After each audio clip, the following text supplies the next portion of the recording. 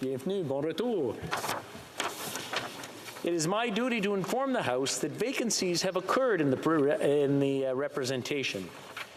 Mr. Benson, member for Electoral District of Calgary Heritage, by resignation effective Saturday, December 31, 2022.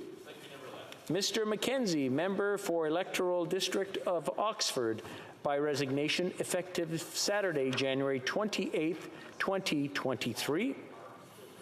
Pursuant to paragraph 25(1)(b) of the Parliament of Canada Act, I have addressed warrants to the Chief Electoral Officer for the issue of writs for the election of members to fill these vacancies.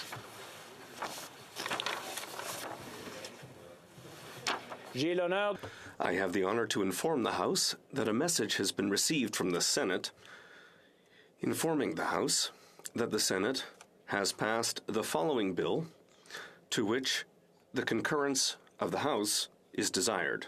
11, a fourth act to harmonize federal law with civil law of Quebec and to amend certain acts in order to ensure that each language version takes into account the common law and the civil law. I'm sorry? I think the government House leader may have had a point of order. I believe we have a point of order. The government House leader. Merci beaucoup. Thank you very much, Mr. Speaker. Mr. Speaker, I would like to inform this House that consultations have been held amongst the leaders of recognized parties in the House of Commons, and that the government has the intention to appoint Mr. Eric Chance to fill the role of interim clerk of the House of Commons. Inform the House that consultations have taken place with House leaders of recognized parties in the House, and that pending the completion of the formal process, the government intends to nominate Mr. Eric Chance to fulfill the role of interim clerk of the House of Commons.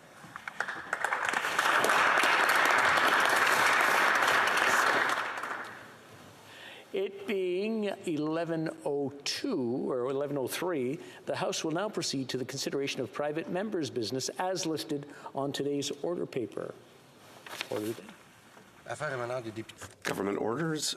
Resuming debate on M62, Uyghurs and other Turkic Muslims. Motion standing in the name of Mr. Zuberi. Resuming debate, the Honourable Member for Longueuil-Saint-Hubert has 9 minutes remaining. 9 minutes.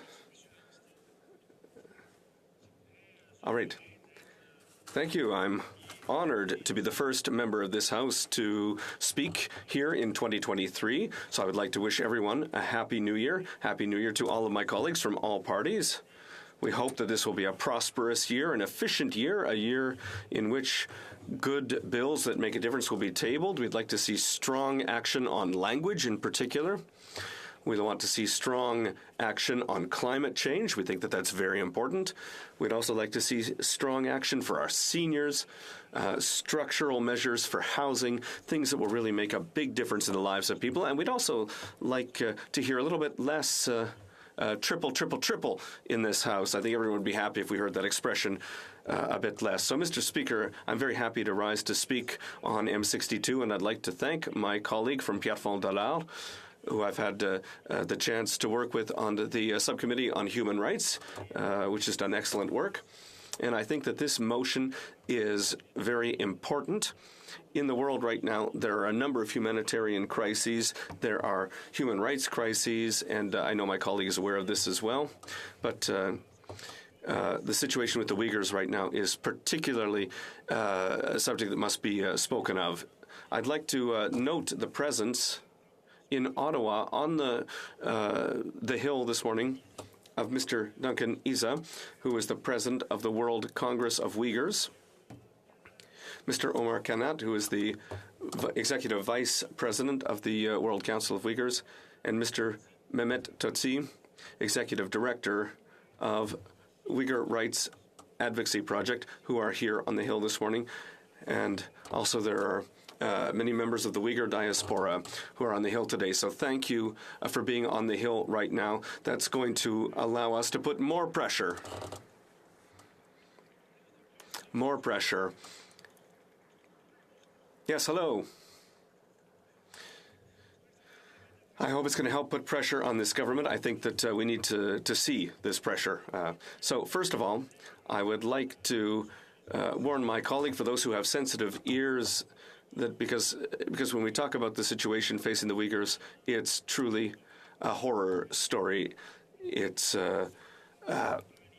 one that leaves us with goosebumps, and it's paralyzing. So if I go back to before I was a politician, I was an actor, and so I tried to get under the skin of somebody else. So let's try and do that. You're a Uyghur, you're a woman who's been in Canada for a number of years. Your father is sick, so you go back to your original country. So you meet your sisters at the airport. You're happy to see them. But then there's something uncomfortable, an uncomfortable feeling. For a reason that you don't quite understand, you get the impression that your presence is not welcome. In the taxi, you're asked to remain quiet, just in case, to not speak. And once you get to the family home, you think that things will be better, but everyone turns off their cell phones as quickly, and somebody whispers in your ear, "They've put something on our roof to listen to us. Be careful about what you're saying." Later, going to the restaurant in the evening, you notice 3 men at the table next to you. These are government agents. This is something you find scary. You don't finish your plate. They're looking at you. They're looking at you suspiciously. And you go into markets where previously there have been a lot of people full of life to realize there's nobody. And it's because most people have disappeared. They disappeared overnight, completely disappeared, including your best friend. This situation being, impossible, you leave, even though, your dad is sick, your sisters, you'll probably never see them again. It's terrible. So you go home to Quebec comfortably. Well, you know that your family in China is living in fear. This is a very real story that I've just told you, Mr. Speaker. The government's actions have been very, very, very timid. The government yet has said that the treatment of the Uyghurs by the government of China is a genocide. Although these people are being sent to quote-unquote training schools, which are behind a barbed wire with guards, this government, despite that, is hesitating. The government across the way is hesitating to do anything. I'll also remind you that there are many women who are being raped, Mr. Speaker, and who spoke at committee. We heard them. Of the sexual and psychological violence that they have faced, that children are being taken away from their families and are being placed in orphanages or schools managed by the state, that people are being sent to work in factories like slaves outside of Xinjiang. This same government decided to boycott the Olympic Games, but with zero effect.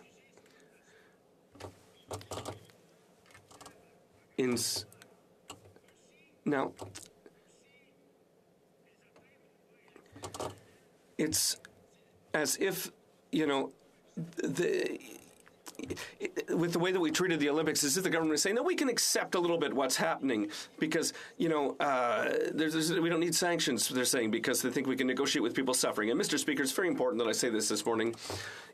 M62 affirms that the government has voted to acknowledge that China's treatment of Uyghurs is a genocide. But in reality, the executive, the cabinet,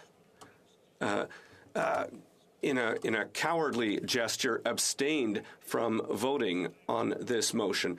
And we really hope that that won't be the case this time with this motion, that they will take the bull by the horns, that they'll put on their big boy pants and recognize that what's happening in China is a genocide. Because here, Mr. Speaker, we're talking about a regime that is spying on Uyghurs. It's tracking them. It doesn't recognize any border. And a facial recognition technology is being used. This government is introducing new members to people's families through sponsorship programs. So, for example, I could find myself with a new brother who would live in my house and who my children would call uncle. And then, things would just get worse and worse, and my colleagues would be looking at things, with their eyes closed. And so it's as if, the government is saying, we'll boycott the Olympics and that'll have an impact. Now here, the government is saying that we could bring 10,000 Uyghurs to Canada, which would represent 0.08% of the population. And hopefully they'd be able to avoid the secret police stations that China has here in Canada. But what's going on now, Mr. Speaker? What do we do for the other 99% of Uyghurs who will continue to suffer rape, assault, violence, and who will find themselves maybe with a new brother living in their house? Will we be complicit with the crimes that are being committed against these people? Or will we help these people? Mr. Speaker, we're also talking here about foreign interference. We know that a number of other countries are participating in this genocide, some without the possibility of refusal. Canada is suffering some of this pressure, but the House of Commons has already asked the government for a plan to fight this foreign interference, but nothing has been done so far. And even in Quebec now, the Chinese government is imposing its laws here. Will we do what happened with Yemen, Madam Speaker? Will we live in the denial of our own guilt in accepting the situation and in denying our responsibility when we are sending weapons to Saudi Arabia? And these are weapons that are being used to kill people. We're giving with one hand and participating in torture with the other hand. Is this who we are, Madam Speaker? We could hope, Madam Speaker, that this government will rapidly table its plan to resettle refugees, and we hope that they won't forget this while people are suffering. So in closing, Madam Speaker, slavery, torture, rape, forced sterilization, abuse, persecution, suffering, death. These are the things that the Uyghurs are enduring, and I admire these resilient people who are fighting for their freedom, who are fighting, who are persevering in their desire to live free. Thank you, Madam Speaker. Resuming debate, the honourable member for Vancouver East. Thank you very much, Madam Speaker. So today we're debating motion M62, a motion that focuses on the human rights abuses and genocide being carried out against Uyghurs and other Turkic Muslims by the government of the People's Republic of China. I would first like to thank my colleague, the member from Pierrefonds de Lade, for his important motion. All parliamentarians must stand firm in defense of fundamental human rights and condemn such gross violations wherever they occur around the globe. Canada has an obligation to uphold and defend human rights in the international community and support Uyghurs and other Turkic Muslims facing horrific persecution.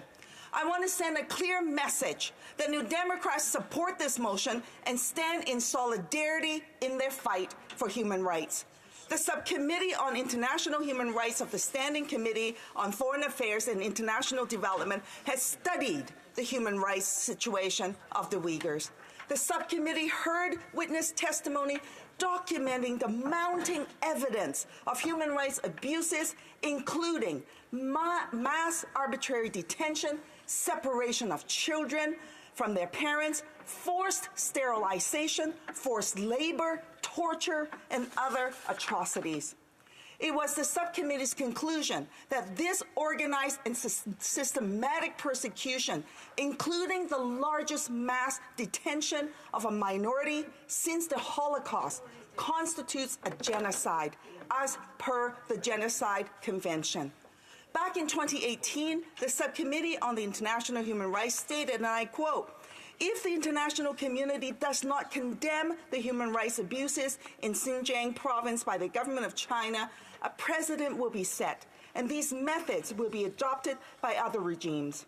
Complacency is entrenched by a lack of access to Xinjiang, by the lack of free press, and through the silencing and harassment of Uyghurs living abroad.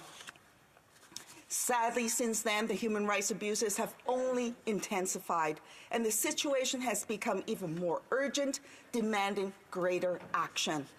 New Democrats pushed the Canadian Parliament to recognize the treatment of Uyghurs as genocide and have called on the government to use every tool at its disposal to help end these abuses. On February 2nd, 2021, the House unanimously recognized the actions of the Chinese government against Uyghurs and other Turkic Muslims as genocide, despite the Prime Minister and members of Cabinet abstaining from the vote. Recognizing and fully condemning this genocide was a critical first step. But Canada can and must do more to take a stand against the horrific human rights abuses. M62 recognizes that Uyghurs and other Turkic Muslims who have fled to third countries face intimidation to return to China, where they face serious risks of detention and other atrocities. The motion also recognizes that many third countries face continued diplomatic and economic pressure from China to detain and deport Uyghurs and other Turkic Muslims, meaning that even in other countries, they are not safe. Importantly, in light of this grave situation, the motion calls on the Canadian government to urgently leverage IRCC's Refugee and Humanitarian Resettlement Program to expedite the entry of 10,000 Uyghurs and other Turkic Muslims in need of protection. Urgent action is needed. The NDP fully supports motion M62. However, I will be introducing an amendment to ensure that Uyghurs are admitted to Canada via a special immigration measure. New Democrats believe Canada should increase the total number of vulnerable people we welcome to our country, from East Turkestan, from Ukraine, from Afghanistan, and other places where people are subject to the worst violations of their human rights. This is consistent with the subcommittee's recommendations, which calls for the creation of an exceptional refugee stream to expedite entry for Uyghurs and other Turkic Muslims. The creation of an emergency refugee program was also among the key recommendations advocated by the World Uyghur Congress. We should not be pitting communities against each other by robbing Peter to pay Paul. Further, while the NDP supports this important motion, there is much more work that needs to be done to put an end to the persecution of Uyghurs and other Turkic Muslims. Human rights advocacy organizations have been tireless in their work to call for greater action and highlighting the need for the Government of Canada to take a stronger stance for human rights. Some of them are here today. Groups such as the National Council of Canadian Muslims and the Uyghur Rights Advocacy Project have called on the government to implement the recommendations of the subcommittee report. One of these recommendations is that the Department of Justice develop a comprehensive human rights due diligence law that compels businesses to respect the most current international human rights standard across their global operations and supply chains and be held accountable for harms caused in relation to their operations. Alarmingly, global supply chains are tainted with forced labor. Consequently, advocates have called on the government to strengthen trade restrictions to prohibit the importation of goods manufactured in the Uyghur region. Products sold in Canadian supermarkets and stores are being made by Uyghur forced labor. This includes products like bath towels, quilts, clothes, which are made with cotton from the Uyghur region. Corporations like Nestle, Del Monte, Unilever also purchase tomatoes from Chinese companies in the Uyghur region. China is one of the only 8 states that have not yet ratified the International Labour Organization's Convention on Ending Forced Labor. Between 2017 to 2019, it is estimated that more than 80,000 Uyghurs were forcibly transferred out of the Uyghur region to work in factories across China. In 2020 alone, reports reveal that 83 global companies were indirectly or directly involved in the employing Uyghur workers under forced labor. A recently released report on the automotive sector has reviewed the use of Uyghurs' forced labor throughout the supply chains of major auto manufacturers.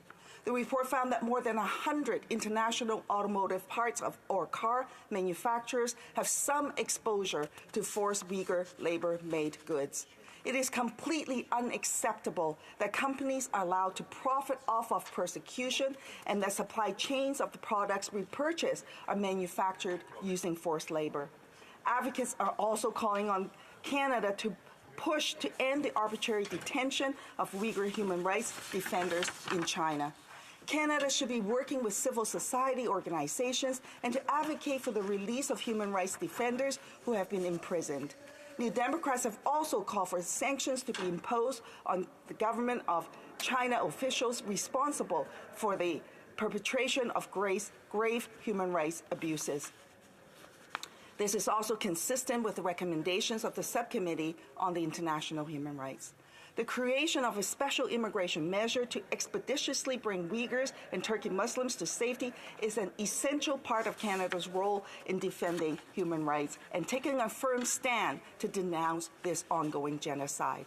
I move that the motion be amended with the following: that the motion be amended in paragraph C by adding after the words into Canada the following: and ensure corresponding additional immigration levels in the refugee streams so that other persecuted members in the global community seeking safety in Canada are not impacted. And B, in paragraph D, by replacing the words 120 with the word 100.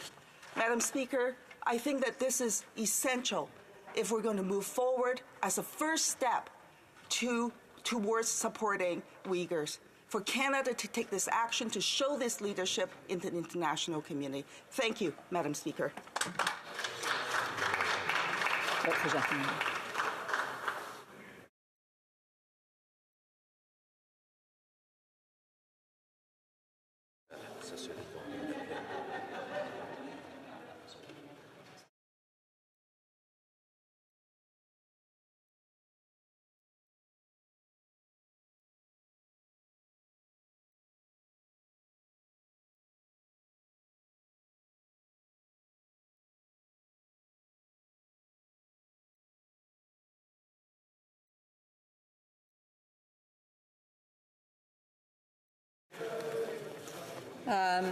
I know that there's a lot of noise in the outskirts of the room, and I'm assuming, I know that we've sent somebody to clear that up because it is disturbing in the House here.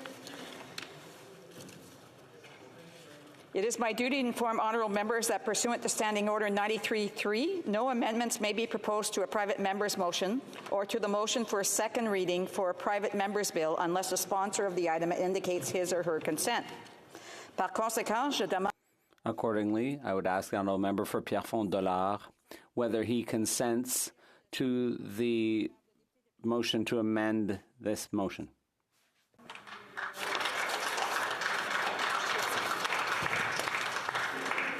Ms. Kwan, seconded by Ms. Blaney, moves the following amendment: that the motion be amended, A, in paragraph C, by adding after the words into Canada the following, and ensure corresponding additional immigration levels in the refugee stream so that other persecuted members in the global community seeking safety in Canada are not impacted. And B, in paragraph D, by replacing the word 120 with the word 100.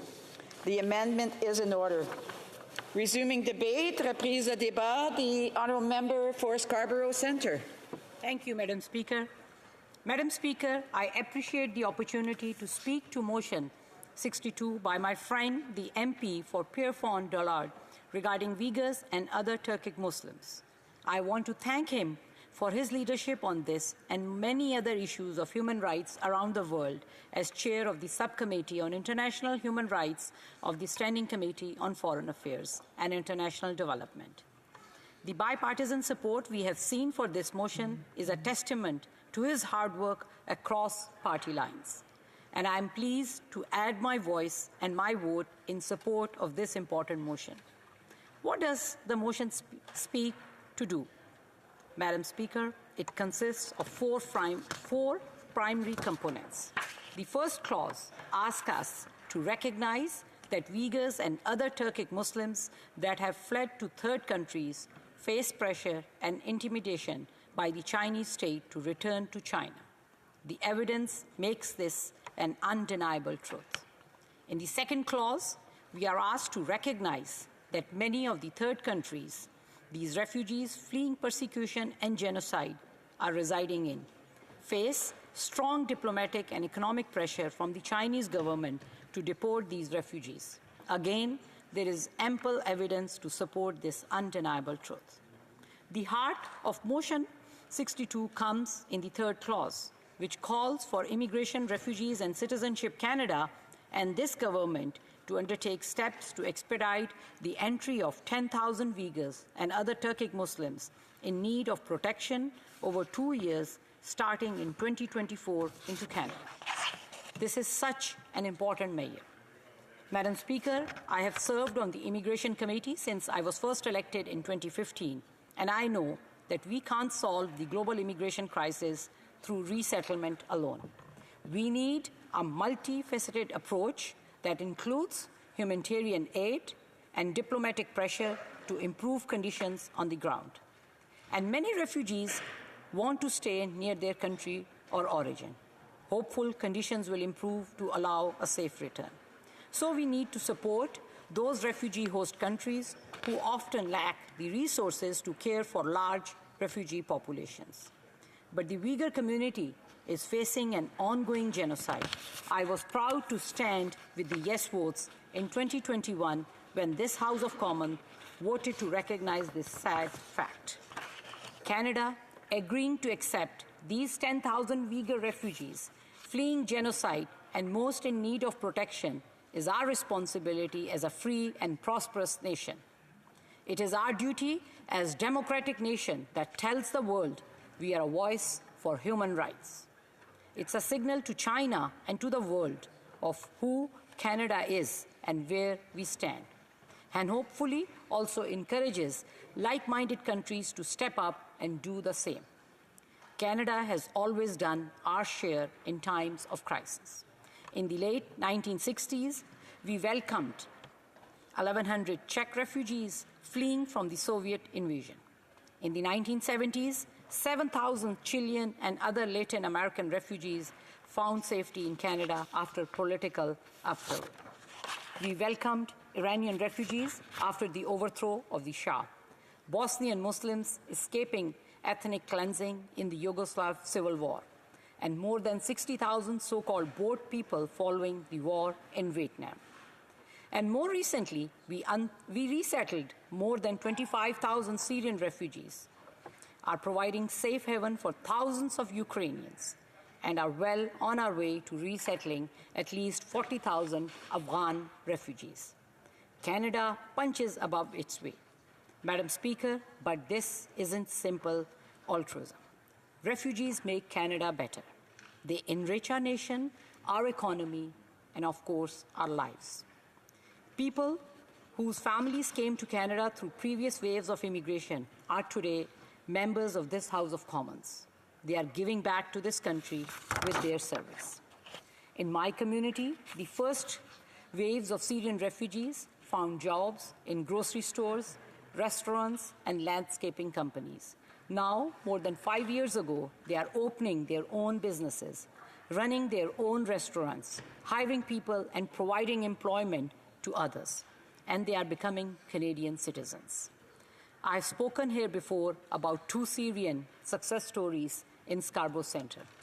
Aleppo Kebab serves delicious Syrian food, while Crown Pastries has the best sweets in Scarborough, especially at Eid. I can't help but imagine what great things these 10,000 Uyghur refugees will achieve in Canada. One of them may even be the next chocolate king like Tariq Sadar. What is clear, though, Madam Speaker, is that too many Uyghur people will never have the opportunity to achieve their full potential. to realize their ambitions and their dreams. That is why Canada must act. Lastly, the final clause of Motion 62 calls for the government to table a report on how the refugee resettlement plan will be implemented within 120 days of the passage of this motion. Madam Speaker, I welcome this motion and its call for the urgent resettlement of 10,000 vulnerable Uyghur refugees in Canada. It builds on our recognition of the genocide occurring in Xinjiang and sends a message to China and its communist government that Canada and the world are still watching. And I hope Parliament will ensure the hardworking team at IRCC, who we have asked to do so much in recent years, have the resources they need to do all we ask of them. But as I said earlier, resettlement alone is not the option.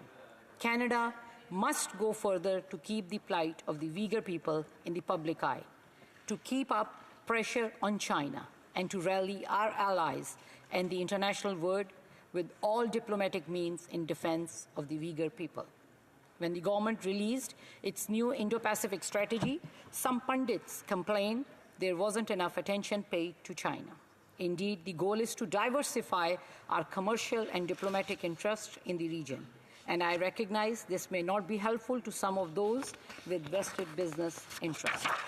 But I ask them, how can Canada have business as usual with a regime that is perpetuating genocide against an entire community, that puts a minority in re-education camps and then denies their very existence? How can Canada have business as usual with a regime that kidnaps our citizens to be held and used as pawns in business disputes? The answer is clear: we cannot. China must uphold its international human rights obligations. Human rights are universal. National sovereignty can never be used as a pretext or an excuse for the violation of the human rights. We cannot let the world forget that an estimated 1 million Uyghurs and other Turkic groups are in concentration camps in Xinjiang, where they are subject to forced labor, gender-based violence, and torture. Uyghurs who have fled their homes to third countries are still at risk of deportations. I have always been a voice for human rights around the world, for the Afghans fleeing the Taliban, for the Rohingya fleeing Myanmar, for Coptic Christians in northern Iraq, for the Palestinian people denied their basic rights. And I will always raise my voice for those in need. With my vote on this motion, we send a message. We will not look away. Thank you, Madam Speaker. Resuming debate, the honourable member for Edmonton Manning. Thank you, Madam Speaker, and Happy New Year to all. Madam Speaker, the word genocide is not one to be used lightly. According to the United Nations Convention on the Prevention and Punishment of the Crime of Genocide, genocide means any of the following acts committed with intent to destroy, in whole or in part, a national, ethnical, racial, or religious group as such. A, killing members of the group. B, causing serious bodily or mental health to members of the group.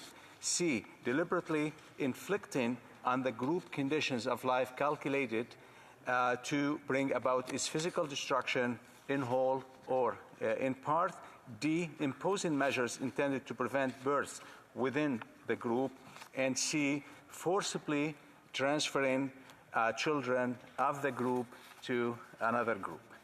It was with that definition in mind that this House, on February 22nd, 2021, recognized that a genocide is indeed taking place, being carried out by the People's Republic of China against Uyghurs and other Turkic Muslims. Since that motion passed in the House, the government has not addressed the concerns it raised. The UN Human Rights Commissioner recently released a report again highlighting the atrocities being committed against Uyghurs and other Turkic Muslims, being committed by the Chinese regime. So if we don't act now when we will. The Standard Committee on Citizenship and Immigration unanimously passed a motion calling on the government to extend existing special immigration measures to Uyghurs and other Turkic Muslims, allow Uyghurs and other Turkic Muslims in third countries who are at risk of being deported back to China to seek refuge in Canada, and waive the UNHCR determination for Uyghurs and other Turkic Muslims. This motion is in the same spirit as that one. It is no surprise that Chinese government, even in the face of overwhelming evidence, denies what is taking place. In doing this, they are following the pattern set by other atrocities or autocratic regime. The government of modern Russia continues to deny the death of millions of innocent Ukrainians in the Holodomor, even as once again they are assaulting the Ukrainian people. Like the Chinese, they deny the history. The world knows better. Germany at least has accepted that the Holocaust was not happen, or has not only happened, but is a national shame. The German people have worked hard to be able to say, never again. Standing against genocide is very personal to many people. But there are times when we must do more than just take a stand. This motion is a call for action.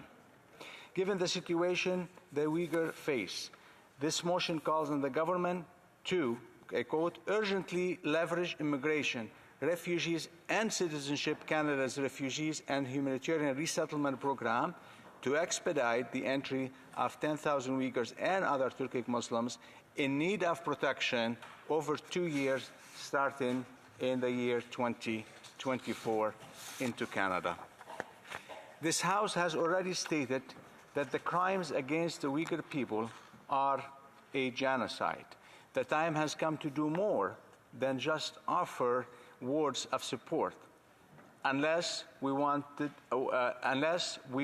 is for the world to see how virtuous we are, how we are on the right side. So we must do more, but what should that more look like? It seems simple to say that we must open our borders. That is, in a country with as much geography as Canada, 10,000 or more people are easily accommodated. Perhaps there are logistical questions in moving thousands of people from the other side of the world to Canada. But if there is a will, logistics can be overcome.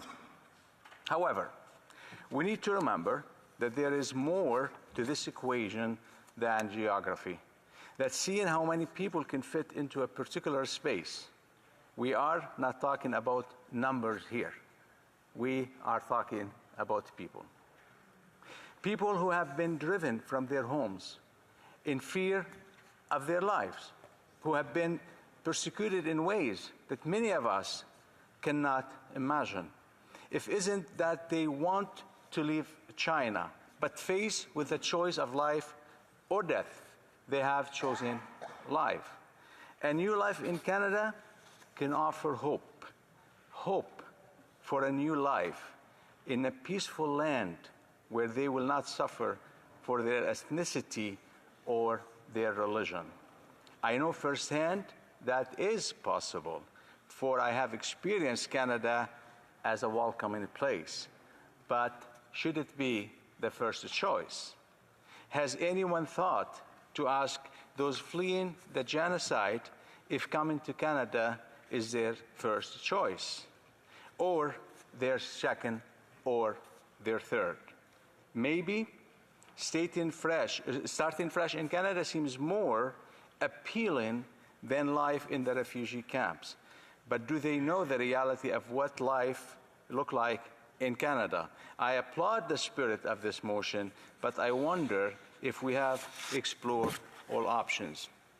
Would these refugees be happier if a way could be found for them to be integrated into community life in the countries where they have taken refuge, rather than traveling across the world to a place with unfamiliar language and culture?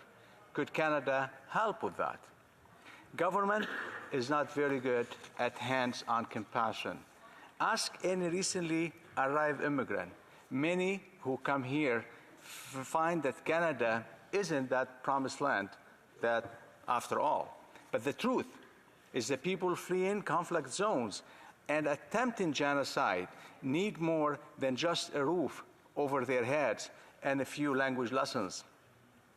They need to know that they are safe and accepted, that there are people in this new land who are very happy to see them, who want to be their friends, who value them for who they are. Government programs, no matter how well-meaning, cannot replace the personal touch. Those fleeing genocide, indeed all newcomers to Canada, need someone who can help with their basics. For some, that will be a family member who has come here before them, but for the most of those fleeing conflicts, such as the Uyghurs, it will be a Canadian reaching out in friendship of a newcomer. That is what we did with the boat people coming from Vietnam in the early 1980s. That is what we have been doing with those refugees who came from Syria 7 years ago, and those who continue to arrive on our shores today. We here can say, let us bring in these people who need our help, but it is the Canadian people who will make these newcomers feel welcome. Conservatives believe that Canada's immigration system should uphold Canada's humanitarian tradition of providing safe haven for refugees. I think that may be something that all political parties can agree on. There may be some who are concerned about the reaction from the government of the People's Republic of China, which has been trying to have the countries where the Uyghurs have taken refuge return the refugees in violation of international law. I would not be surprised if the ambassador of China to Canada calls me to complain about the words I have chosen to use today. His government insists that there is no genocide and feels insulted when people talk about it. I would invite the ambassadors to take a trip with me to the borders area where the neighboring countries, where the Uyghurs have fled. I would invite him to talk with the refugees, to hear their stories. Then I would ask him again if there is no genocide. I doubt I will have the opportunity, but this House, do we have the opportunity to show our support for the Uyghur people? I urge all honorable members to do so. Thank you, Madam Speaker.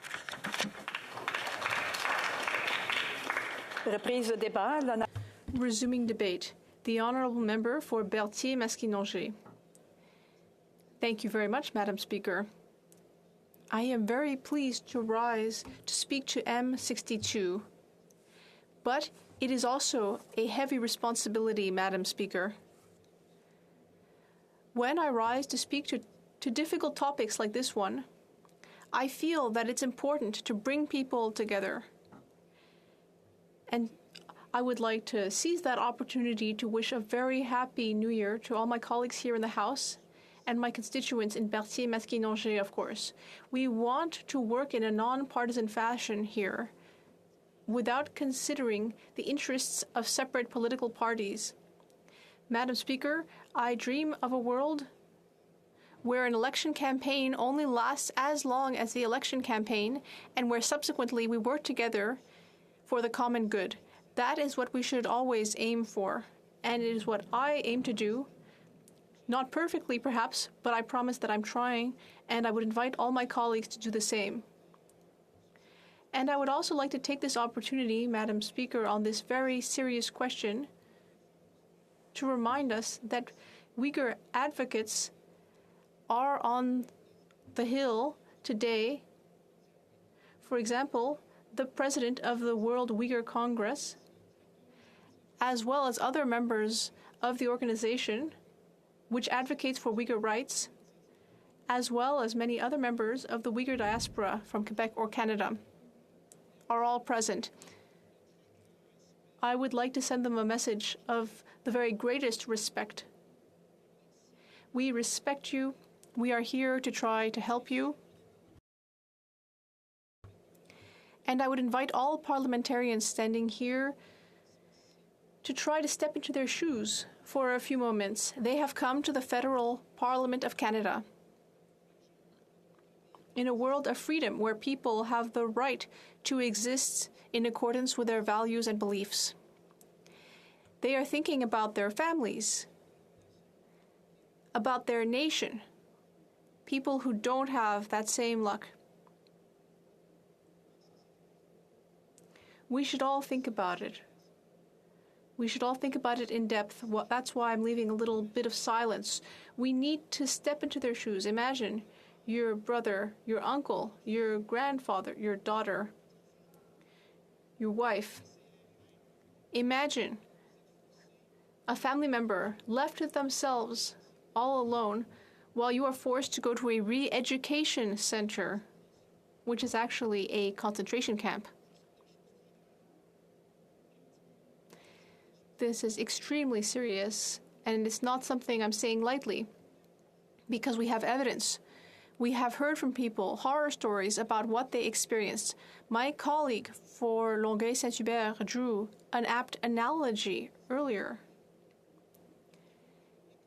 He talked about people who went to see their families but had to cut their trip short in order to not hurt those that they love.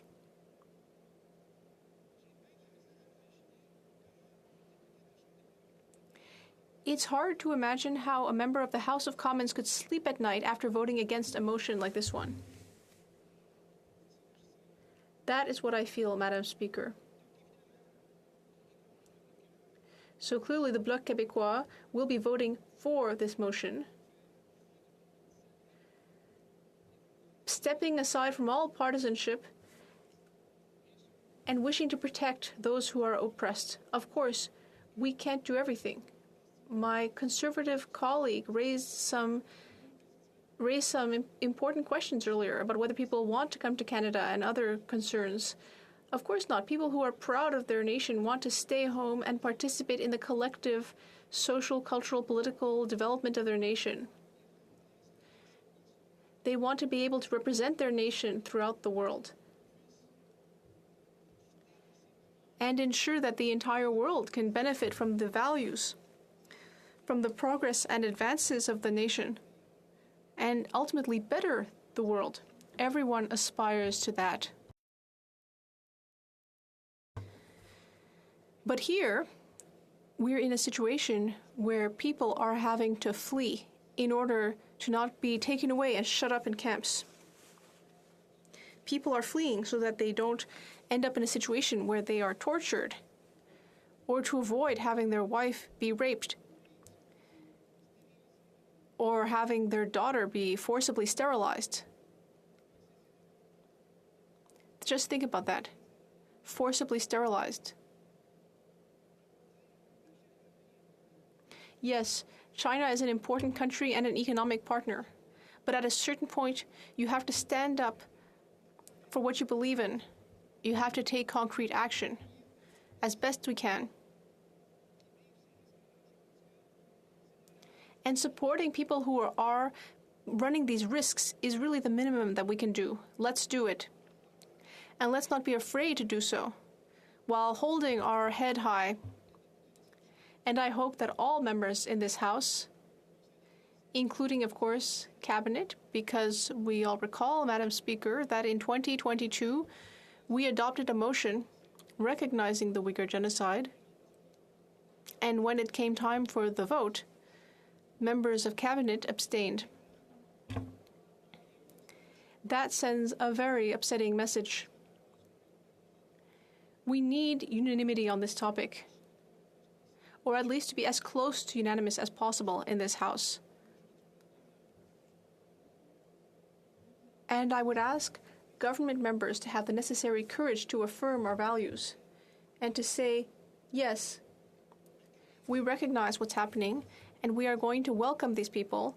And if there's more that we can do in the future to help the Uyghur nation, then we will take those actions. We will. There are some technicalities in the motion. It talks about 10,000 people. Of course, we are in favor of that. Generally, we tend to vote in favor of things. But more could have been done. Better. Why not 15,000?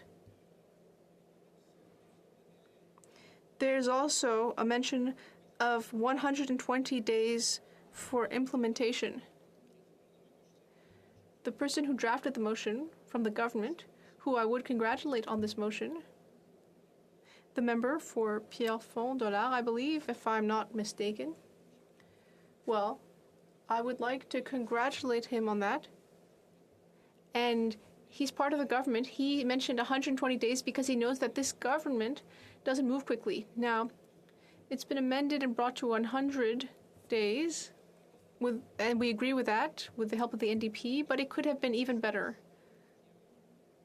We're talking here about a global power that is extending its tentacles throughout the world thanks to the strength of its economy. A strength of its economy that depends on poor working conditions. We shouldn't forget that for its laborers. We should also think about everything we've consumed in our lives that was, quote-unquote, made in China. And now here, with this motion and at committee, we've learned that factories in the Uyghur region, we've learned that these factories are operating with forced labor. It's either a simple slavery or heinous exploitation. People working for a pittance under terrible conditions. And so I would add, Madam Speaker, we must be vigilant when we make orders for goods from China. We should be vigilant. We need to look at the supply chains that ultimately end up going through Xinjiang. It is our duty to not encourage or support these systems. And additionally, China has the gall to create police stations abroad, including 3 in Canada. They are setting up police stations within Canada to harass Chinese nationals, Uyghur or otherwise, people who might be dissidents. They are setting up these stations to threaten and bully them. And they're also threatening neighboring countries, for example, Mongolia, because Mongolia is in a very delicate geopolitical situation. It finds itself between Russia and China.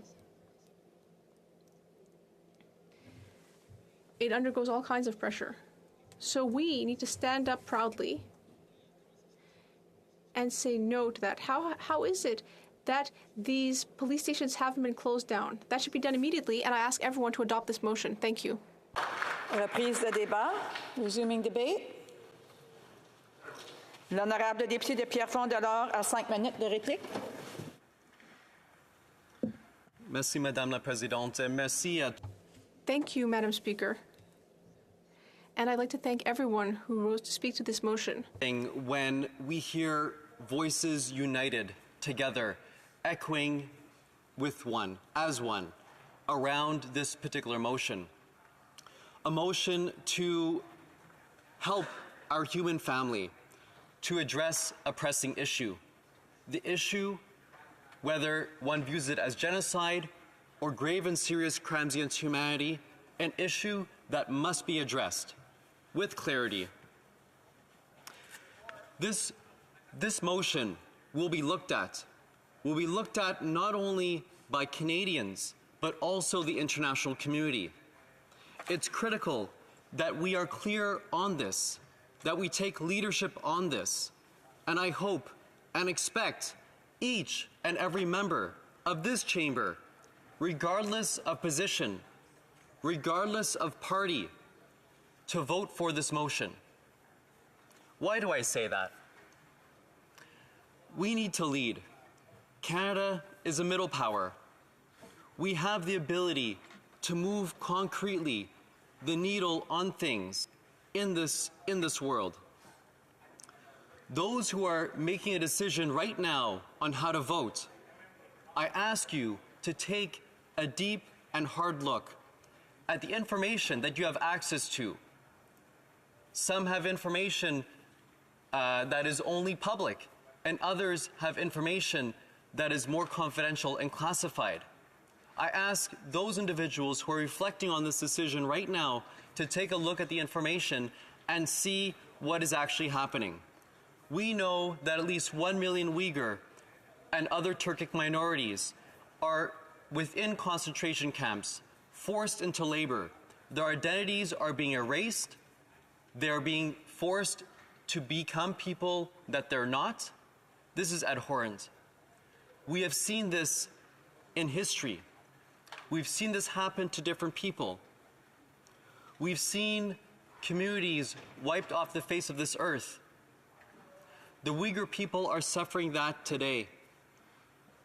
The 1 million who are forced into concentration camps, forced to produce products that we ourselves unwittingly wear and consume, are not only forced into work, but they're also being separated from their children.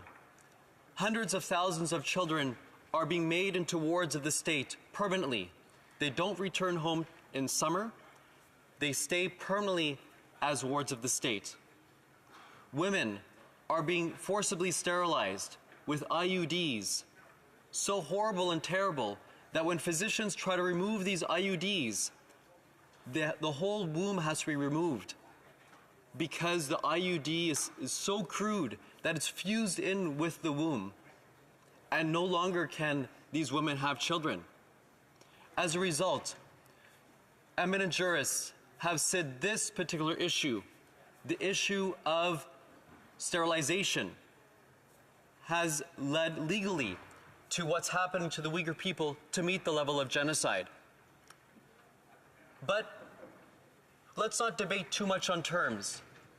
Let's recognize that there is a minimal floor where the UN Human Rights Commissioner, the High Commissioner for Human Rights, Michelle Bachelet, recently came out with a report and said that what's happening are likely crimes against humanity. Once that level is engaged, there is a responsibility of states to protect. That includes Canada. Brian Mulroney, the former Prime Minister, took leadership on the issue of apartheid. Canada went down in the history books. We speak about that moment in time as leadership. We need today to have leadership on this issue. And that's why I implore each and every member, regardless of position, in this House to make their intent clear and to vote for this motion when it comes up. Canadians will be watching, the international community will be watching. We need to take leadership. Merci, Madame la Présidente.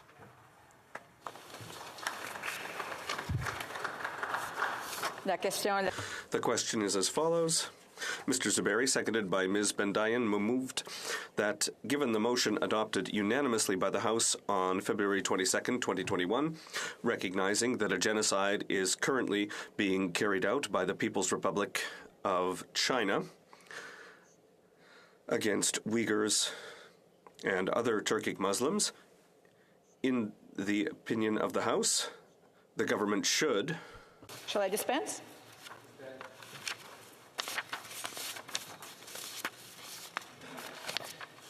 On the amendment, Ms. Kwan, seconded by Ms. Blaney, moved the following amendment, that the motion be amended, A, in paragraph C, by adding after the words into Canada, the following. Dispense.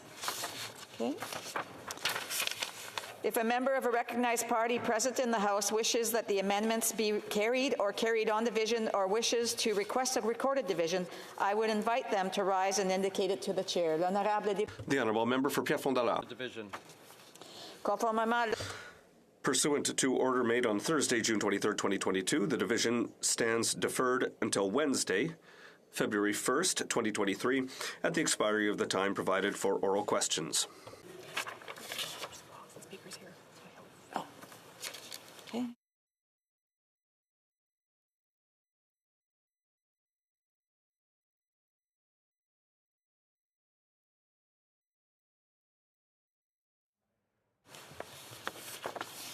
If I can have your attention, the Chair wishes to inform the House of an administrative error that occurred with regard to Bill C-18, an act respecting online communications platforms that make news content available to persons in Canada.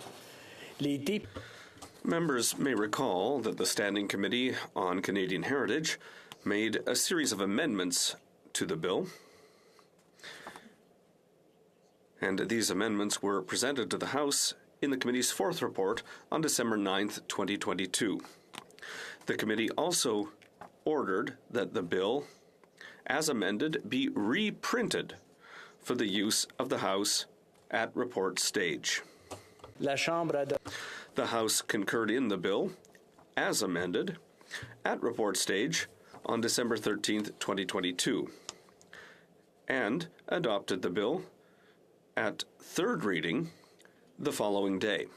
Following passage at third reading, as per the usual practice, House officials prepared a parchment version of the bill, which was transmitted to the Senate.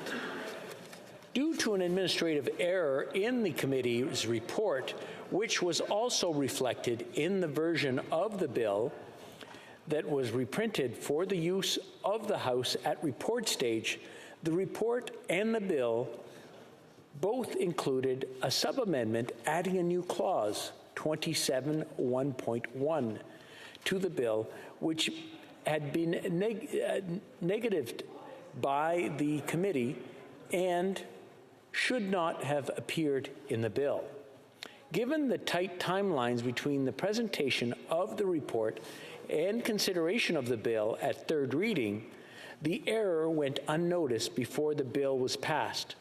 Nonetheless, the decision taken by the committee was clear. As recorded in the minutes of the meeting, the chair has no reason to believe that members were misinformed when the bill was adopted. When they adopted the bill. This error was nothing more than administrative in nature. The proceedings which took place in this House and the decisions made by the House with respect to Bill C-18 remain entirely valid.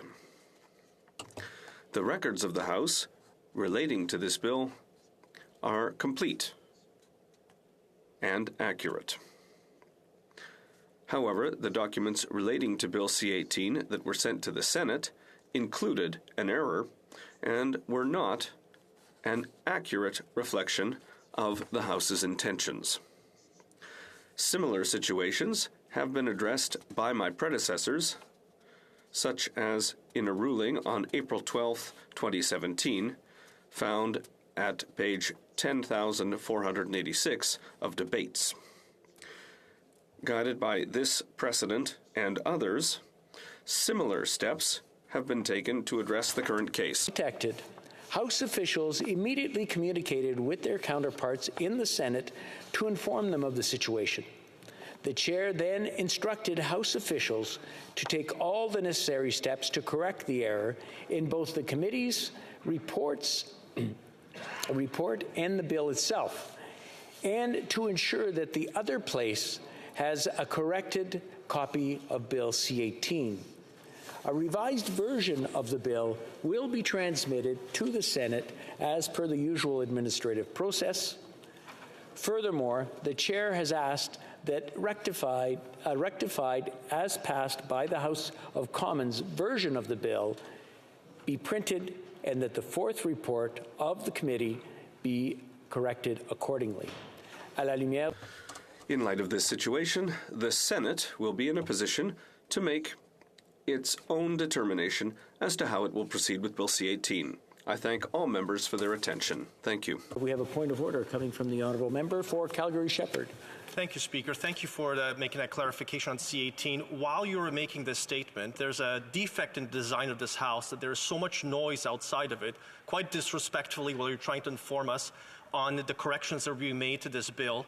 I've raised this multiple times, but since this is the first day of return of our session, I wonder if you would be able Speaker, to ensure that in the future that people who are walking around the courtyard around this chamber reduce the amount of noise that they're making. I'm sure when the minister rises to make her inaugural speech on the bill that she will be moving, that she would like silence in the chamber, and I would like it as well. But there's too much noise in this chamber that people are doing, interfering with the work of members on the floor of this House. Thank you. I want to thank the honourable member for his interjection, and I'll be honest with you, while I was reading, I heard the noise as well, and I'm thinking, okay, what the heck's going on here? And it is a problem with the design. I mean, aesthetically, it is a beautiful place, but when they put it together, they didn't count on the people. What I did notice is that it lasted for a short time, and then somebody hushed them down. I know we have signs out there, but I will talk with the Sergeant-at-Arms, and we will see about getting that noise reduced to the best of our abilities. I don't want to make any promises I can't keep. I want to thank the honourable member for bringing that up. Orders of the day. Orders of the day, government orders, government bills, commons. First time consideration at second reading of Bill C-35, Canada Early Learning and Child Care Act, standing in the name of the Minister of Families, Children and Social Development. Ms. Gould, seconded by Mr. Lametti, moves that Bill C-35, an act respecting early learning and child care in Canada, be now read a second time and referred to the Standing Committee on Human Resources, Skills and Social Development and the Status of Persons with Disabilities. Debate. The Honourable Minister. Well, thank you so much, Mr. Speaker. I have to say it gives me tremendous pleasure, and it's a real honor to be rising in the House today to kick off the debate on Bill C-35, an act on early learning and childcare in Canada. I want to start with a few thank yous. I first of all want to say thank you to the thousands of advocates across this country who have been waiting for this day and fighting for this day for just over 52 years. It was 52 years ago in December that the Royal Commission on the Status of Women came out with their landmark report that asked and suggested that the Government of Canada put in place a affordable, high-quality, inclusive, and accessible childcare system across this country. Now, 52 years is a long time to wait, and there are lots of families who went through childcare, obviously, during that period of time. But what I have heard from stakeholders and advocates across this country is now is a good time to start, that it's never too late to do the right thing. And here we are today. We have agreements signed with 13 provinces and territories. As of December, almost all of them had reduced fees by 50%, and we've got one more that's going to be making a good announcement very soon, and more of those fee reductions are on their way, Mr. Speaker. And let me tell you what really excites me about this system and about this bill. It's the impact that it is having on families. I have had the occasion to travel to almost every province and territory across the country over the past year and to engage with families and to hear from them the stories about how this bill is making, or how this system is making a difference in their lives. And I have yet to go and speak to a child care center or a family who has not talked about the very real and tangible impact that this reduction in fees is having on their family's bottom line. And I want to start by talking about one of the things that we've been doing as a federal government for a while, and that's the RESP, the Registered Education Savings Plan. For decades, we've been encouraging families to save for post-secondary education, understanding that this is a huge expense, but it's important for all of our children across this country, for the future of our country, to make sure that they have that opportunity to attend post-secondary education. Now, childcare fees can range between $12,000 and $24,000 or even more dollars a year. And if you multiply that by 3 or 4 or 5, depending on the province you're in, that could be 2 or 3 times what the average student would spend on post-secondary education, yet we don't have any mechanism until recently, to support families for this major expense, and an expense that starts right at the beginning of their family's journey, often when they've recently purchased a home, when they're just getting started in their careers. And we're talking about tens of thousands of dollars that are a huge impact. And in fact, often, not always, but often result in the lower income parent deciding to take a step outside of the workforce because it just doesn't make financial sense for them to carry on. Well, the stories that I've heard, Madam Speaker, over the past year are changing that. I have been to, as I said, every province and almost every territory, and each time I meet a mom, and it's often a mom because I haven't heard it from a dad yet, but I'm looking forward to that as well, but from so many moms who talk about the fact that because of these lower childcare fees, they're returning to work. Whether it was the mom in Ottawa a couple of months ago who said because of the 50% fee reduction, she enrolled her daughter in daycare and she's returning to work full-time as a real estate agent, and the impact that has for her family's finances, but also for her career development. Whether it was in Richmond, BC in December and talking to a mom of 3 who said because of these reductions, she's able to go from part-time to full-time work because she can now afford to have 2 of her children, 1 is in school, but 2 of them now in full-time daycare. Whether it was in Nova Scotia, a mom who I was talking to who said that because of these fee reductions, not only is she returning to full-time work, but she breathes a sigh of relief when she goes to the grocery store because she's not as worried about making sure that she can afford to buy healthy, nutritious food for her family because of these significant fee reductions. And most recently, I was talking to a mom in my own community of Burlington, Ontario, who explained that when her husband and her saw the 50% reduction in fees when it came to childcare, they decided they weren't going to have to give up their house, because financially it now made sense to keep her child enrolled in daycare and to be able to afford their mortgage and for both of them to keep working. Madam Speaker, this initiative is having a real, tangible impact on families across this country, and I couldn't be prouder to be part of a government that is delivering this important policy. Right on. And so that brings me to today and the introduction of this legislation, second reading. I hope all members in this House are going to support it and get it through committee quickly so that we can cement this important legacy for Canadian families, Canadian children, and Canadian women right across this country. And so let me talk a little bit about what Bill C-35 will accomplish. It will provide support for the continued implementation of an affordable Canada-wide system by enshrining the vision, guiding principles, and a commitment to long-term funding. It will enhance transparency and accountability by requiring the minister responsible to report annually to the public on progress being made on the system. And it will establish in law the National Advisory Council, who, by the way, are having their first official meeting today in Ottawa. And this legislation builds on the early successes of the Canada-wide agreements. We are enshrining into law the federal government's commitment to strengthening and protecting this Canada-wide system. We are enshrining into law the federal government's commitment to strengthening and protecting this Canada-wide system, while respecting provincial and territorial jurisdiction. C-35 builds on the collaborative work we have undertaken with PTs and with Indigenous peoples from coast to coast to coast. And C-35 is driven by a shared interest and close partnerships and collaboration.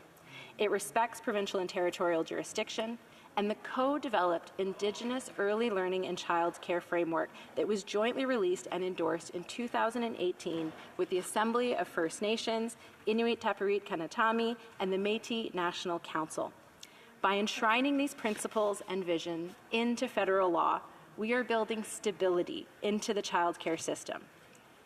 Not just stability, but also predictability and commitment. We want provinces, territories, and Indigenous peoples to know that the federal government is in there for the long term. And importantly, we want parents and families, childcare providers, early childhood educators to know that the federal government is also there for the long term.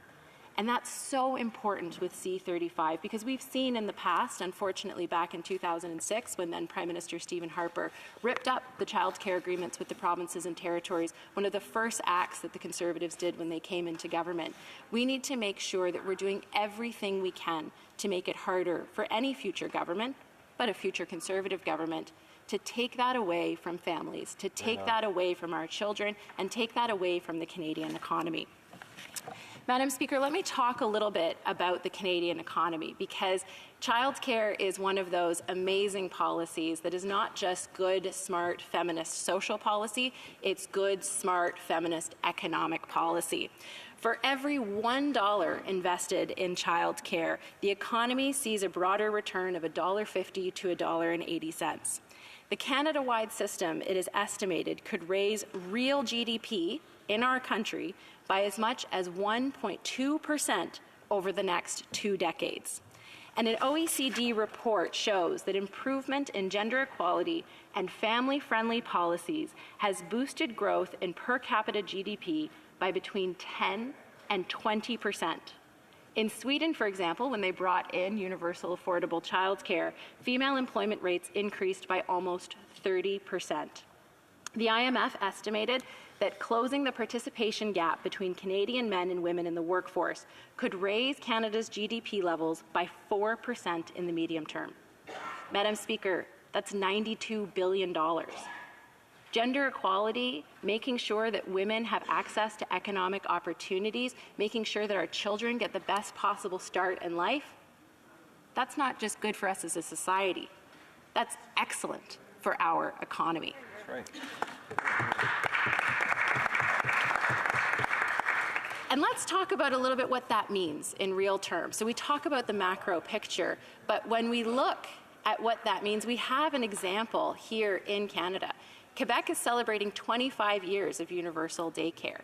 And Quebec went in 1998 from having the lowest female workforce participation in the country to now having the highest. And in fact, some of the highest rates of women with children under the age of 4 working in the entire OECD. And Madam Speaker, if Canadian women join the workforce at the same rates that Quebec women have over the last 25 years, that's an additional 240,000 workers entering our workforce today in Canada. That's an impressive number, and those are workers that are here in Canada, and these are people who want to be part of the workforce, but for economic reasons haven't been able to justify it or make it work. And as I said, I have talked to moms all across this country for whom this is making the difference. And I think this is really, really exciting. And where this is going to set us up as Canada in our future, for our economy, and most importantly, for Canadians, I think the potential is unmatched. And Madam Speaker, I want to spend a little bit of time talking about the workforce, because we know there is no childcare system in Canada without the talented, qualified, well-trained, caring early learning and childcare workforce. And I want to say a big thank you to each and every one of them. And yes, you can clap for that. You should absolutely clap for that. Because during the pandemic, they went to work so that Canada could keep working. We saw what happened when childcare centres were closed. It meant parents had to stay home, who were staying home with their children. It's pretty hard. I don't know about any of you, but I was home during the pandemic for those first 6 months, and my two-year-old and 2.5-year-old was home with me. And it's pretty tricky to get that work done when you've got a 2 or a 2.5-year-old with you, and anyone who has been a parent or is a parent or has been a parent of a young child can attest to. And those childcare workers, they went to work during the pandemic. They went when we needed them most.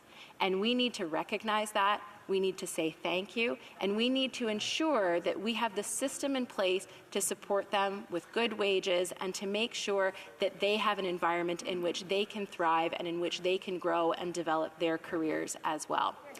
And Madam Speaker, if I may, when we talk about childcare, we talk about the economic impact, we talk about the social impact, but I think we also need to talk about the impact that it has on our children. Being in a safe, secure place is important, one where they feel loved, where they feel cared for, where they're well taken care of, but also where learning is part and parcel of the framework. You know, our Minister of Finance likes to talk about setting up a generation of super kids in this country, and I couldn't agree with her more. As a mom who, you know, is so grateful to the child care workers that made it possible for me to do my job while my son was little, that the absolute illumination that he had when he went to daycare, and the explosion in learning that I saw from him is one of those things that I will be eternally grateful for. And so when we talk about childcare, there are so many spin-offs that are important for our society, for our economy. I like to describe it as a home run because it's good for our children, it's good for our families, and it's good for the economy. And I think that this bill, C-35, is going to help us cement the role of the federal government. It's going to make sure that we're there in the long run for Canadian women, Canadian families, Canadian children, and Canadians in general, and it's going to ensure that we're setting this country up for the 21st century to take hold of those opportunities and to make sure that every child in this country has the best possible start in life. So I hope that my colleagues from all parties in this place will support the advancement of C-35, will support it and move it forward so that we can provide that commitment, provide that assurance to Canadians and their families that the federal government is there in the long term. We support our children, we support our women, and we're setting Canada up for success. Thank you, Madam Speaker. Well said.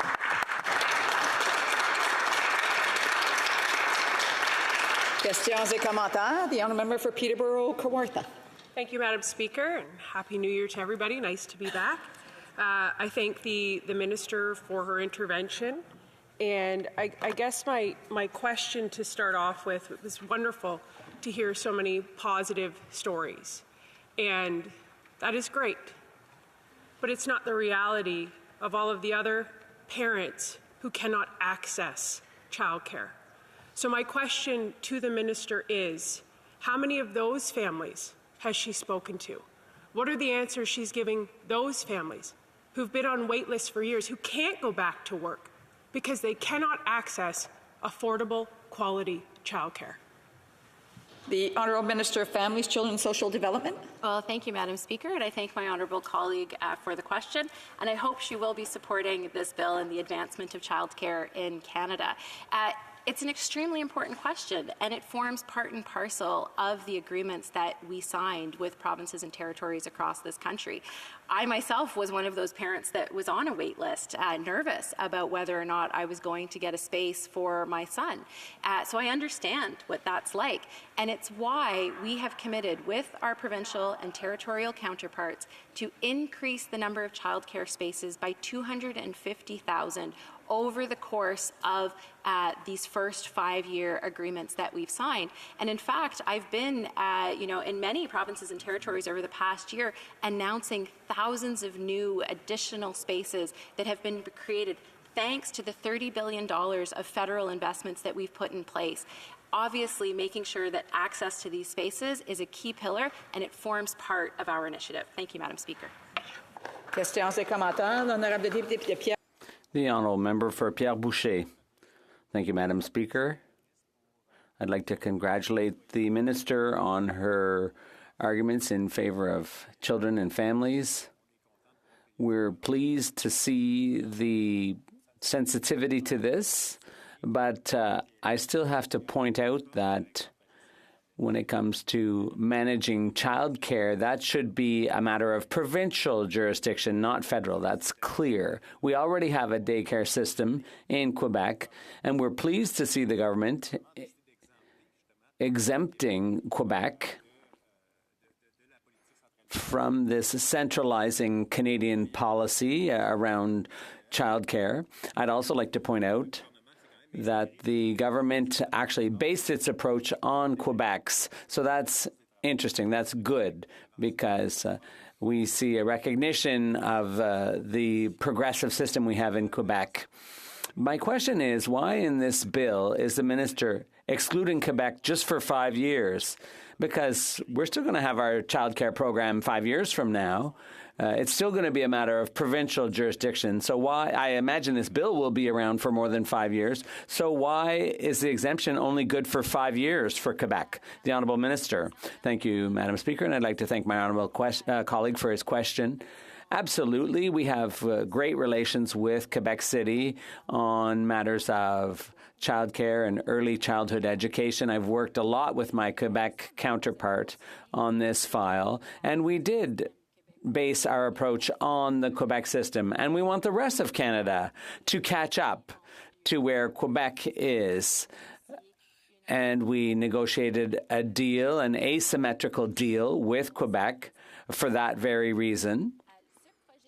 And this bill fully respects Quebec's jurisdiction and territorial jurisdiction and other provinces' jurisdiction. It's based on the shared goals and principles that we have in our agreements with the provinces and territories. And what I understand from the government in Quebec City is that they're quite happy with this bill precisely because we're respecting provincial and territorial jurisdiction, but also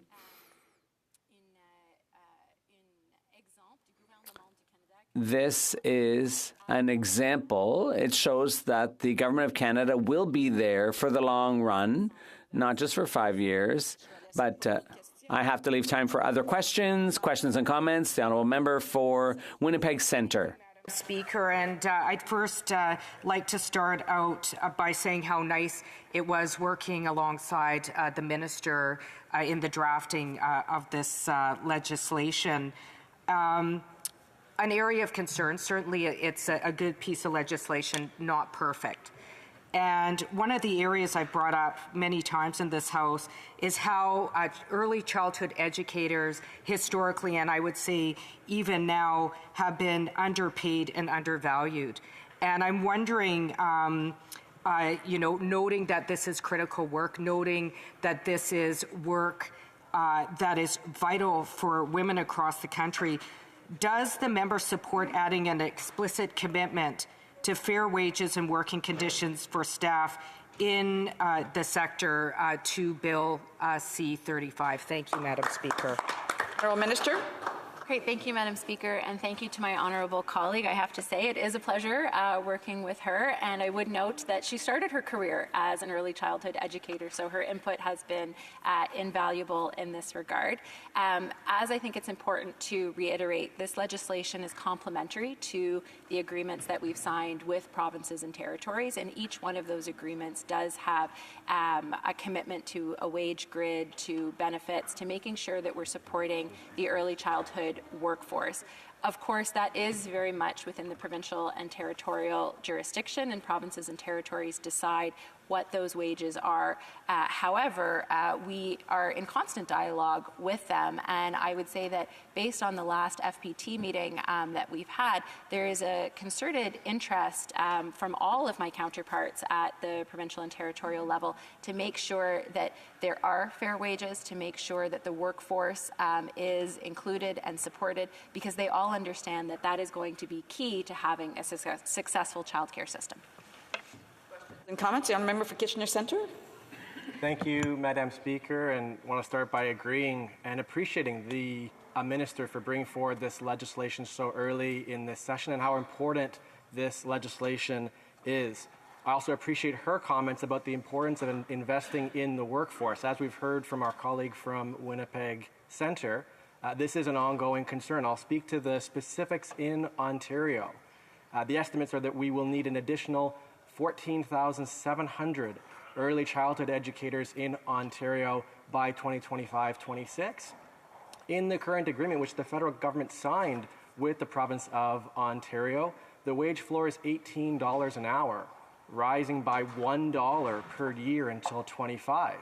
And so recognizing the talented folks in this workforce, the need to not only retain but to recruit at these numbers, can the minister comment on what more needs to be done to invest in ensuring that it's not just the province of Ontario, but that the federal government has a responsibility to be investing in the workforce and getting wages lifted higher? Thank you. Minister. Thank you, Madam Speaker, and thanks to my honourable colleague for his excellent points and question. And, I couldn't agree with you more. I mean, we need to make sure that we have a well-compensated, well-trained workforce.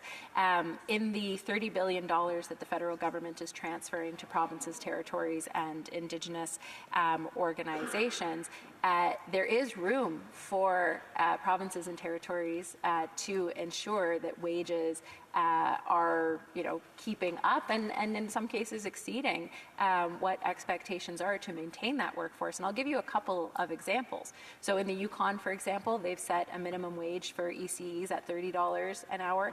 In New Brunswick, they've set it at $23.40. BC has given a $4 an hour top up to ECEs. Alberta has done $2 an hour. Manitoba has come up with a provincial benefit plan. There are many examples around the country of provinces and territories both working with federal funds, but also adding their own additional dollars to make sure that... I'm going to allow for one more question. I want to remind the Honourable Minister she should address questions and comments through the Chair and not directly to the members. The Honourable Member for Fredericton, we have time for a brief question. Thanks. Thank you, Madam Speaker, and I thank the Honourable Minister for her amazing speech today. The legislation sets out a vision for a Canada-wide system where all families have access to high-quality, affordable, and inclusive ELCC, no matter where they live in Canada. Are there any challenges to meeting this goal, and if so, how is our government meeting that challenge? A brief answer from the Minister. Yes, of course there are challenges to meeting this goal, but we have made sure that within the pillar on inclusivity that we are ensuring that we're working with provinces and territories to reach those places where childcare is harder to access. So whether that's in rural communities, remote communities, or even in urban centers where there are childcare deserts. And there are some really terrific examples, for example, in Manitoba and Saskatchewan, where they're doing really innovative things in rural and remote areas. I was just in Nunavut, where they're doing really interesting things to make sure that there's enough childcare spaces in all 25 of their communities. And so this is an important pillar to make sure that we are reaching all Canadians, all Canadian families where they are with affordable, high quality and accessible childcare. Thank you, Madam Speaker. Well done. Resuming debate, the Honourable Member of Peterborough-Kawartha. Thank you. Thank you, Madam Speaker. As always, it is an honour and privilege to speak on behalf of Canadians and the people of my community, Peterborough-Kawartha. Now, before I begin, I would like to take a moment to recognize the life and service of Hazel Hurricane McCallion. She was what all of us inside of this House should aspire to be, which is fierce, fair, and for the people. Rest in peace, Ms. McCallion. You made Canada better. Today we are debating Bill C-35, an act respecting early learning and childcare in Canada. Now, as a mom and as the Shadow Minister of Families, Children and Social Development, I cannot understate the importance and value of affordable, quality childcare. But affordable, quality childcare does not exist if you cannot access it. As a Shadow Minister and critic, it is my job to speak up for all Canadians and point out what is wrong with this bill. It is my job to listen to the frontline staff, parents who are directly impacted by this bill and speak on their behalf. I don't think you'll find a Canadian who doesn't want what's best for their children. But we must acknowledge that it is not the government's job to decide what is best for your child. Rather, it is you, the parent, the caregiver. Every Canadian deserves the choice to choose what works best for their family when it comes to childcare. Every family dynamic is different, and that is what makes Canada, Canada. Our diversity, our culture, and what works for one family may not work for another. We all have different situations, circumstances, and needs. Bill C-35 does not offer choice for families, and in fact, it excludes many Canadians from accessing quality, affordable childcare. This bill speaks exclusively to those who already have a childcare space with a public or not-for-profit childcare operator, but it does not offer anything to families who have been on wait lists for years. It does not offer anything for families who choose to raise their children at home or use a grandparent or access a private or home-run daycare. There is no freedom to choose in this bill. and there is absolutely no mention on how to manage the frontline burnout and labor shortage of childcare providers. Bill C-35 does not solve the problem of the staff shortages and the out-of-control waitlists across this country to access childcare. In fact, this bill does exactly the opposite. It is increasing the demand for affordable childcare and leaving parents with no access. This bill is subsidizing the wealthy instead of prioritizing our most vulnerable families who need childcare. The bill specifically says, enable families of varying incomes to benefit from affordable early learning and childcare programs and services. In a cost of living crisis, why is this Liberal government subsidizing the most wealthy? This message is from Morgan, who sent it to me. And she says, I think my story is pretty common among new parents right now. I have 3 children, 1 in school, and I have to go back to work in February for my latest maternity leave. I've been on a wait list since I was 8 weeks pregnant and still won't have any care for at least another year likely. What am I supposed to do? Just give up my career, my income, my pension, my benefits? I'm not sure how I'm supposed to provide for my family with no income. Many daycares I have reached out to say they have had to shut down some of their rooms, meaning even less childcare spots. Here's another story from an operator in Peterborough, Ontario. She says, we have a child in our preschool program eligible for the Canada-wide Early Learning and Childcare Program, or as many call it, CWELC, who has a sibling in our senior before and after school program who is not eligible for CWELC because of their age. The program, for those who don't know, is only eligible for children under 6. The parent fees for these 2 children are, the preschool child is $19.85 a day for up to 10 hours of care. We are open 7:30 to 5:30. This fee includes a hot lunch prepared by our cook, as well as 2 snacks each day, also prepared by our cook. Senior before and after school child pays $24 a day for a maximum of 3 hours and 45 minutes. This includes 1 snack per day.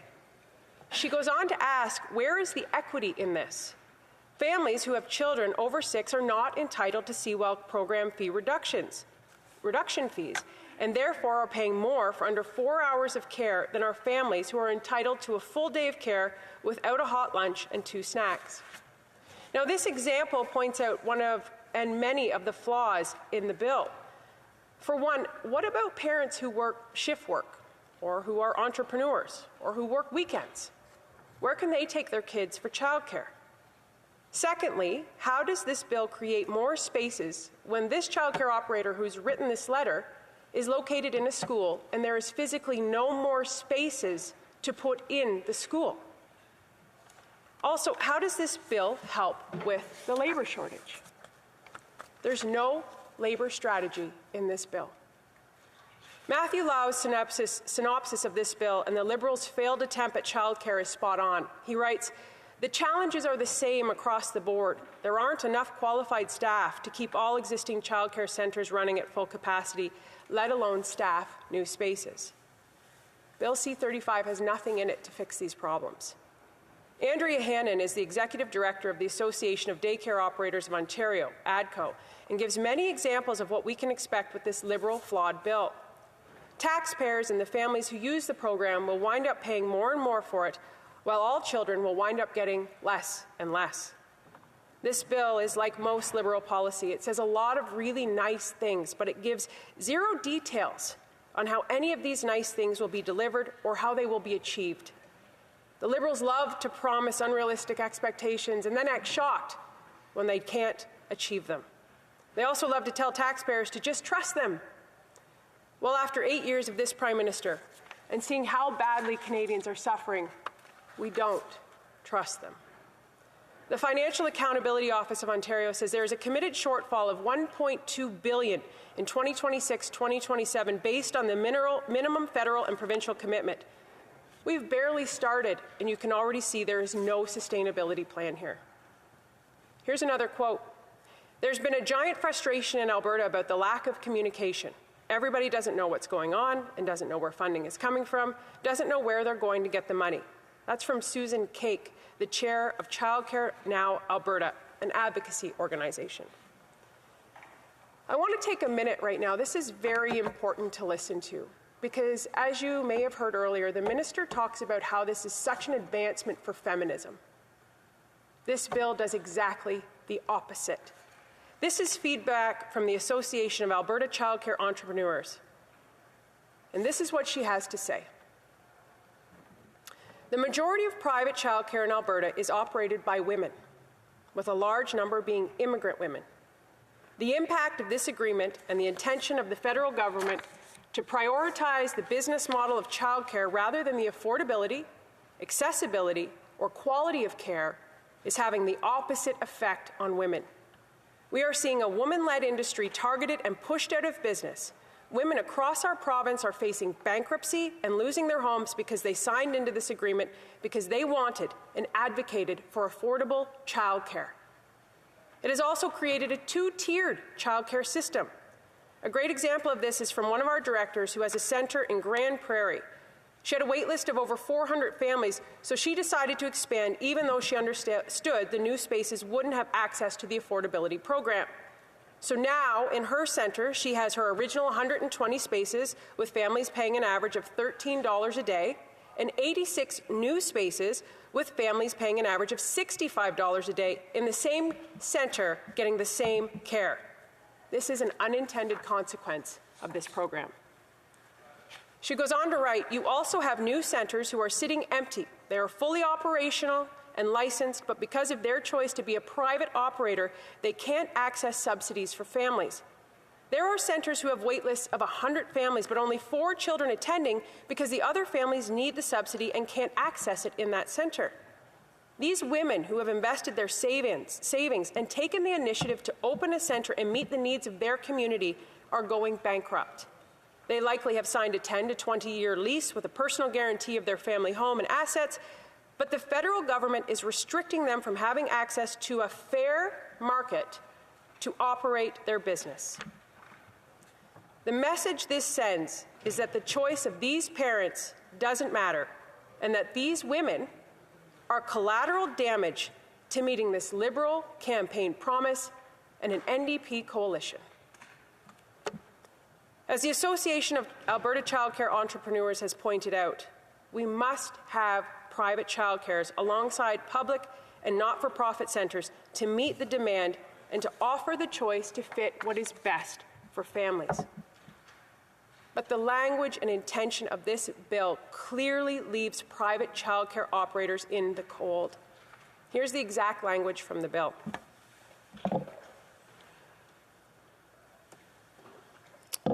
Facilitate access to early learning and childcare programs and services, in particular those that are provided by public and not-for-profit child providers. How do you expect to meet the demand without private operators? You can't. We need them. And yet this bill clearly leaves out any representation from private operators on their national council. What does that say? It says the same thing the Liberals always say. We will decide what's best for you. We will decide how to spend your money. We will decide who represents you at the table. We do not believe in fair market, and we do not believe in the freedom of choice. It is not right. It is not good leadership, and it is not a good long-term strategy for our country. Ontario's Financial Accountability Office projects that by 2026, there will be 602,000 children under 6 whose families will want $10 a day daycare, but the province will only be able to accommodate 37,000 of them. That leaves 38% of children without access. And government estimates also suggest that by 2026, there could be a shortage of 8,500 early childhood workers. In British Columbia, 27% of childcare centres turn away children due to a lack of staff. One director who oversees 13 childcare programs with 350 spaces says that in the past 2 years, we've had to close programs temporarily, whether it's for a day or 2 or shorten hours for the week. In Peterborough, We have 4,200 licensed childcare spaces with our city and county. There are 3,500 on the wait list. Frontline burnout is hurting our entire economy and contributing to our mental health crisis. So is not being able to access quality childcare. When the minister says more women will be able to go to work, she's misleading Canadians. You cannot go to work if you don't have access to childcare. You cannot help our labor shortage if there is no daycare spots available. They will tell you that they're going to create more spaces, but give zero details or plan on how they are going to achieve that. Bill C-35 does not solve these problems. It is not a childcare strategy. It is a headline marketing plan. Women are rethinking having children because of the cost of living crisis and because there is just no access to childcare. I have many women who put their name on the wait list before they're even pregnant, and now they have toddlers with no indication if they will ever get a childcare spot. Accessing quality childcare is one of life's greatest stressors. Any mom or parent watching this knows leaving your child with somebody is the ultimate stressor in life. Parents need choice on who to leave their child with. It is an indescribable stress. Parents deserve access to quality childcare, but more importantly, our children deserve access to quality childcare. If we are not invested in the welfare of our children, then what is our future? Children are our future. They are our most precious resource, and this bill does not put children first. It's a marketing plan. Here is Merida's story. I've been on a wait list for 21 months for my 21-month-old son since the day he was born. I've never come off it, nor have I received notice that I'm going to be at the top of any list, let alone some of the choices I feel would best suit our family's needs. I'm now pregnant with my second, and have already registered this baby on the list in hopes of having more success next time. I've spent countless hours on Facebook groups, asking friends on paid service websites, trying to find adequate care. It's sad to me because I thought I would be choosing the center provider that best suited our needs as a family. But it would appear that we are being forced to just accept whatever we get. I've also heard from friends who applied strictly for part-time care, who have gotten calls from centers that only accept full-time spots. This makes me question how many people are taking up spots on a list for full-time when in reality they only require part-time care. This seems like a simple issue to fix in the application process. In Facebook groups, I see posts every single day of mothers and fathers desperately seeking care as their time on leave has run out, and they still don't have a reliable option. I consider myself lucky. I decided to leave my job after maternity leave and start my own business because I don't feel I will ever be comfortable leaving my children wherever I get to the top of the list. This has presented its own challenges as a full-time parent and a full-time entrepreneur. But at least I'm not desperately seeking care, left between feeding my family and staying home to care for my children. She goes on to say, this entire thing breaks my heart, as I also think that while there are certainly many dads highly involved in the search for care, it ultimately seems to fall on women who are now being forced to leave their careers and remain home with their children, despite wanting to return to the workplace. It's really unfortunate when you can't be present with your children because you're so stressed out on whether or not you're going to be able to find childcare so that you can go back to work, because you don't have a choice, because you have to go back to work to pay for food because of inflation, because of the cost of living crisis. And again, in poor planning alongside not providing clear communications in detail or details on this ideologically driven bill, we have reports coming from childcare centers explaining parents are being charged an extra fee because, as everyone watching knows, the cost of food has skyrocketed after 8 years of this Prime Minister. As reported by the Globe and Mail, government's daycare budgets didn't account for inflation, and it's affecting how kids are being fed. Ashley Collins, co-chief executive officer of Compass Early Learning and Care, which operates 40 childcare programs across Canada, estimates they've had to increase their food budget by up to 10%. She says, there's so many multifaceted things we need to do from an operational level. Make sure that food can continue, but also our staff being able to make sure we're still putting money into increasing wages, she said. Compass programs will continue to look for sales on food and adjust menus accordingly rather than cut food offerings or add them as an extra fee, Ms. Collins said. She says, how unfortunate would it be that centres are feeling like they have to add that extra fee at a time when fees are supposed to be going down? There is so much wrong with this bill, and I can't stress enough, Conservatives believe in equal choice, freedom of choice for quality, affordable childcare. Everybody wants that. But this bill is flawed, and simply listening to parents, childcare operators, and the frontline workers should have been the knowledge needed to fix it. You just need to listen to the people who are impacted by this to know what not to do. But clearly the Liberals believe that Ottawa knows best. Conservatives know Canadians know best, not Ottawa bureaucrats. We are elected to serve the people, and service means listening and doing something that is better, not worse. There are concrete policy decisions that can help families. Affordable and quality childcare is critical, but if you can't access it, it doesn't exist. It is great that we are having this conversation.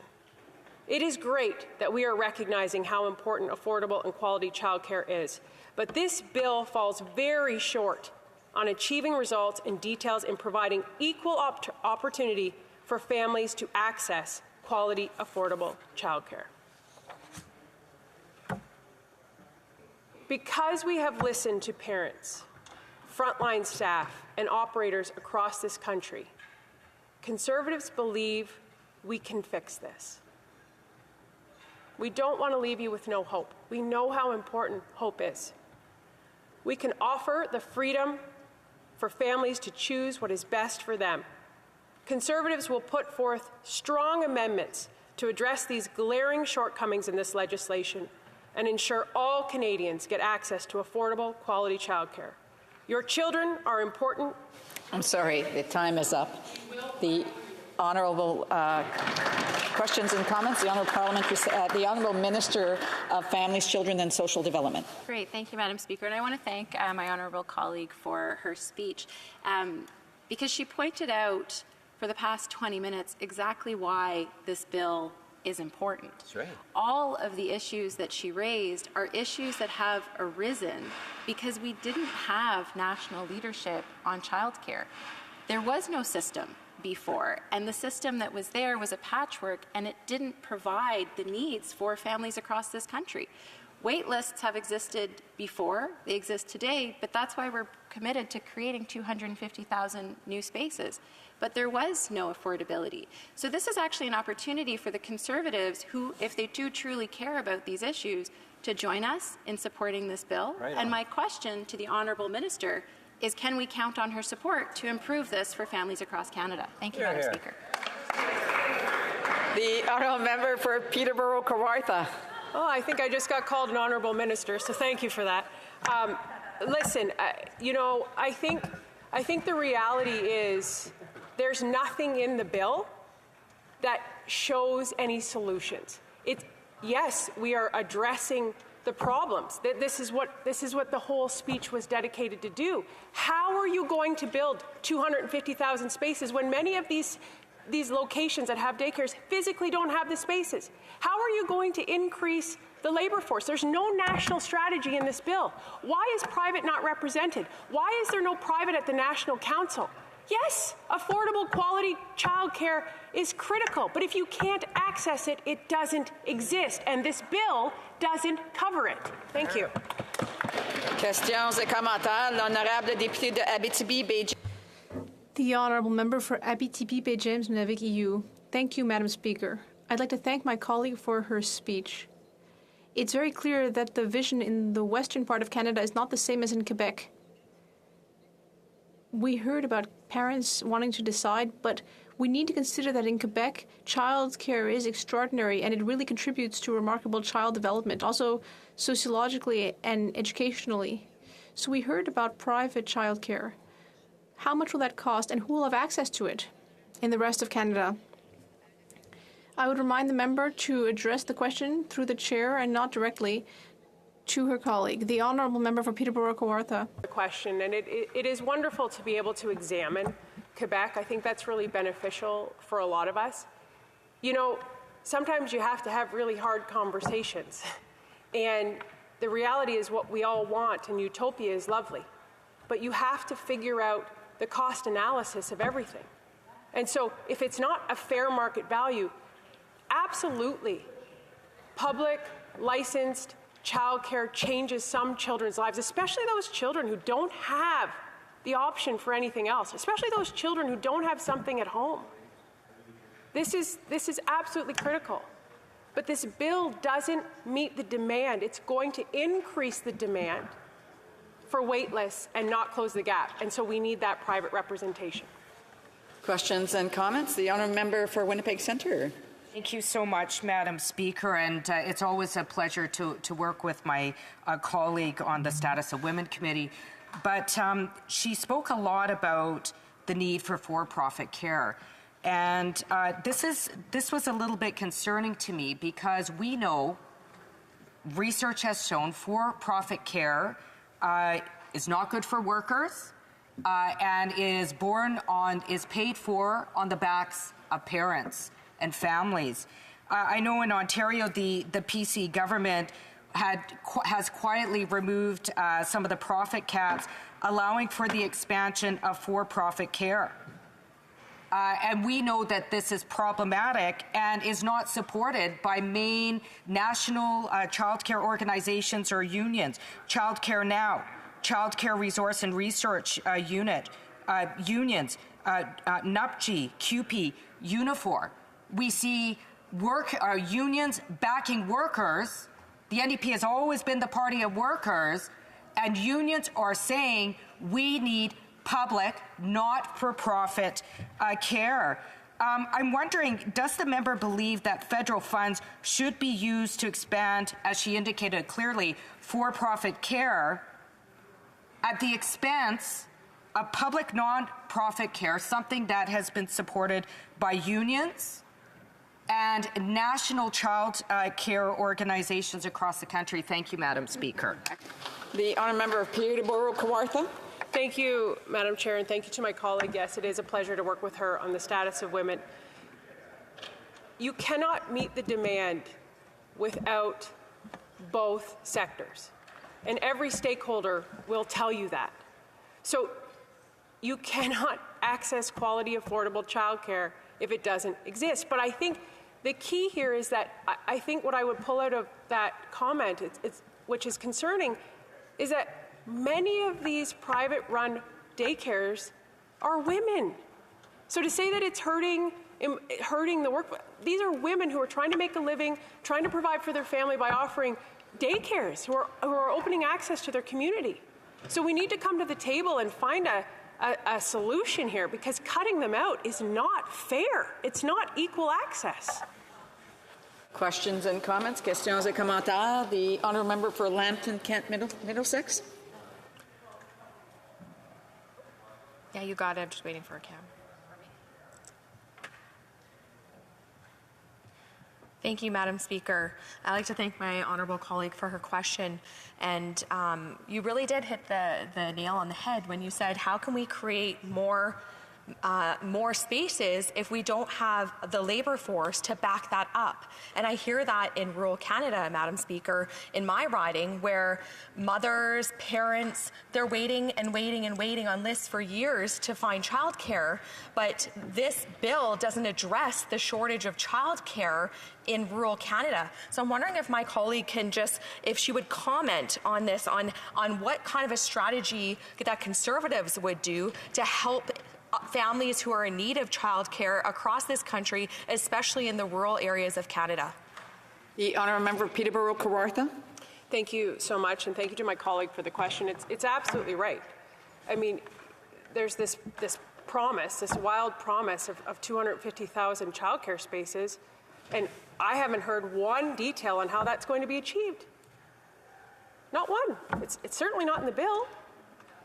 So I think if you sat down and you listened, especially to these places that have no more space, right? So what are we going to do? Well, the private and area is critical. You cannot meet the demand without both.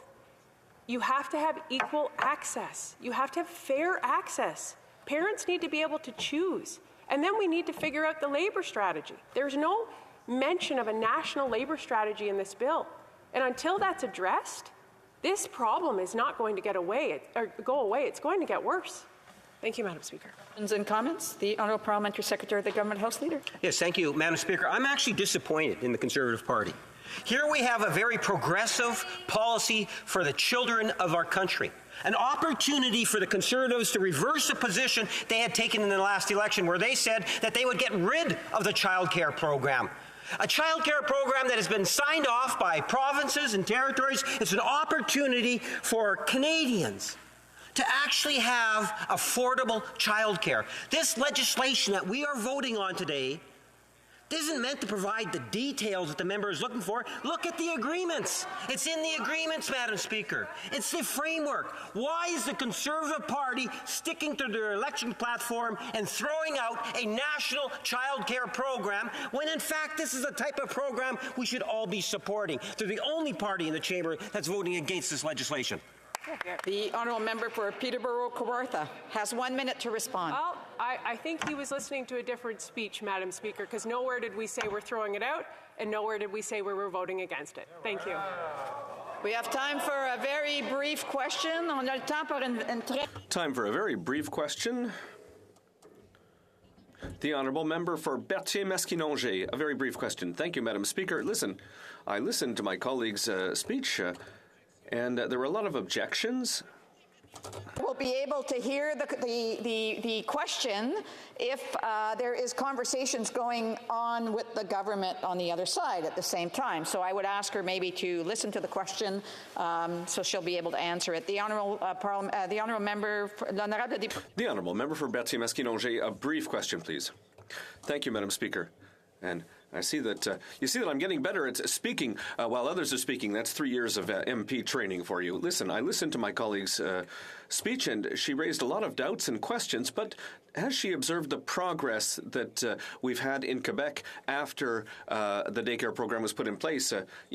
Private, public, yes, there are still private daycares in Quebec. That still exists, and there are still tax credits. But in the government daycares, there's an educated program. And, Madam Speaker, I had the privilege of participating in the creation of the CPE network in Quebec, and I would ask her to consider that. And I think it's important not to throw out the baby with the bathwater, as we say. It's important to vote for this bill and work to improve it. I'll give her the opportunity to answer. I'd ask for a brief question. For Peterborough-Kawartha, a brief answer, please. Thank you to my colleague, and I guess I need to be clear. I'm not throwing out the baby. We're not throwing out the baby with the bathwater, but it is also really important to see the shortcomings that have happened in Quebec and how many people are still on a wait list. So how do we improve? How do we do better, right? That is what we need to focus on for solutions, because yes, quality, affordable childcare is critical for our country, but we need to also recognize that we need solutions to it. Thank you. Resuming debate. The Honourable Member for Abitibi Bay James, Nunavik, EU. Well, thank you, Madam Speaker. I'll be sharing my time with my colleague, the Honourable Member for Laurentide-Labelle. Does the Honourable Member have unanimous consent to share her time? Unanimous consent for the Honourable Member to share her time? Agreed? Oui? Agreed. The Honourable Member for Abitibi Bay James, Nunavik, EU. Thank you, Madam Speaker. It's a pleasure to be back here for the beginning of this parliamentary session, and I'd like to thank my team in Val d'Or and Chibougamau for the work that they do for our fellow citizens. And I hope, Madam Speaker, that you were able to get some well-deserved rest during the holiday season. But I rise today to speak to Bill C-35, an Act respecting early learning and childcare in Canada, tabled by the Minister of Families, Children and Social Development last December 8th. On Bill C-35, If it's passed and adopted, it would enshrine the Liberal government's commitment to long-term funding for provinces and territories and Indigenous communities, and it would establish the principles guiding that funding. The text doesn't include any specific financial promise for this national program, but enshrining it in the law would make it harder for it to be dismantled by any future government. As you know, Madam Speaker, for years now, many Canadian families have been envious and jealous of the daycare program in Quebec because these families elsewhere in Canada often have to dedicate a huge amount of their income to childcare. These families have been dreaming for a long time of being able to benefit from what Quebec families have had for many years now. And it's definitely time that Canadian families be able to have daycares that don't cost them all that they have. You know, Madam Speaker, in 2021, Quebec celebrated 25 years of its family policy. Over 25 years ago, the Parti québécois, under Pauline Marois as Minister of Education, unveiled Quebec's family policy with 5 main elements: daycare, credit, a tax credit for solidarity, and a tax credit for daycare services, among others. This family policy was in a context where Quebec had changed over years. There was an increased number of single-parent families and single-mother families, and more women working, and increased precarity in the job market.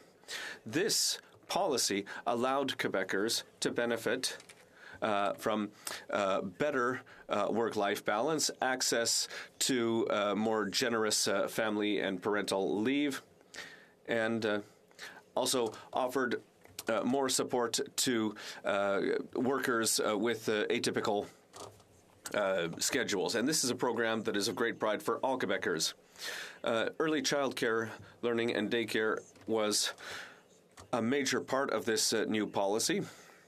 And it was designed to help give children a better education from a very young age, and also to allow families to identify potential problems earlier, to allow children to have better education throughout their lives, whether there be a boy or girl, and no matter what social class or ethnic background they came from.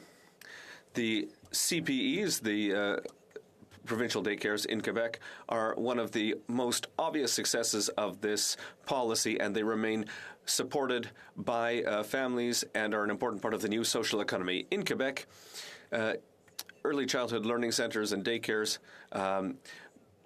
improve the health and education of the children that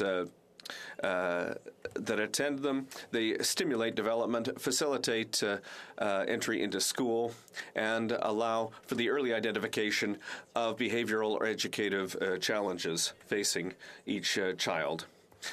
They also are a vector for transmitting social, cultural, and language values from a young age. This is an important principle that begins at a very young age. In my opinion, a true family policy like that of Quebec, which includes elements such as parental leave, income support, and an accessible daycare network, must be integrated in a coherent way and should be shared by all levels of government. I myself used Quebec's daycare service, and it was great for my children. I was able to drop them off in the morning and know that they were safe, know that they would be learning, that they would be creative, that they would be making friends, and that they would be happy. It was something that made everyone happy, and I'm very proud of that. Madam Speaker, the Bloc Québécois supports the principle of Bill C-35, but there are some points that are ambiguous. It doesn't respect the shared jurisdiction under the Constitution, and it excludes Quebec from the agreement for the next 5 years. And let me talk about that a little bit. The Constitution indicates that education is, and a family policy is not federal jurisdiction. And so even if this bill allows for the provinces to manage their own programs, the bill calls on all governments under Canada to respect the principles of the multilateral framework for early childhood learning and care. Even though there's goodwill here and good principles, this is part of the federal power of spending, and of course the government of Quebec contests the legitimacy of that power. So this bill wasn't tabled in the right parliament. It excludes Quebec from this federalization of family policy for the next 5 years. The government of Quebec will receive $26 billion in compensation. So this respects Quebec's will to not have the federal government interfere in its jurisdiction, particularly given that Quebec is a pioneer in this area. However, unlike Bill C-303, the ancestor of this bill, there is no guarantee of a continuing exemption for Quebec in this bill. Bill C-03 in point 303 in point 4 indicated that given Quebec's work in this area and through the derogation, the government of Quebec could decide to not participate in the act and reserve the full transfer that it would receive otherwise. Right now, the agreement signed with the government of Quebec covers 5 years. However, if Quebec were allowed to fully remove itself from this program, it would avoid fights in the future.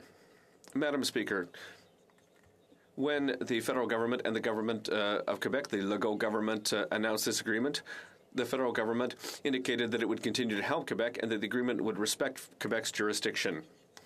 Quebec's Premier, Mr. Legault, indicated that after 2026, he expected further aid from the federal government. Madam Speaker, passing Bill C-35 would allow Quebec to receive the money needed to complete its network and to improve working conditions for workers in the sector. With the complete retreat of Quebec from Bill C-35 with full compensation, this bill takes into account the importance of federal-provincial relations. We know that Ottawa is working towards centralization in many areas, and Quebec, of course, rejects that centralization. However, as I mentioned earlier, unlike the previous version of this bill, Bill C-303 and its Section 4, the right to not participate in the program with full compensation is not enshrined in this bill. So it would be important to include this in the bill to ensure that Quebec's jurisdiction remains in Quebec. And it would be good for Bill C-35 to recognize the Quebec government's unique experience in North America when it comes to daycares. And that's what the international community did in 2003. The OECD, when it studied daycares in Canada, mentioned the following, that Quebec had made extraordinary progress and that it had implemented one of the most ambitious and one of the best daycare programs in North America. And the OECD went further in saying that no Canadian province has shown the same clarity of vision as Quebec when it comes to meeting the needs of families and children. So in closing, Madam Speaker, I hope that all Canadian families will one day be able to benefit from the same excellent program that Quebec has when it comes to daycares. Along with helping Canadian families financially, we know that this will have a major impact on the labor market. This will be also provide a better future for our children. Thank you, Madam Speaker. Questions and comments? The Honourable Parliamentary Secretary to the Minister of Mental Health. Thank you, Madam Speaker. I'd like to thank my colleague for her speech. And like her, I've been able to benefit from Quebec's daycare services for my 3 boys. And I'd like to thank the excellent educators at my CPE who did such a good job taking care of my children. In Quebec, and she noted this, since 1997, we've had a universal daycare program.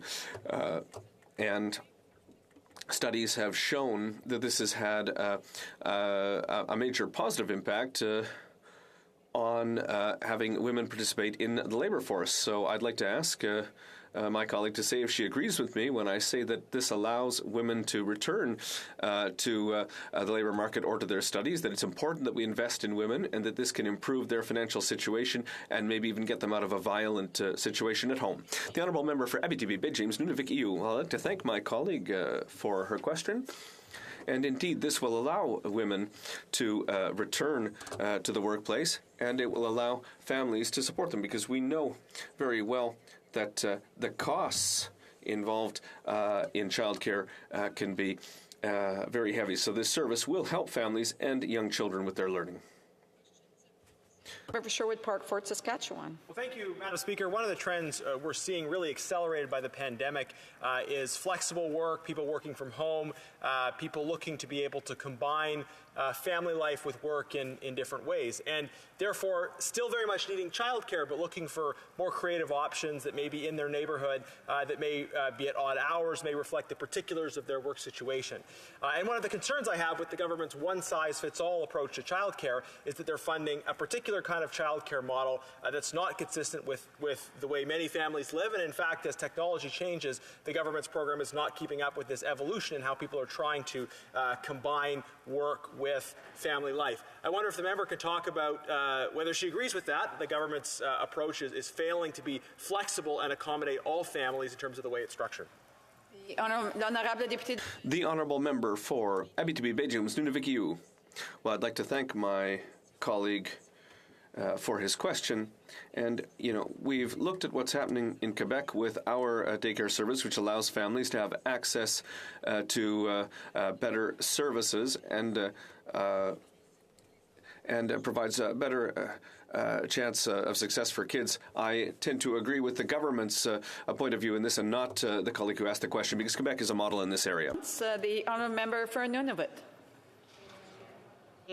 I'd like to thank the member for her intervention, and I hope she joins me as well in congratulating all the athletes that are going to the Arctic Winter Games. I'm sure she's got constituents in her riding that are attending the great event.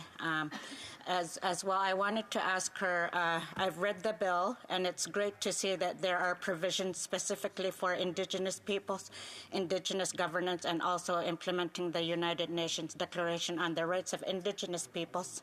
And I know that the member has huge Indigenous communities, I believe 9 Cree communities, 14 Inuit communities, and I wonder what she's heard from those constituents regarding this bill. The Honourable Member for Abitibi, Bay James, Nunavik, EU. Just over an answer, please. I'd like to thank my colleague for her question, and indeed I congratulate all of the students who will be participating in sports in Western Canada. When it comes to Indigenous communities, this is certainly going to help those communities. So we'll be waiting to see and make sure that we study the bill. But I think it is going to benefit northern communities in my riding. A brief question, the Honourable Member for Longueuil Saint-Hubert. Thank you, Madam Speaker. I don't know if I'll be able to be brief, but I'd like to thank my colleague for her excellent speech, and she very clearly showed the extent to which Quebec is a beacon of progressive policy. And it's good to see how the federal government is taking lessons from Quebec instead of trying to teach Quebec lessons. That's a nice change. Unfortunately, it would be nice, if they could apply that principle in other domains. For example, in healthcare, we've been asking for something similar. Does my colleague think that the federal government could take inspiration from Bill C-35 to truly respect the request of the provinces, which is to send money to the health systems? I gave a lot more than the expected time for a brief question. The Honourable Member for Abitibi, Bay James, Nunavik EU, a brief answer, please. I'd like to thank my colleague for his question, and indeed, it's always important that we transfer the necessary funds to Quebec. It's very important, and to not forget that.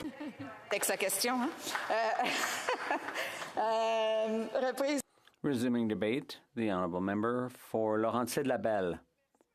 Thank you, Madam Speaker. Madam Speaker, like my colleagues, I hope that 2023 is a bit different from the preceding years. I heard my colleague a few minutes ago talking about getting people excited about political life, public life. There are so many causes we care deeply about, and today I have the great good fortune of being able to speak about Bill C-35. I have to say bravo, congratulations, because we are fully in support of this bill in principle. I'm very proud of it. But at the same time, Madam Speaker, I have to say that my colleague did an excellent job of explaining the ins and outs of what might be lacking from this bill. I'll be talking more about how proud Quebec is. For the past 25 years of our childcare system, and I heard my Conservative colleague, I heard her speech. I hope that I'll be able to give those people a better understanding of what's so good about this bill.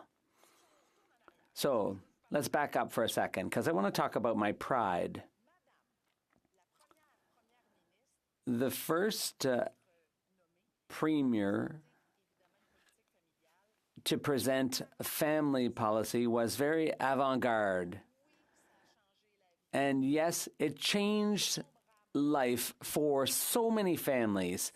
Not just families, but it also boosted the economy, and it also created equality of opportunity for all.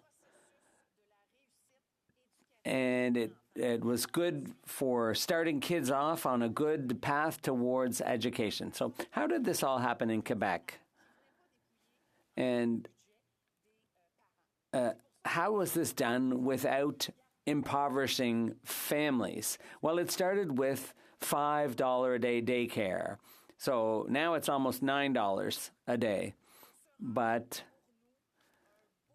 for us, this will always be a wonderful experience, and I'll give you some examples in the minutes to come. So back in 1997, the minister mentioned this earlier, we got our system started in Quebec, and it allowed children from all walks of life, all economic strata, to get to school, to start school on an equal footing with the same opportunities. And it also, as I said before, made it possible to...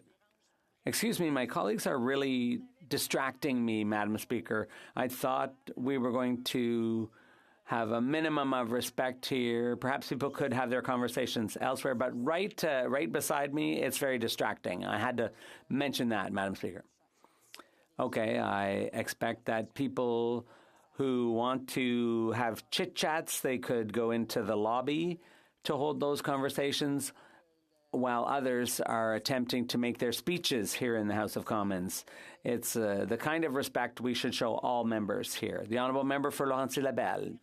Thank you, Madam Speaker. So in Quebec, we call them early childhood centers, or CPEs, and I'll use that expression repeatedly. So these early childhood centers, or CPEs, allowed parents to avoid the heartrending choice of whether to stay at home to raise the children or to get those kids, our kids, an early education so they're ready for school when it starts. And so this enabled many women over the past 25 years to earn, and we know that women were often earning less than their partners, their male partners. So this gave equal opportunity for women to prosper, while at the same time preparing their kids for school. And this allowed women to enter the workforce, and we've seen the statistics. They're amazing. A quarter of a century, and the statistics are compelling. We cannot go back in time. So this model allowed, and Quebecers are very proud of it, and I am too. My colleague earlier mentioned that we were used as an example, held up as an example at the OECD in 2003.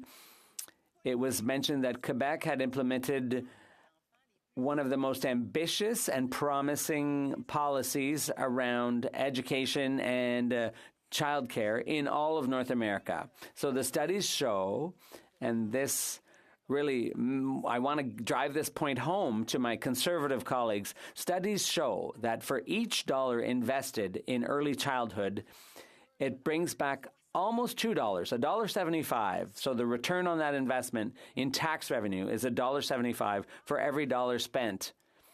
And each dollar spent on healthcare and early childhood also triggers savings of $9 in healthcare costs and social and legal costs. So this makes a huge contribution to the economy, the equality of opportunity for women and who want to work. So obviously, we also have some numbers about the lower statistics around school dropout rates. So I'm very proud of all these successes. And however, although we agree in principle with this bill, who could oppose the idea of giving our kids the best possible start in life, the best possible opportunities? So that's the idea. This may be reevaluated in 5 years, but given the statistics, given the evidence we already have, this is nothing new in Quebec. It's been around for 25 years. So I would encourage my conservative colleagues to think about the fact that helping the broader community has a huge impact. We have a situation with a labor shortage in this country. So the more we can encourage people to improve their working conditions and to actually find work. So 1 + 1 = 2. And so obviously this labor shortage affects the entire country, Quebec and Canada. So there's no argument against this when it comes to the labor market. And I only have a few minutes left, so I'd like to talk about what I experienced about 15 years ago. I myself was very involved in my community because I was actually the head of a CPE, an early childhood center, in my riding. And we wanted to make sure that we had the greatest possible number of spots available. And we wanted these to be in family settings as well as in an actual childcare center. So I know I'm running out of time, Madam Speaker, but I care deeply about this issue. So I'd like to take a few seconds to salute someone, to commend a woman who dedicated her life to child care. 30 years ago, it was called kindergarten, or then it was called Passepartout, but now it's called La Fourmière. That's the name of the CPE. And Susie, I'd like to express my condolences to your entire family because she died over the holidays. So my wishes are with you, Vero, and your entire family. So ultimately, there are impacts, and we need to remember that. We know that provincial jurisdiction needs to be respected. That's what we always say here in the bloc. So we can't really oppose this. But 5 minutes ago, we heard someone say, finally, our jurisdiction has been respected with a full right to opt out with full compensation. So I certainly hope that we can get there. When it comes to the healthcare transfers, too. Hopefully the wind has changed. That's my great hope for 2023, that the healthcare funding will be forthcoming, too, on behalf of our children, the next generation, and the economy. In the name of women's emancipation on the labor market, I'd like to congratulate the minister for taking action and doing her part, because the bloc will be there standing behind you. Thank you. Questions and comments? The Honourable Minister of the Family, Children and Economic Development, Social Development. Thank you, Madam Speaker. And I'd like to thank my colleague and my colleagues from the bloc for supporting this bill. Clearly, Quebec has been and remains a leader in this field, and we learned a lot from Quebec's experiences over 25 years. I'd also like to thank her for talking about her pride around the childcare system in Quebec. I'd like to ask her a question. Could she explain a bit more about the fact that not having access to childcare or having access is not always a choice for women, and maybe explain to the Conservatives what this question of choice is all about? The Honourable Member for Laurentides-Labelle. Thank you, Madam Speaker. What a great question. Thank you very much, Minister, for that question. The answer to the question is, how can we judge that parents necessarily have everything they need with all the love in the world for their children? It seems to me that we should offer everyone the chance to have an education in a safe environment so that the child is ready. And it seems a bit funny to be talking about this here, because normally this is a matter for discussion at the National Assembly, education. But how can we say that, given the labor shortage, and we're going to stop doing this and not give people these the access? We've been doing this for 25 years. Could we just give it a try in the rest of the country? Thank you. Thank you very much, Madam Speaker. I want to thank my colleague for her speech. As you say, I'm from Oshawa. In Oshawa, we do factory work, and Conservatives believe in equal support and accessibility. I was wondering what her comments would be for people who are working shift work, whether that's overnight or in the afternoon, or people who are rural who would like to have access and equal support.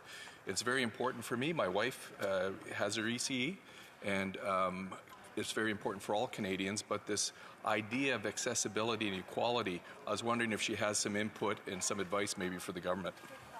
The Honourable Member for Laurentides-Labelle. Thank you very much, Madam Speaker. I appreciate that question, because over time, after 25 years, anything is possible. I already mentioned that I spent 7 years working in the forestry industry, where there were 3 shifts every day, including the night shift. So yes, there are daycare facilities with irregular hours. So I would encourage everyone not to get stuck in the wording and rather look beyond that and see what we can do with this opportunity for night shift workers, for weekend workers. It's all possible. We can do it, and out of love for our children. Questions and comments? Well, thank you so much, Madam Speaker, and I thank the member for her speech. I know in my riding, we're really struggling to find health care providers, and one of the things we've heard loud and clear is the biggest challenge is childcare. And we know that a lot of people in the healthcare industry are women. So I'm just wondering if the member could speak a little bit about the impact that this could have on women and opening doors for them to enter the workforce, and the example that we see very clearly in Quebec. Thank you. The Honourable Member has just over a minute to answer. I'll do it within time, Madam Speaker. Thank you very much. What a great question. Yes, indeed. The studies show that when education is at the heart of a community, it's tantamount to prevention and to health. The more individuals have the opportunity to be educated in a safe place, it has a direct impact on our healthcare system. I said if you invest $1 in social services and healthcare, it triggers $9 in savings down the road. Often we just spend peanuts on prevention and massive amounts on the cure, if you will. But it's not going to produce results overnight, but let's let these young people finish their 3 or 4 years before they start school. But I guarantee, because we have the evidence to show it, that it can make a difference. It does make a difference. And I hope it'll be good for you because it's been good for us for 25 years and we're very proud of it. Perfect. That was right on time. Prise de débat, l'honorable député de Winnipeg. The Honourable Member for Winnipeg Centre. It is an honor to rise today as the NDP's critic for children, families, and social development to address this historic legislation, Bill C-35. Finally, after so many years of struggle, we have a national child care legislation that accompanies a system of national child care. Let me begin by acknowledging the people who made this system and the bill we are debating today possible. There are too many names to mention, Madam Speaker, but let me say this. Generations of feminists, trade unionists, childcare workers and advocates made this victory possible. They never, ever, Madam Speaker, gave up the fight. They didn't give up after the 1970 Royal Commission on the Status of Women's recommendation for a national child care program was ignored by the government of the day. They didn't give up after the 1993 Liberal Red Book promised a national child care only for that government to pursue deep cuts to social programs instead. And they didn't give up during the 10 years of a Harper government that viewed childcare as a dirty word.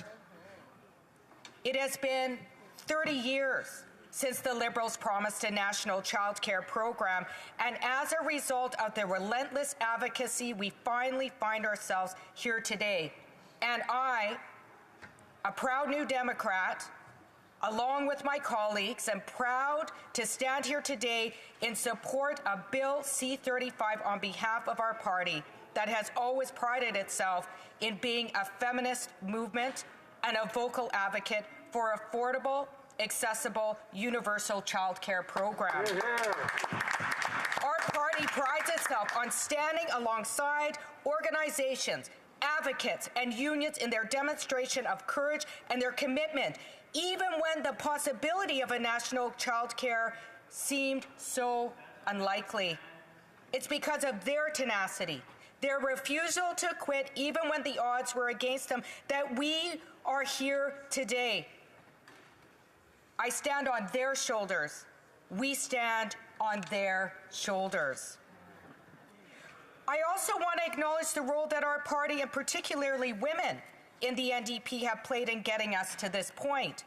Olivia Chow, the former MP for Trinity Spadina, is a child care champion. Her private member's bill, Bill C-373, laid out a foundation for an affordable, accessible, and high-quality national child care system.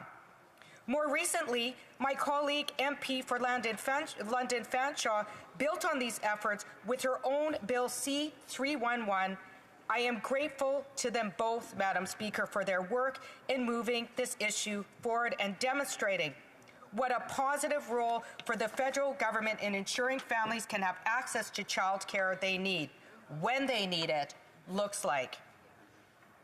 And finally, I wish to thank the Minister for Families, Children and Social Development, the Member of Parliament from Burlington and her team for the collaborative approach they've taken with this legislation. The Minister sought out our feedback and was receptive to many of our suggestions about what should be included in this legislation. And although, Madam Speaker, there are still areas where this bill can and should be strengthened, I am delighted that several of our key recommendations did find their way into the current version of the bill. And I will address some of these key recommendations in more detail later. But I wanted to take this opportunity to acknowledge how I appreciated very much the Minister's openness to our feedback. By establishing a long-term commitment for federal funding to provinces and Indigenous peoples and enshrining the principles of a national system of early learning and childcare, Bill C-35 will help ensure that parents across Canada can access affordable, accessible, and high-quality childcare now and into the future. In the midst of a cost-of-living crisis, where the price of almost everything, Madam Speaker, has increased, Childcare is a rare exception. Parents in many cities across the country are seeing childcare savings as significant as 50%, providing real relief to thousands of families. It is a vital and is that the target of $10 a day childcare by 2026 is not only achieved, but sustained for the long term. I will note, however, that not all cities and provinces have met their fee reduction targets. One province in particular, Madam Speaker, is Manitoba, who has conspicuously lagged behind, a topic I will return to later again. Nevertheless, the child care agreements are delivering significant fee reductions for parents from coast to coast. It is important that this continues indefinitely, not just for 5 years until the agreements need to be renewed. Much like our system of universal health care, child care must be a permanent feature of our social safety net. The commitment to long-term funding is also crucial for advancing gender equality in this country. Child care is a feminist issue. It gives working women the ability to choose when and how they wish to re-enter the workforce after having a child. The Quebec model of low-cost childcare offers a powerful example of this. Indeed, Quebec's investments in a universal childcare have resulted in women's participation in the workforce increasing between 8 and 12%, Madam Speaker. Not only has this boosted Quebec's economy, it has improved the financial security of women. It means a greater portion of household income is now under the control of women, which gives them more security in the case of separation, including in cases where they need to leave an abusive relationship. This is what feminist public policy looks like.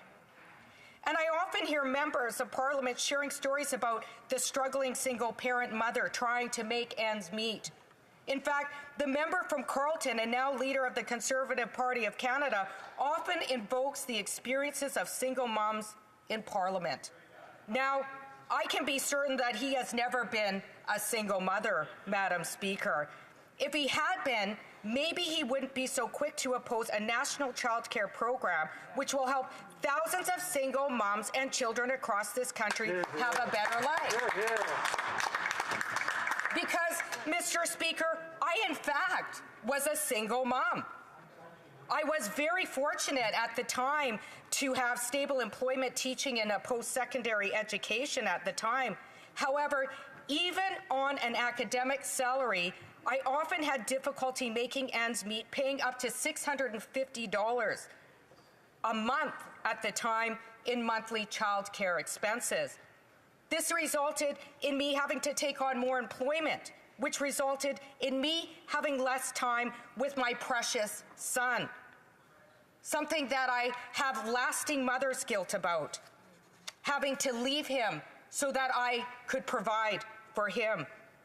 I'm lucky to have such a wonderful son who I adore, and looking back, maybe if there had been a national child care program at the time, our life might have looked much different. I was exhausted, and my son missed his mother. More affordable child care, let alone $10 a day child care, would have changed my life and my son's life. So I say to any member of the House who uses the story of struggling single mothers for political gain, without having been one themselves, that they should vote in favor of this bill and support a system of national child care now. Returning to the bill itself, Madam Speaker, beyond the long-term funding commitment, C-35 contains another important provisions that we pushed for and managed to have incorporated into this bill. First is the inclusion of international human rights conventions and declarations that enshrine access to child care as a human right. Preambular paragraph 3 affirms a commitment to further realization of the right to child care as recognized in the UN Convention on the Rights of the Child. This is something that child care advocates have long demanded for and the NDP fought for. Preambular paragraph 3 also affirms the commitment to furthering the implementation of the United Nations Declaration on the Rights of Indigenous Peoples and contains important references to other international conventions, including the UN Convention on the Right of Persons with Disabilities and the elimination of all forms of discrimination against women, something other inclusions that the NDP fought for. We called for rights-based language to be included in the bill, and I'm pleased that it has been included in the bill. Secondly, and highly significantly, Bill C-35 gives explicit priority to child care programs and services offered by public and not-profit providers as one of the principles guiding federal funding. This is a provision fought for and won by the NDP. It is a win for parents because public and non-profit childcare means affordable, quality, and accessible daycares for families who need it, rather than daycares that make profits off the backs of parents. We also know that an emphasis on public and non-profit childcare means better wages and working conditions for staff in the system. Study after study, union after union have heeded these calls for a public, not-for-profit childcare system. If anybody in this House says they stand with workers, then they need to stand with a public, non-profit childcare system, Madam Speaker. Taking care of our kids shouldn't be on the backs of parents. Kids are not a business. The focus should be on providing the best possible care at a price parents can afford, not delivering a profit for shareholders. And while all of what I described represents an important step forward, as I mentioned previously, there are areas where this bill can and should be improved. One of the improvements is that is required is adding explicit commitment to decent work for child care staff. At this point, I will digress briefly to say that I was once, as many people know in the House, an early childhood educator. And Mr. Speaker, Madam Speaker, if you had told me all of those years ago that I would, one, be in this place debating a national child care legislation, I would have not believed you.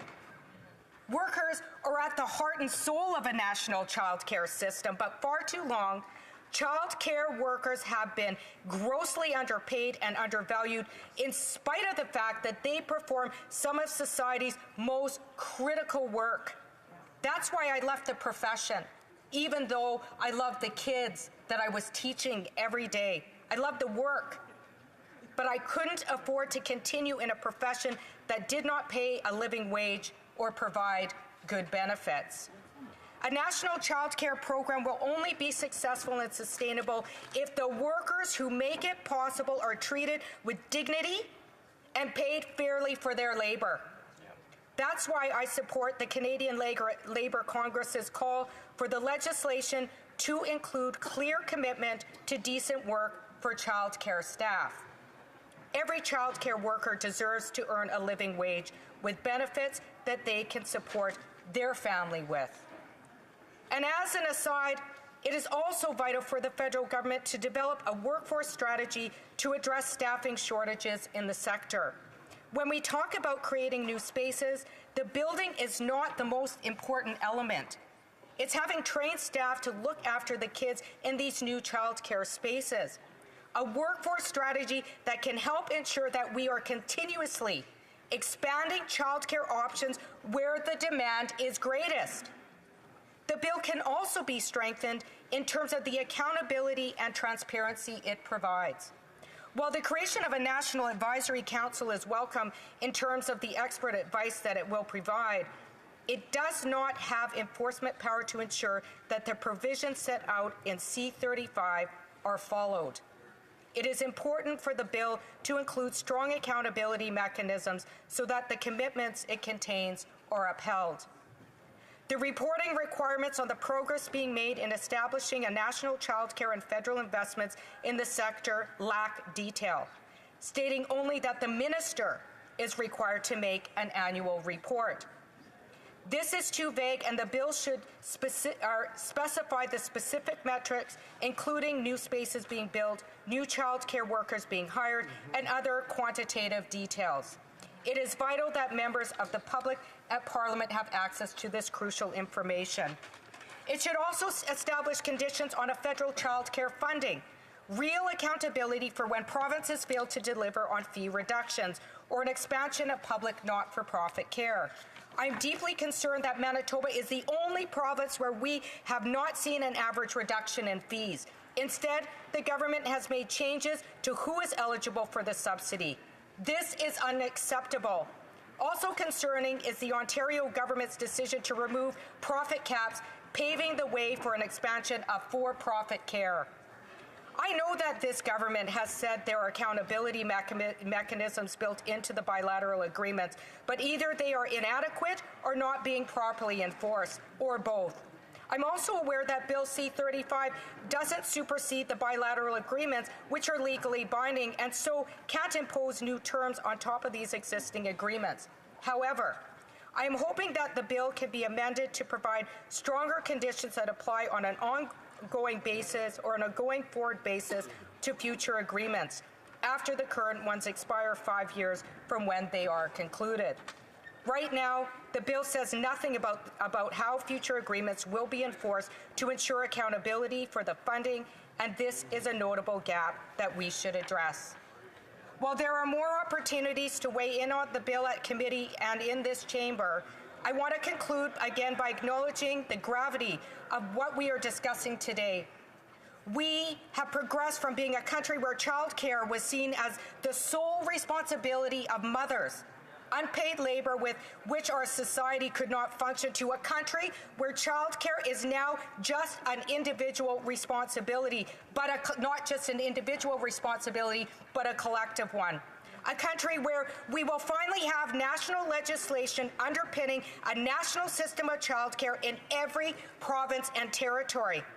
After years of false starts and broken promises, that is something we can all take pride in. To the women, to the workers, to the advocates who have helped make this dream a reality, your tenacious efforts have made our country fairer, more just, and inclusive. Thank you. And before I go to questions and comments, I just want to ask members who are coming into the chamber to please, if they want to have conversations, to please take them outside. I just want to remind members to go have their conversations outside. Questions and comments? The Honourable Minister of Families, Children and Social Development.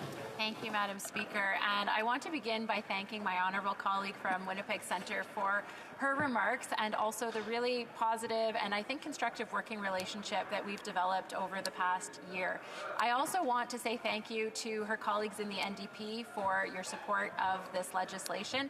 I have great confidence in what we are going to be able to achieve with this for Canadians right across the country. I also want to thank her for recognizing the advocates and those that have worked for generations to get us to where we are today. And I'm hoping she can take a couple of minutes to explain to our Conservative colleagues why a national child care initiative supports women, supports children, and why this is really important progressive feminist policy. Thank you, Madam Speaker. Great question. The Honourable Member for Winnipeg Centre. Thank you, Madam Speaker, and I'd like to thank the Minister for her question. Certainly, I'm willing to work with any party in this House that's willing to advance the human rights of children and women. Human rights should never be made a partisan issue. And I want to state that this has certainly been recognized by child care advocates who support feminist policy in advancing the rights of women. You cannot support women without a robust public and not-for-profit child care system. This has been recognized by unions, by lead child advocacy groups in the country, who know that for-profit care hurts families, is paid for on the backs of families and mothers, and is not to the benefit for workers. So I look forward to advancing this bill, to pushing forward some amendments to this bill to make it stronger, and support more feminist policy in Canada with a national child care program. I want to remind members as well, again, that, to please take their conversations outside. I understand that they may want to speak to say hello to some of the other colleagues that they haven't seen in a while, but they can do that outside because the hum is actually being problematic here in the House. Questions and comments? The young member for Peterborough-Kawartha. Thank you, Madam Speaker, and thank you to my colleague for her intervention. As we've said earlier, really enjoy working with her on FEWO. And my question to her is, childcare operators across the country agree that both, actually, sorry, let me do that. Do you believe that regardless of model of operation, if a childcare facility meets or exceeds the provincial, territorial, and Indigenous standards of quality of care, that they should be facilitated access to a national childcare framework? And if no, what data suggests otherwise? The honourable member for Winnipeg Centre. I don't think that public money should ever be used for profit. Public monies need to be used for not-for-profit public childcare spaces. We know the research shows in terms of early childhood education that for-profit care often make profit on the backs of children. We've seen this certainly with elder care, private seniors' home. We've also seen this in for-profit child care. We need a national child care strategy that supports the training of workers, supports a living wage of workers without question, with benefits, that supports family and expands our current system so that we end up with a national child care system that has enough spaces to support the families needing it. The honourable member for Berthier-Masquinongé. Thank you. I'd like to thank my colleague for her excellent speech. And I am very pleased to be able to support the entirety of one of the speeches from my NDP colleagues. I would also like to suggest a way forward to work better together in future. In the bill we're seeing here, there's an exemption for Quebec, which already has its own system. Frequently, over the last 3 years, I've seen that I have ideological similarities with my NDP colleagues. But there is always a centralizing tendency with them for national programs. And so I'd like my colleague to tell me very sincerely, does she not think that this is a model that we can use more often in the future? Perhaps then we could collaborate more often to bring forward social causes in Quebec and Canada. Thank you. Winnipeg Centre. Thank you to my honourable colleague for his good question. And I just want to reiterate, I mean, the federal government currently has made bilateral agreements with provinces. What we're pushing for is that bilateral agreements with provinces, something that Quebec is actually, in fact, already doing, prioritize not-for-profit public spaces. Quebec's been doing it for 1 million years. We know that it helps women. We know that it has improved the ability for women to participate in the workforce should they choose. So I think that's already in the bill. But again, there's areas where it can be improved. But I think we are on the same page to say, let's keep childcare public so we can support accessible, affordable childcare for all. Thank you, Madam Speaker. The honourable member will have 5 minutes the next time after the question period in order to continue on the questions and comments. Statements by members. Déclaration des députés. The honourable member for Saanich Gulf Islands. We all know we're in a fight to save our healthcare system. Public health care, single payer, universal health care is at risk, and I think it's important we revisit our history. I know this history firsthand, not from books, but because a dear friend of mine, the late Jim McNeil, was part of the Saskatchewan CCF government that brought in that health care. We forget that the profiteering doctors of Saskatchewan went out on strike to block health care. We forget that foreign doctors came in so the people of Saskatchewan would have medical care, mostly doctors from the UK. And when they got to Saskatchewan, I don't know how many Canadians know this, Jim told me, the Saskatchewan doctors blocked access to hospitals for all the foreign doctors. UK doctors were operating on kitchen tables. Members of the Saskatchewan cabinet had family members who needed medical care. They were up against it, and they were brave. They held the line. We owe it to them to do the same and protect our public health care system from profiteering privatization. Just want to remind members that the hum of side discussions is quite high, so I just want to remind members that we are in session here. The honourable member for Vaughan Woodbridge. Thank you, Madame la Présidente. This Christmas season, when families were preparing to gather and celebrate, catch up with loved ones, our community was shaken to its core upon learning of a devastating mass shooting. One gun led to the loss of 6 lives and carved an unforgettable scar in the city of Vaughan. Our community, known for its generosity and can-do spirit, was shaken by this horrific act of violence. Madame la Présidente, like all Vaughan residents, I've kept the victims, Rita Camilleri, Victoria Panza, Russell Manick, Lorraine Manick, Navid Dada, and survivor Doreen Danino and their families in my thoughts since this dark December 18th. We know there is no place for gun violence in Canada, not in Saskatchewan, not in Nova Scotia, Toronto, Quebec City, or the city of Vaughan. Nowhere. Our country will never forget the innocent lives lost and bright futures that have been taken way too soon. To our first responders, thank you for your swift response, your professionalism, and your commitment to keeping our communities safe and secure. Thank you. The honourable member for Flamborough-Glanbrook. Madam Speaker, one of my favorite local events was back this year for the first time since the pandemic.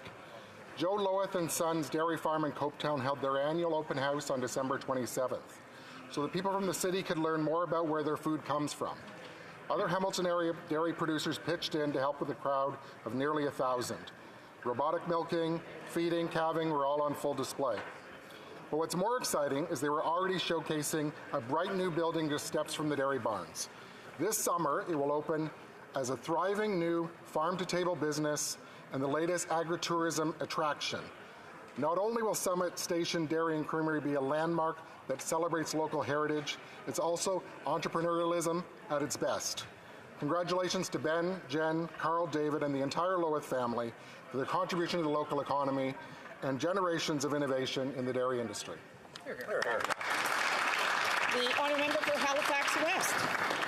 Madame la Présidente, 2 weeks ago, Gerard and Jenny Barron, neighbours and Halifax West residents, were the proudest parents in Montreal's Bell Centre. Why, you ask?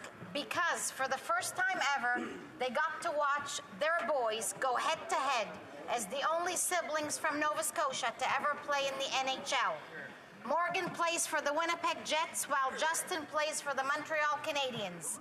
The story of their success is incredible. At 16, Morgan left home to play 2 seasons at St. Andrews College, earning himself a scholarship to Cornell. He was later drafted by the New York Rangers and was traded to Winnipeg. Justin spent his entire junior career with the Halifax Mooseheads. He was selected by the Colorado Avalanche in the first round of the 2020 NHL draft and was traded to the Habs. Please join me in congratulating both Barons on their tremendous success on the ice. Woo-hoo! The honourable member for Drummond. Mr. Speaker, very few people have been able to represent the soul of a people like Madame Viola Léger with her character La Sagouine. Viola Léger was La Sagouine, and for many of us, La Sagouine was Acadia. For over 50 years, thousands of time, Madame Léger represented this wise person who had been affected by life and injustice and the suffering that has been suffered by the Acadian people. If La Sagoune was created by her friend Antonine Maillet, it was Viola Léger who gave her life. Viola Léger was a proud Acadian, and more than that, she contributed to the cultural development of Acadia throughout her life, particularly through her foundation to promote Acadian theatre. On behalf of the Bloc Québécois, and on behalf of all Quebecers, I wish to offer to her family, to all those who loved her, and to all Acadians, our most sincere condolences. Thank you, Madame Léger, for have been, for such a long time, the face, the voice, and the soul of the Acadian nation. The Honourable Member for Sherbrooke.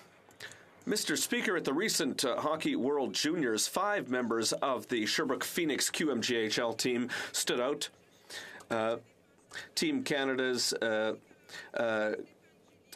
Joshua Roy and Tyson Hines, as well as coach Stéphane Julien, represented Sherbrooke by winning the gold medal with Team Canada.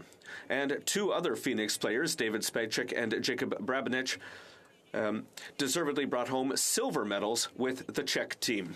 Congratulations to all the medal winners and participants in the tournament. With the Phoenix, hockey fans in Sherbrooke are lucky to be able to gather every week and see some of the best players in the world at home in Sherbrooke in the electrifying atmosphere of the Palais des Sports. Together, let's continue to support and improve our national support. The Honourable Member for Perth Wellington. Thank you, Mr. Speaker. The motto of the Order of Canada is "They desire a better country." I can think of few people who more truly embody that motto than newly appointed member of the Order of Canada, Jean Aitchison of Stratford. A nurse by career, Jean has dedicated her time and energy to the service of others. On countless medical mission trips, Jean has provided care to so many in need around the globe. She also founded the Stratford Mission Depot to help coordinate the donation and delivery of medical supplies and equipment. Just this past year, Jean and her team of volunteers saw the need for medical supplies for Ukrainian refugees and sprang into action, quickly amassing 14 cubic meters of medical supplies. Jean is quick to deflect praise away from herself and towards her team of volunteers. And it is that modesty that underscores why she is so deserving of this special recognition. Congratulations, Jean Aitchison. The Honourable Member for York Centre. Thank you, Mr. Speaker. As we start the winter session of Parliament, I want to recognize an amazing achievement from students in York Centre over the holidays. Our community rests on the values of kindness and compassion, giving back and showing up for one another. I'm overwhelmed by the generosity that students, families, and staff from Stylecroft Public School showed in December, collecting 200 pounds of food for the North York Harvest Food Bank. This amazing act of kindness allowed North York Harvest to provide hundreds of meals to the most vulnerable members of our community. A special thank you to Principal Karen Barnes and the wonderful staff at Stylecroft PS who organized the campaign and who did not hesitate for one moment when asked and jumped at the opportunity to help. I want to especially thank the generous students and families at Stylecroft. I also want to thank the staff at North York Harvest Food Bank, who provide such an important service every day to those who are facing food insecurity in our communities with integrity and compassion. When we give it home, we grow a community that is strong and supportive. The Honourable Member for Avalon.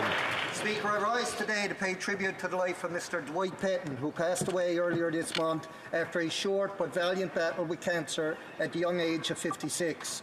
Dwight was a very successful and respected fisherman from our riding who had an enthusiasm for the industry that was surpassed only by the love for his family and passion to his faith. Far away from his home and family in Portagrave, he joined several missionaries throughout his lifetime around the world, including one in Africa and Thailand. Dwight was a successful fisherman and a proud owner of his family business, DMC Enterprise, which he operated side by side with his son Matthew. He took great pride in his fishing vessels and respected as a leader in the industry. For 25 years, he served in the Canadian Coast Guard Auxiliary. Dwight will be remembered as a loving husband to his wife Cynthia, a wonderful father to his children Melanie, Matthew, and Melissa, and his grandchildren who were his pride and joy and who knew him simply as Pop. Dwight, you were taken from us way too soon. Your legacy will live on. Rest easy, my friend. The Honourable Member for Red Deer Lacombe. Mr. Speaker, it's been 8 years since this Prime Minister took office, and his soft-on-crime policies have unleashed a crime wave in Canada. This government has made life easier for violent criminals by providing easy access to bail and repealing mandatory minimum sentences for serious crimes. As a result, violent crime has gone up 32% in the past year, and gang-related killings have gone up by 92% since 2015. Furthermore, they have failed to stop the flow of illegal firearms across the border.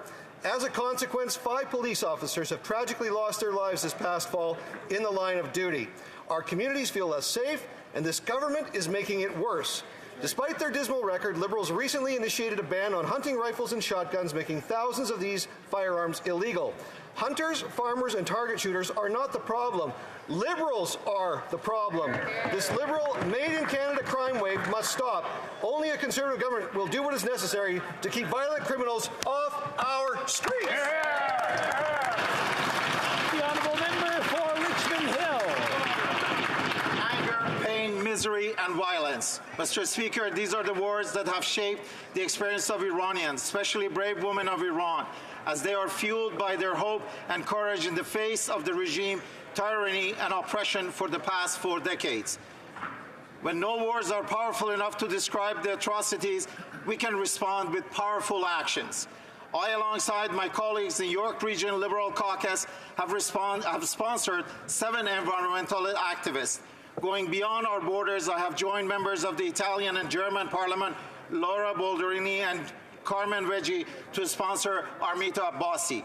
Nilufar Bayani is a courageous environmentalist who has been in prison for caring for her motherland, its wildlife, and the environment. Armita Abbasi has been calling for equality for women. Instead of applauding these women, the Iranian regime responded with unlawful imprisonment, abduction, severe torture, and brutal sexual assault. Mr. Speaker, the women of Iran are embodiment of bravery. قلب من همواره برای خاک سرزادگاه هم ایران و فرزندان دلیرش میتپد. به امید ایرانی همیشه آزاد و آباد. The honourable member for Carlton Trail, Eagle Creek. Mr. Speaker, over the last 8 years under this Prime Minister, Canadians are struggling. They're struggling under his wasteful inflationary spending. Mortgage payments are taking a bigger bite out of their paychecks, and food banks have seen a massive increase in families needing their services. Meanwhile, over the last 8 years, Liberals and their well-connected friends have never had it so good. McKinsey & Company, a consulting firm surrounded by controversy and formerly run by the Prime Minister's friend Dominic Barton, has received over $100 million in government contracts since 2015. Canadians deserve to know why the Liberals gave this consulting firm millions of dollars and what kind of influence McKinsey has over this government. They've created an unaccountable shadow government with their consultant friends, and Canadians are paying the price. The Prime Minister needs to come clean with Canadians, end his binge spending. The honourable member for Louis Saint Laurent. Mr. Speaker, it was 6 years ago. 100 Canadians gathered at the Grand Mosque of Quebec City, and suddenly tragedy struck. 6 men died, 20 others were seriously injured.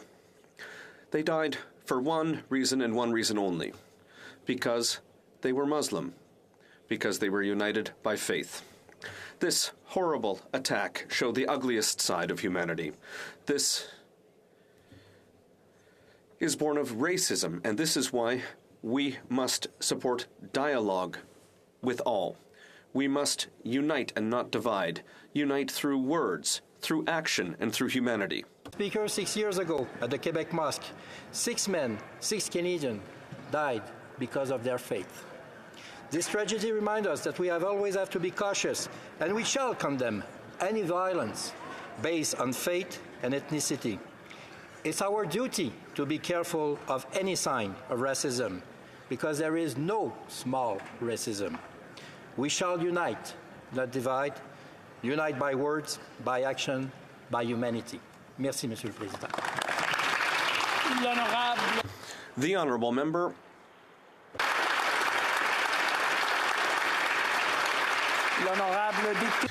The Honourable Member for Acadie Bathurst. Thank you, Mr. Speaker. On January 28, 2023, at the age of 92, the great actress Viola Léger passed away. Initially a nun and a teacher, she will be remembered by Acadians in the whole world as an actress, and specifically for playing the role of La Sagouine from the work of Antonine Maillet. Madame Léger played this legendary character over 3,000 times on stage, in addition to numerous other roles in theatre, film, and television. Madame Léger then sat in the Senate of Canada, where she supported causes such as the fate of minorities, the survival of the French language, and the importance of arts and culture. During her long career, Madame Léger showed her incredible ability to promote Acadia. She was a formidable ambassador for our culture and language, and today all Acadians mourn the death of this great woman. Thank you, Madame Léger, for your invaluable contribution to Acadian culture and for the monumental legacy that you leave behind. Our sincere condolences to her family and friends. Thank you, Mr. Speaker. The Honourable Member for Rosemont-la-Petite-Patrie. Mr. Speaker, 6 years ago, a young radicalized man committed a heinous act of violence such as we have rarely seen before. He entered the Quebec City Mosque and opened fire on those present, first with a semi-automatic weapon and then with a handgun. 6 men lost their lives and 19 others were injured. Families were shattered, leaving loved ones grieving. We said, never again. 6 years later, are we much further ahead? Extremely dangerous weapons used only by people to kill people are still in circulation, and online hate, racism, and Islamophobia are still being expressed. Right-wing extremist rhetoric normalizes and feeds this radicalization and hatred that targets minorities. The killer was radicalized by words that pushed him to attack and kill Muslims. We still have a lot of work to do through dialogue and better understanding between cultures, but also by taking an uncompromising stance against racism, discrimination, and supremacism. It's an imposing but necessary task, and it's the responsibility of each and every one of us.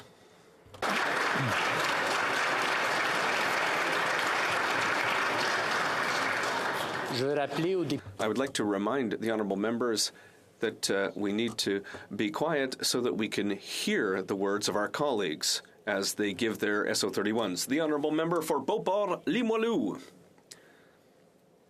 Mr. Speaker, there are moments that mark the history of a society, of a community, and a family.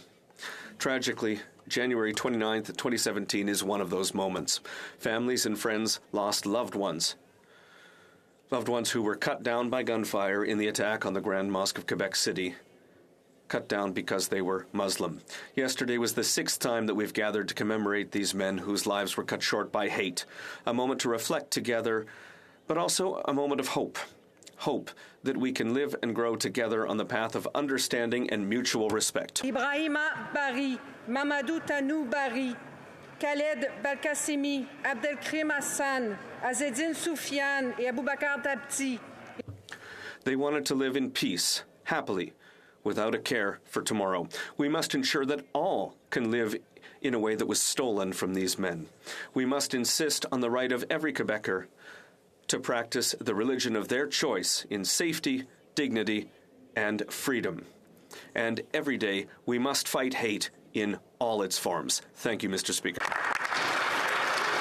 The Honourable Member for Barrie-Innisfil. After 8 years of this Prime Minister's high taxes and inflationary deficits, 22% of Canadians, 28% of them women, say they're completely broke. After 8 years, 32% say they'll be in the same boat if prices continue rising. After 8 years, 52% are concerned they don't have enough money to feed their families. After 8 years, 1.5 million Canadians are using food banks every month. After 8 years, young people feel lied to and let down by this Prime Minister. After 8 years, seniors can barely afford groceries, and many are living in the cold, unable to heat their homes. After 8 years, Canadians are anxious, angry, and worried about their future. After 8 years, this Prime Minister is completely out of touch and has no solutions to the problem that he's created. After 8 years of dividing Canadians, this is a Prime Minister who cannot be redeemed. He can only be replaced. After 8 years, Canada's Conservatives, led by the member from Carleton, are focused and ready to lead. And as Parliament returns, we will show Canadians why. The Honourable Member for Mississauga East Cokesville. Speaker, I sat with a force of nature 2 weeks ago, Hurricane Hazel McCallion, a dear friend, a mentor, a leader, someone that devoted her life to serving the people of Mississauga, Ontario, and Canada. We're all overcome with sadness by her passing, and our hearts go out to her family. She was always there to lead and to help, helping with the biggest mass evacuation in Canadian history, helping people through the pandemic at 101 years of age young, helping build Mississauga to the successful city it is today. Hazel had great insight and vision, but her greatest strength was her connection with people. Loved by all that met her, with a big heart and a deep caring for community, she will always be remembered as the people's mayor. She was so proud of our country. Last thing she said to me is, "Peter, we live in the best place in the world, Canada." Hazel, on behalf of the Parliament of Canada, we thank you. May you rest in peace.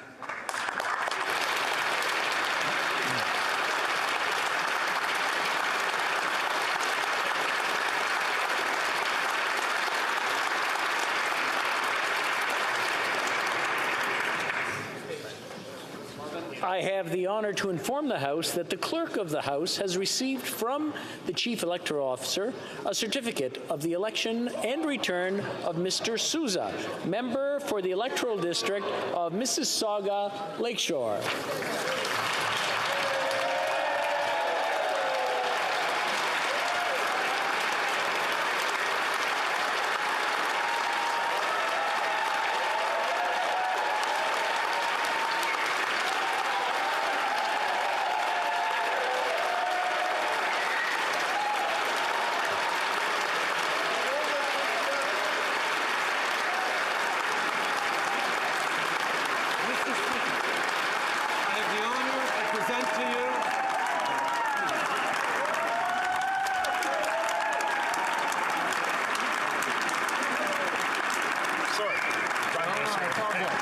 Mr. Speaker, I have the honor to present to you Mr. Charles Souza, member for the Electoral District of Etobicoke, Mississauga Lakeshore, who has taken the oath, signed the roll, and now claims the right to take his seat.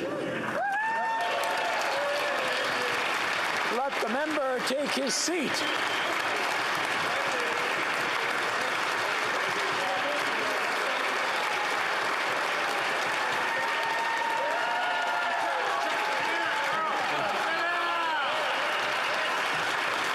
Congratulations.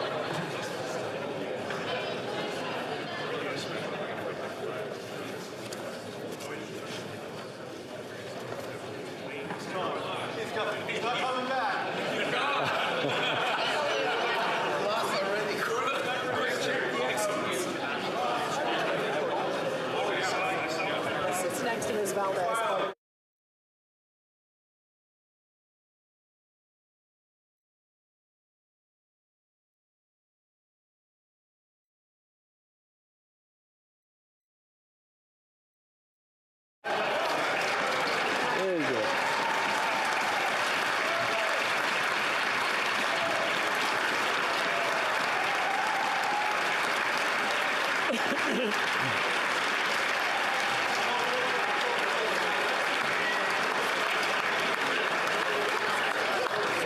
Oral questions, question orale, the Honourable Leader of the Opposition.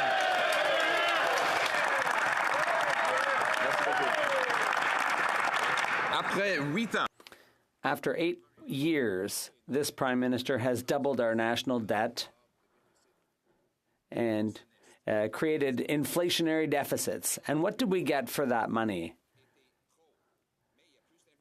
There's more inflation, there's more poverty, and more people resorting to food banks. So where'd the money go? They went to contracts for the Prime Minister's cronies. There's been $15 billion more spent on those contracts. How many of those contracts went to McKinsey? The Right Honourable Prime Minister. Mr. Speaker, 7 years ago, we were elected as a government and we promised to invest in the middle class and all those working hard to join it. And that's precisely what we did with the Canada Child Benefit, with supports for seniors and students. We managed to create millions of jobs and get people out of poverty. Unfortunately, at every step of the way, the Conservatives opposed us. They voted against our investments in dental care, in rental supports, and in childcare. We are going to continue investing. The Honourable Leader of the Opposition. I asked the Prime Minister how much McKinsey got. He said, well, it was all for the middle class.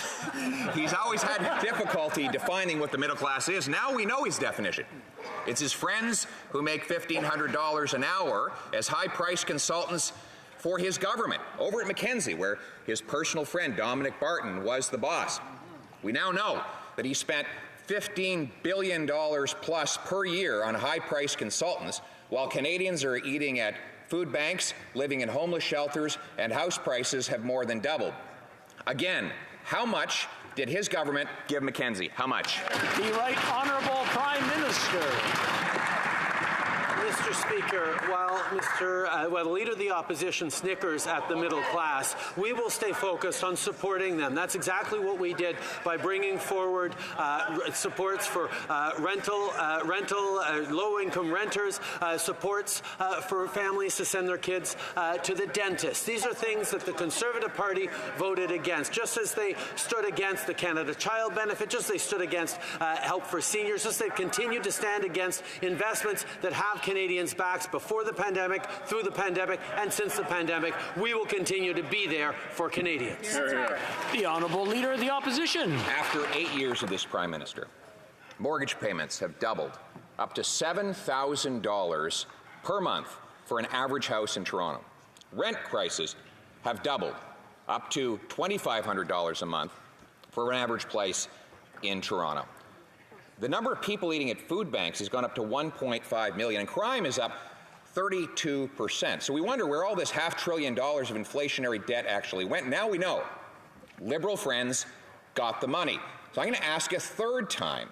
The well-connected insiders at McKinsey, how much did the Prime Minister give them? How much? The Right Honourable Prime Minister.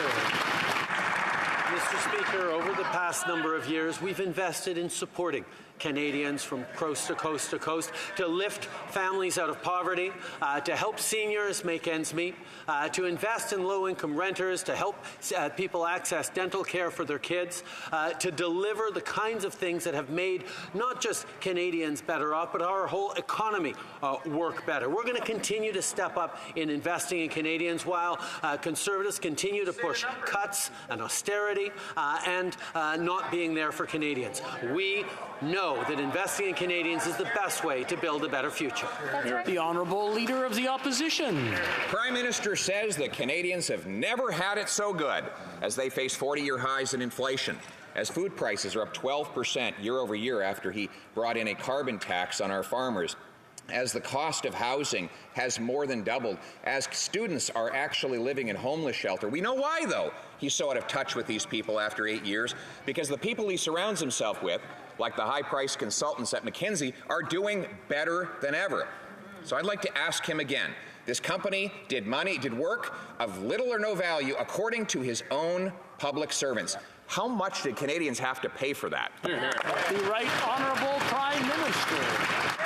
Mr. Speaker, on the contrary, Canadians are struggling right now with high inflation caused by global crises, with interest rates, with disruptions in the global supply chains, and that's why we've stepped up to support Canadians. Despite Conservative politicians voting against it, we've been able to keep investing in Canadians while maintaining the best balance sheet in the G7. We have the lowest debt to GDP ratio, the lowest deficit of all our G7 partners, and we've put that to work to support support the Canadians who need it most. We will continue to be there for the middle class and people working hard to join it. Very good. The Honourable Leader of the Opposition. Well, they finally got him to admit that Canadians are suffering, and it's after 8 years of this Prime Minister. After 8 years of this Prime Minister, we have 40-year highs in inflation. We have 32% increase in crime. We have the TTC transit system in downtown Toronto overtaken by crime. We have more people eating at food banks and living at homeless shelters after 8 years of this Prime Minister. But not everybody's doing badly. His friends at Mackenzie are rolling in cash. First, they said it was $50 million. Now the government says it's over $100 million. We want to know the real number. Will the Prime Minister finally answer the question? How much did he give Mackenzie? The Right Honourable Prime Minister. Speaker, everyone in this House, from conversations with constituents, with conversations with people right across the country, know well that Canadians are facing tough times. What the difference is between the Conservative leader and myself is, instead of proposing real solutions, instead of telling Canadians how they're going to help them and invest them, the Conservative leader stands up, crosses his arms, throws up his hands and says, everything is broken. Well, that's not what Canadians are living through, Mr. Speaker. Canadians stick up for each other. We're there for each other. We support each other through the tough times. That's exactly what we've been doing through this pandemic, through these past years. That's what we will continue to do, no matter how much. L'honorable député de Belleuil. The Honourable Member for Belleuil-Chambly. Mr. Speaker, it's a pleasure to see you again and all my colleagues. As you know, the Prime Minister has appointed Amira El-Gawabi, and obviously he looked into everything she'd said in the past, and some people find that very insulting towards Quebec. But he went ahead and appointed her. I'd like to ask the Prime Minister, does he actually think that that appointment is going to be inclusive and bridge building rather than divisive? The Honourable Prime Minister. Mr. Speaker, last night I had the honour to be in the Grand Mosque in Quebec City with a community that 6 years ago was the victim of a terrible terrorist attack by someone motivated by hatred, by intolerance, and by ignorance of the Muslim community in Quebec City and all across the country. We all have a duty to stand up every day to recognize and fight against Islamophobia, to recognize that we all have some work to do. We have to be there for our Muslim fellow citizens, and we always will be. The Honourable Member for Belleuil-Chambly. Mr. Speaker, Ms. El-Gawabi says that Bill 21 is Islamophobic. And rather than condemning her, I demanded a meeting with her. I asked for a meeting as elected officials, as members of Parliament who will be voting on the budget. Can the Prime Minister tell us whether he hopes that that meeting will take place? Will he facilitate that? The Right Honourable Prime Minister. Mr. Speaker, with all my heart, that meeting will take place. I think it'll be a great conversation. She'll be able to explain the extent to which Islamophobia and systemic racism are a reality for people all across this country, and the fact that we all have a duty to listen to one another, to understand how legislation may be, and words may be, injurious, hurtful, even if that wasn't the intention. We have a duty to take care of vulnerable communities in our country. And yes, I will indeed facilitate that meeting, which I'm sure she will be delighted to have with the leader of the Bloc Québécois. Burnaby South. Dans la dernière élection.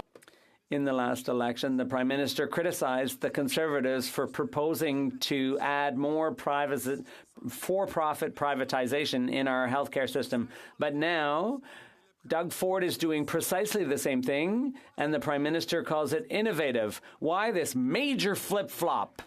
The Right Honourable Prime Minister. Mr. Speaker, we have always been crystal clear in the Liberal Party. We defend our healthcare system. We will always defend the principles of the Canada Health Act. It's not negotiable. And we have already said that many times over the past years. We've actually withdrawn funding to provinces that were not complying with the Canada Health Act. We will always defend our public system. And even in our negotiations now to improve health care for Canadians all across the country, we will always be there to defend the public system. The Honourable Member for Burnaby South. Says one thing and does another. In the last election, the Prime Minister made a really big deal of calling out the Conservatives for proposing the idea of bringing in more for-profit, private health care. But now when Doug Ford is doing exactly that, he's calling it innovation. I'm not surprised the Conservatives support this approach. They believe in for-profit, private health care. But I am surprised with the Prime Minister. Why the flip-flop? Right Honourable Prime Minister. Mr. Speaker, I and the Liberal government have always been very, very clear. We stand for a public health system that fully abides by the Canada Health Act.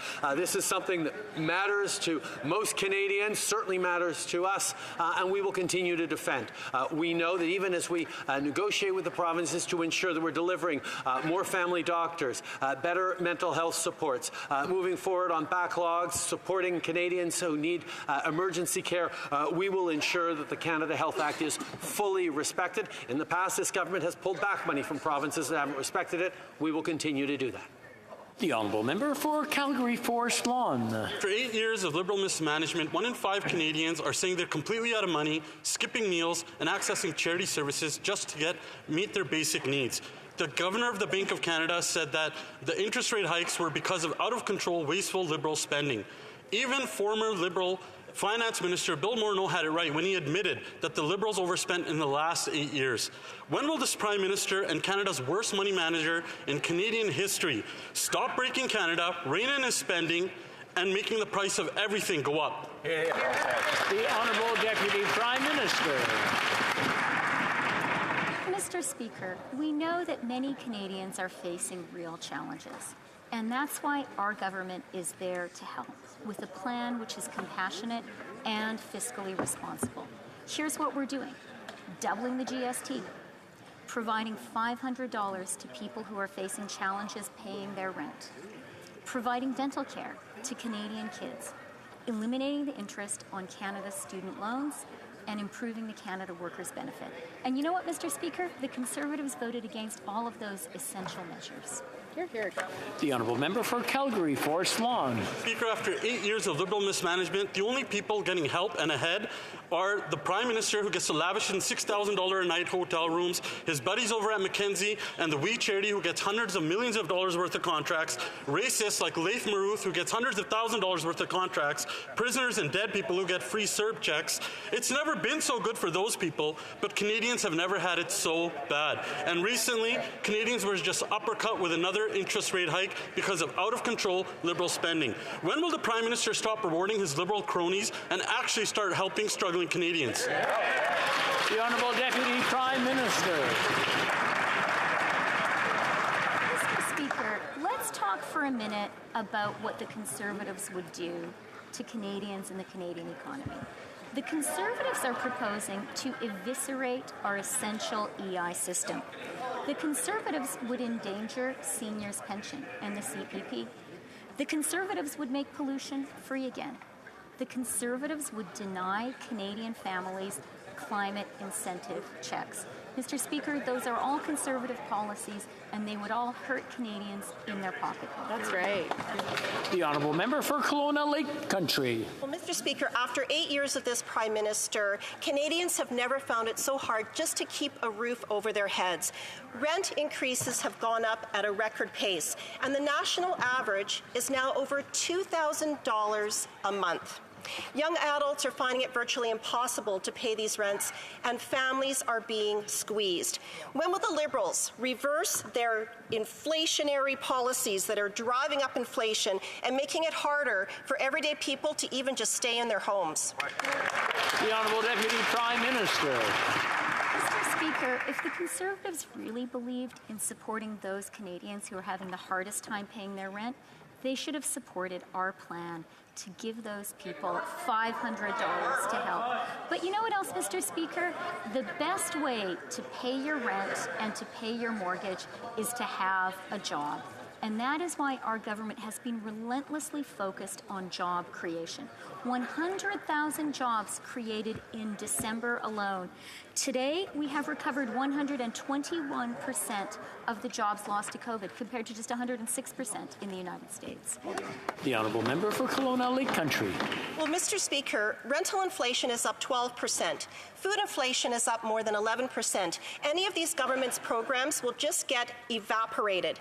We know that the former governor of the Bank of Canada said that Canada's inflation was homegrown, and the current governor said that inflation is as high as it is because of all of this spending that these Liberals have done, all of the extra spending. So after 8 years, when will the Liberals finally get their inflationary spending under control? The Honourable Deputy Prime Minister. You know, Mr. Speaker, the Conservatives continue to talk down the Canadian economy. That is reckless and that is irresponsible. We know Canadians need support, and that is why we have a plan which is compassionate, but it is also fiscally responsible, Mr. Speaker. That is why just hours after we tabled the fall economic statement, Moody's reaffirmed our AAA credit rating. Canada has the lowest deficit in the G7, the lowest debt to GDP ratio, and in 2022, Canada had the strongest economic growth. The honourable member for Mégantic-L'Érable. After 8 years of this Prime Minister, despite the fine words and promises to the middle class, the fact is Canadians are suffering more and more. I visited food banks in Mégantic, Thetford Mines, Disraeli, Plessisville, and Princeville, and what I saw broke my heart. Seniors and families can no longer make ends meet. There's been an almost 30% increase in people who can't afford to pay for food anymore. That's the record of this government, this Liberal government, after 8 years. Does the Prime Minister not realize that what he's done has pushed more and more people to the food banks, and what's he going to do about it? The Honourable Prime Minister. Thank you, Mr. Speaker. If we're going to talk about poverty in this country, this government has an impressive record. Over 1 million Canadians have been raised out of poverty by the steps we've taken, be it the Canada Child Benefit, the increase in the seniors' benefits. Those are things the Conservatives voted against. In fact, they wanted to raise the retirement age for seniors, but we didn't let that happen. And we have supports for Canadians at every stage of their lives, and we hope the Conservatives will get on board. The honourable member for Mégantic-L'Érable. Mr. Speaker, the cost of food has gone up by 12%, and I'm very concerned that this Prime Minister, after 8 years of promising sunny days, has lost touch with reality. Child care centres are no longer putting meat on the menu because it's too expensive. Food banks are running out of produce because grocery stores don't have any to donate because the middle class can't afford it. How has this Prime Minister let it come to this? The Honourable Minister of Families. Mr. Speaker, once we took office, since then there have been 400,000 or 500,000 fewer children in poverty compared to when the Conservatives were in office. And that's thanks to our program, the Canada Child Benefit, or the Child Care Program, which is bringing costs down by 50% all across the country. Mr. Speaker, I get stories from families all across the country explaining to me how helpful this has been with them affording the cost of living and so on. It's unfortunate that the Conservatives have not supported the steps we've taken. The Honourable Member for La Prairie.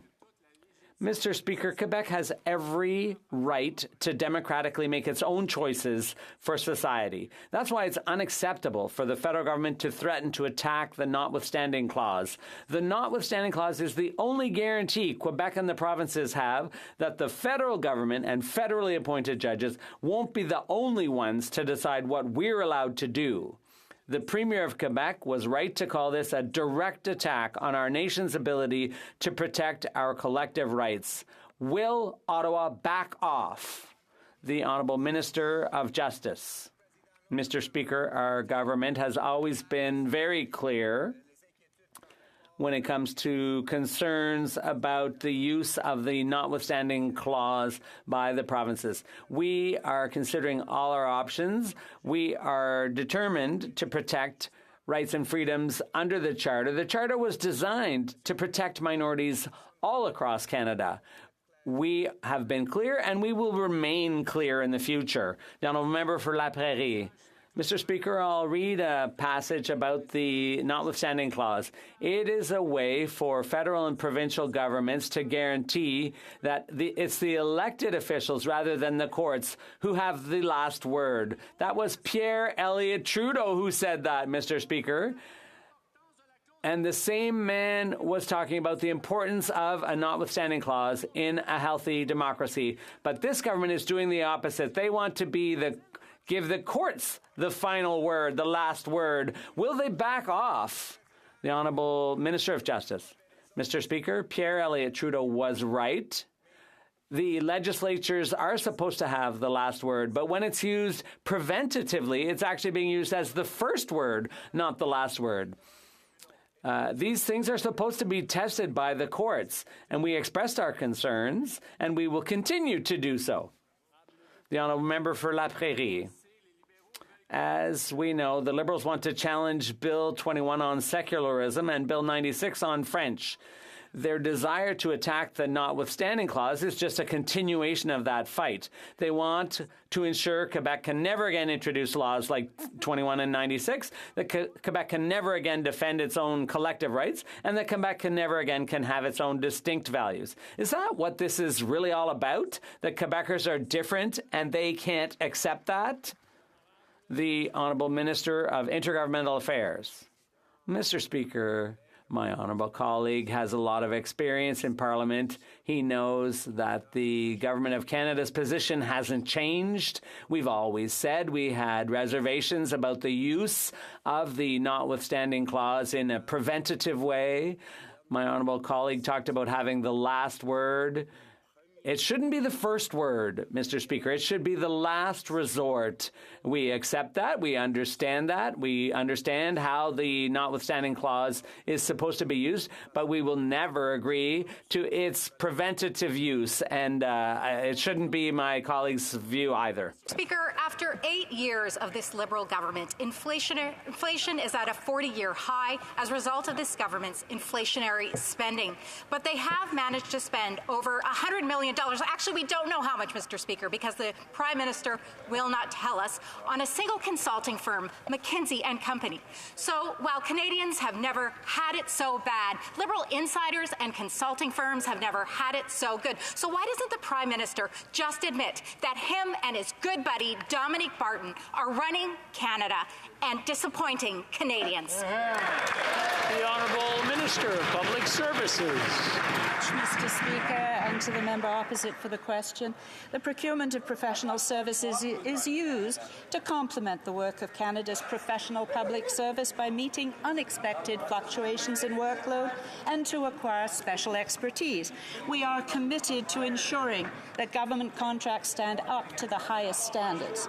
The Prime Minister has asked the President of the Treasury Board and I to conduct a review, to take a close look at the numbers and to look into the circumstances, and we are doing just that. Thank you, Mr. Speaker. Honourable Member for Sherwood Park, Fort Saskatchewan. After 8 years of this Prime Minister, Canadians have never had it so bad, while Liberal insiders like Dominic Barton have never had it so good. Now, Dominic Barton was running a government advisory body, while at the same time his company was collecting over $100 million in contracts on the side. Barton and his cronies at McKinsey had privileged access to the Prime Minister and were using that access to make money. This government has done so much for Dominic Barton and McKinsey and so little for struggling Canadians. So once again, will the government answer how much money have they given in total to McKinsey? The Honourable Minister. I want to assure this House that Public Services and Procurement Canada takes its role as the central purchasing department very seriously. We ensure value for money and quality of services for Canadians. Minister Fortier's focus will rest on the policy, while I'm focusing on the circumstances of the contracts. I will be testifying alongside my officials at the Government Operations Committee to give more thorough and complete answers. Thank you, Mr. Speaker. I know we're back and we're all excited to be back, but I just want to remind the honourable members, when referring to someone else in the chamber, refer to them by their riding or by the position they hold and not their name. I know we've been away for a little bit and just want to remind everyone. The honourable member for Sherwood Park, Fort Saskatchewan. Mr. Speaker, perhaps I can assist the minister in getting to the bottom of the circumstances around these contracts. The Prime Minister is very close personal friends with Dominic Barton, who is the managing partner of McKinsey. Now, under Dominic Barton, McKinsey monitored dissident social media accounts for the Saudi government, had a corporate retreat down the road from a concentration camp in China, and advised a pharmaceutical company to reward pharmacists for causing overdose deaths. You are the company you keep, and the company that this Prime Minister keeps is called McKinsey. Once again, how much money did the Prime Minister funnel to his friends at McKinsey? The Honourable Minister. To assure the House yet again that procurement contracts must adhere to Treasury Board policies and directives which are intended to ensure that contracts are awarded in a fair, open and transparent manner. Given the volume of government procurement, controls are in place at various levels based on contract value, risk and complexity. Following recent concerns about contracts provided to McKinsey, we're undertaking a full review of all procurements with this company. Details are still being finalized, but the intent will be to verify if these procurements were conducted in accordance with Treasury Board policies and directives. Thank you, Mr. The honourable member for Skeena-Bulkley Valley. Mr. Speaker, 2 seasons of travel chaos left Canadians sleeping on airport floors, stranded in countries around the world, and out thousands of dollars. This government has over 33,000 air passenger complaints before it, and the folks who do manage to jump through all the Liberals' hoops are having to wait over a year and a half to have their complaints reviewed. Now, despite all of this, this government hasn't fined the airlines a single dollar for failing to compensate passengers. Why is it that Canada seems to have a minister for airlines, but no minister for air passengers? The Honourable Minister of Transportation. Mr. Speaker, I want to thank my honourable colleague for his question. Our government is committed to protecting passengers' rights. In fact, our government was the first government in Canada's history to pass a bill in this chamber to support passengers' rights. Of course, the last couple of years have been very difficult on the aviation sector because of the pandemic and because of the public health situation. We are working with the Canadian Transportation Agency to provide the resources that they need, and the chair of the Canadian Transportation Agency was at committee where the honourable member got the chance to ask his questions. Thank you, Mr. Speaker. The honourable member for Victoria. Mr. Speaker, Canadians are dealing with the costs of the climate crisis. Well, everyday costs are soaring. People are having to cut back on their already tight budgets, while huge grocery chains and oil and gas companies make billions. A windfall tax would force these rich CEOs to finally pay what they owe. With this, the government could put money back into the pockets of Canadians and invest in clean energy. Will the Prime Minister implement a windfall profits tax to make Canada more affordable for people instead of more profitable for billionaires? The Honourable Deputy Prime Minister. Mr. Speaker, our government is absolutely committed to ensuring that everyone pays their fair share in Canada. That is why our government implemented a 15% COVID recovery dividend levied on our largest banks and insurance companies. That is why our government has introduced a permanent 1.5% tax on the largest banks and insurance companies in Canada. That is why we are implementing a 2% tax on share buybacks. And that is why we have put in place a luxury tax on luxury planes, yachts, and cars. Thank you, Mr. Speaker. The honourable member for Mississauga Lakeshore.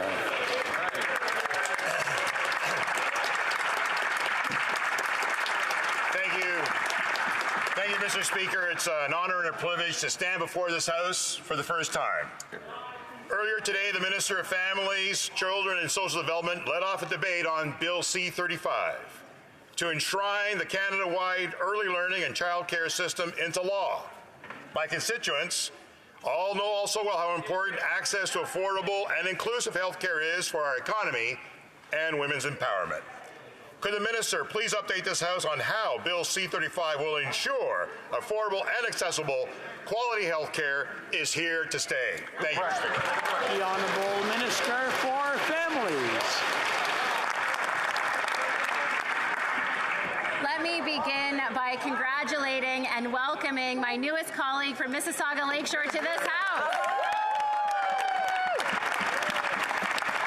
I'm thrilled to talk about Bill C-35 and the important work that it is going to do to ensure to Canadians, to families, to children, to women, to daycare providers that the federal government is there for the long term. And I have no doubt that his constituents in Mississauga Lakeshore voted him because they know that he is a hard worker, but that the Liberal government is going to be there in tough times. I'm glad for the support of the NDP and the Bloc Québécois.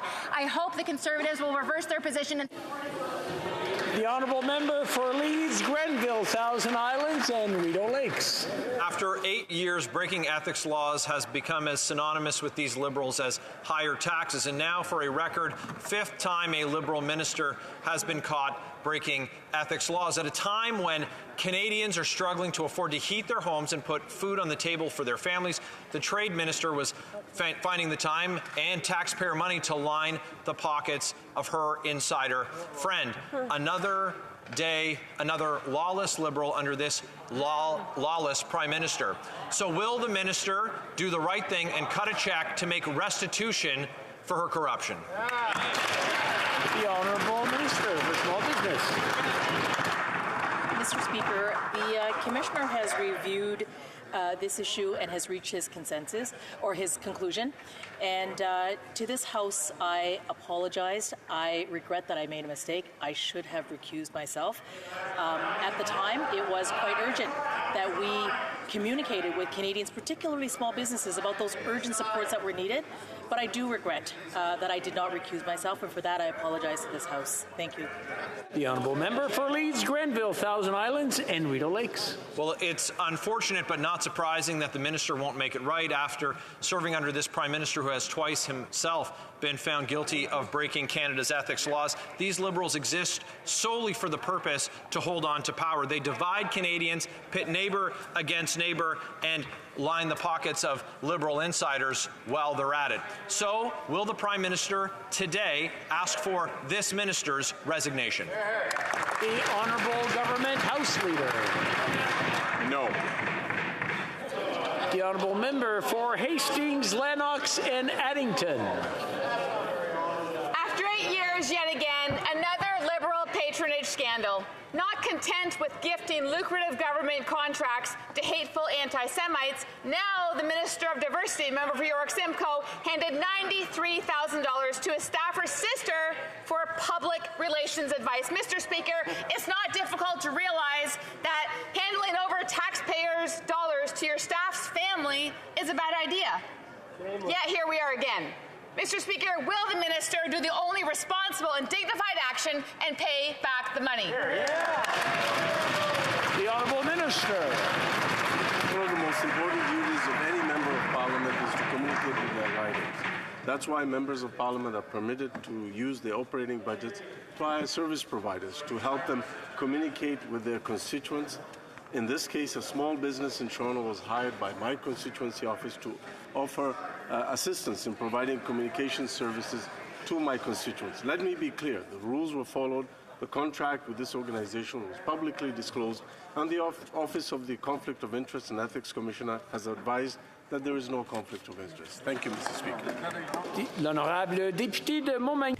The Honourable Member for Montmagny, Islay, Kamouraska, Rivière-du-Loup. Mr. Speaker, even after spending $54 million on the ArriveCAN application, the official languages commissioner has criticized the government in this file. When traveling to the U.S., a citizen was not able to obtain the application in its French version. even though French is one of our 2 official languages, Mr. Speaker. The government spent a fortune on a service that ended up violating Francophones' rights. This government has been in power for 8 years. Will it finally admit that it's simply incompetent? The Honourable Minister of Public Safety. Mr. Speaker, I agree with my colleague that it's essential that when we launch a service that it be available in both official languages, and that's exactly what we did with ArriveCAN. When the public raised some concerns, then all efforts were made to increase the level of service. We will continue to invest to offer the service in both official languages. The Honourable Member for Salaberry-sur-Roi. Mr. Speaker, after years of insistence from Quebec, the provinces, and the Bloc Québécois, there will finally be a meeting of the premiers and the prime minister on health transfers on February 7th. But the federal government is lowering expectations and is calling it a working meeting to discuss the needs. But we know what they are, that Ottawa cover 35% of health costs. For 28 months, all of the premiers have been repeating that, and they did that again this morning in a press release. So the federal government knows what the needs are. Will it bring its checkbook to the meeting on February 7th? The Honourable Minister of Health. Thank you, Mr. Speaker. We are very pleased to answer this question because we're all looking forward to further developments on this, including February 7th, when the First Ministers' meeting will occur and when we can discuss the various efforts made over the last few months by the federal government and in the last years, where the government spent billions of dollars to save lives and strengthen our system and to ensure that we have the health system that we need in Canada. The Honourable Member, Mr. Speaker, during this time, the situation has only gotten worse in our hospitals. In fact, the situation is so bad that exhausted nurses in Maisonneuve-Rosemont refused to come to work 2 weeks ago, and are threatening to leave their jobs. We no longer need working meetings. We need results. Quebec and the provinces have clearly stated their needs, and they've been doing that for 28 months. They repeated it again this morning. So on February 7th, will Ottawa at least put some money on the table to prove that it's negotiating in good faith? The Honourable Minister. Thank you, Mr. Speaker. Well, putting money on the table is what we've been doing for years. With a $72 billion additional investment in the Canada health transfers, and by covering 80% of expenses related to COVID-19, we've also increased the Canada health transfers and will be doing so by 10% further in March, with an additional investment to do something about the problems in our ERs. A lot of money and a lot of results to help patients and workers. The Honourable Member for Charlebourg-Saint-Charles. Mr. Speaker, the Minister of Heritage and the Prime Minister's Quebec Lieutenant responded strongly to what was said by the federal representative to combat Islamophobia, who made remarks about Quebecers that were extremely inappropriate. He said that as a Quebecer, he was deeply wounded and insulted by her remarks. If that's the case, is he actually going to take action? Will he do something and put pressure on the government to cancel this senseless political appointment? The Honourable Minister. Mr. Speaker, our position is clear. We know that Quebecers are against all forms of racism and hate. The federal representative has already clarified her statements, and I would refer the member to her statements on that topic. St. Paul. Mr. Speaker, last month, OPP Constable Greg Priscilla was murdered by a violent criminal out on bail. Toronto Police Chief Myron Demkew said this murder was senseless and preventable, and that Canada needs bail reform. Unfortunately, access to bail for violent criminals was made easier by the Liberal government's Bill C-75. Countless Canadians have been harmed by the Liberal bail system. It must be reformed. Will the Liberal government make that commitment today? The Honourable Minister of Justice. Canadians deserve to be and feel safe. and we all have a role in protecting our communities. The laws on bail are clear, Mr. Speaker. Detaining an accused person is justified if it is necessary to protect the safety of the public. As my colleague knows, provinces and territories, and of course police forces, are responsible for the enforcement of bail conditions. We all have a role to play, and we at the federal level are providing resources to support them. We'll continue to do so in order to ensure that laws are applied appropriately. Mr. Speaker, we remain open to good ideas and proposals from the opposition, from provinces and territories, to reforming our criminal justice system, including the bail system. Well, member for Kildonan St. Paul. Mr. Speaker, the Liberals have had 8 years to make our streets safer, and they've only made it worse. The facts are, last year in Toronto, of the 44 homicides by shooting, 24 of the criminals responsible were out on bail when they committed the murders. All 13 premiers of Canada signed a historic letter to this Prime Minister demanding bail reform. The Toronto Police are demanding bail reform. So what's it going to take for the Liberal government to reform the broken Liberal bail system, Mr. Speaker? What's it going to take? The Honourable Minister of Justice. Mr. Speaker, the bail reform that we undertook in Bill C-75 in a number of important cases made it harder to get bail. Mr. Speaker, as I have said, we are open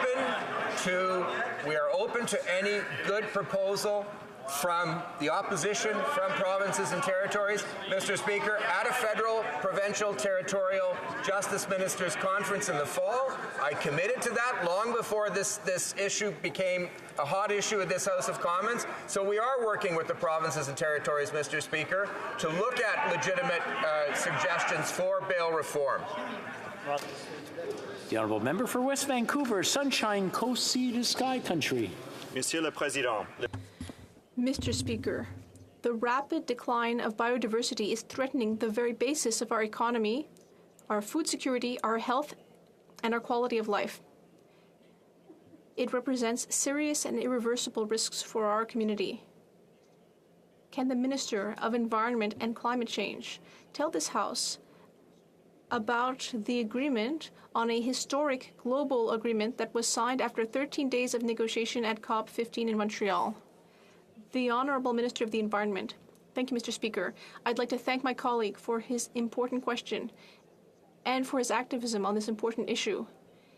In December, countries from throughout the globe came together in Montreal to fight biodiversity loss.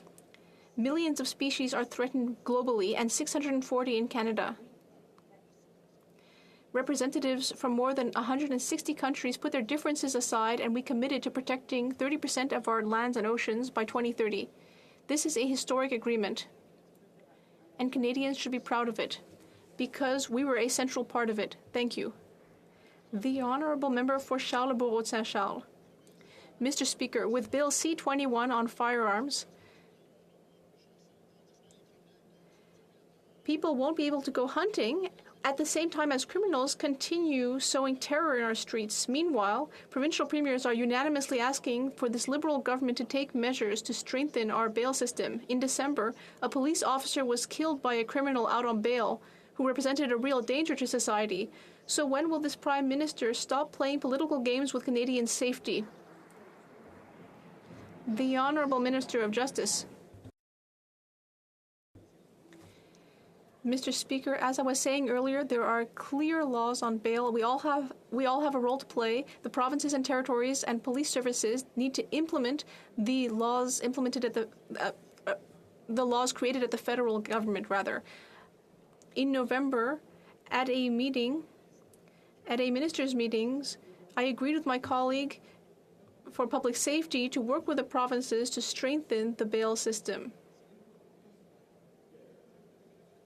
We are doing that work, Mr. Speaker. We are open to suggestions in order to reform the system. Member for Thornhill. Your commuters in Toronto have been set on fire, stabbed, and swarmed in a growing wave of violence, and our transit operators are scared to go to work. In the first 3 weeks of this year, Toronto police said that the crimes were up more than 37%. Wow. We have repeat violent offenders out on our streets because of this government's weak bail system, and the Minister of Public Safety says he's concerned, but not concerned enough to do anything about it. Mr. Speaker, Canadians are a little more than just concerned. When are we going to see the bail reform that every premier, police unions, and police chiefs have called for in this country? The Honourable Minister for Public Safety. Mr. Speaker, I am deeply concerned with the recent spike of violence of the TTC, and I've spoken directly with Mayor Tory to express our unwavering support to him and the city. Our government, in fact, has doubled down on support for law enforcement, on violence prevention, on mental health supports, on supports for homelessness and for poverty, Mr. Speaker. Most recently, I announced $12 million in funding, along with the Mayor, to address many of the social determinants that can lead to violence through the Building Safer Communities Fund, a fund that the Conservatives voted against, Mr. Speaker. We will continue to work with the City of Toronto and all communities to keep our public transit safe. Honourable Member for Thornhill. After 8 years of this Prime Minister, violent crime is up 32%. That's the record. The record is the weak bail system, and it keeps serious, violent criminals out of jail and on our streets. There is a former Toronto police chief sitting on that side of the House who has made more comments about the crime in the U.S. than his own city this week. Enough with the thoughts and the prayers and the concern. People don't feel safe in their communities, and they fear riding public transit. So what is it going to take to get the minister to pay attention on the random attacks happening on public transit and reform the bail system? The Honourable Minister of Public Safety. Mr. Speaker, I assure my colleague and all members in this House that this government is paying attention to the situation in Toronto, which is why, without any hesitation or haste, I contacted the Mayor to make sure that he knew that this government would be there to support the City of Toronto, as we have done in the past with regards to law enforcement, as we have done in the past with regards to preventing crime through the $12 million announcement that we made last spring with the Mayor, as we have done in the past with regards to our investments in Canada's summer jobs, Mr. Speaker,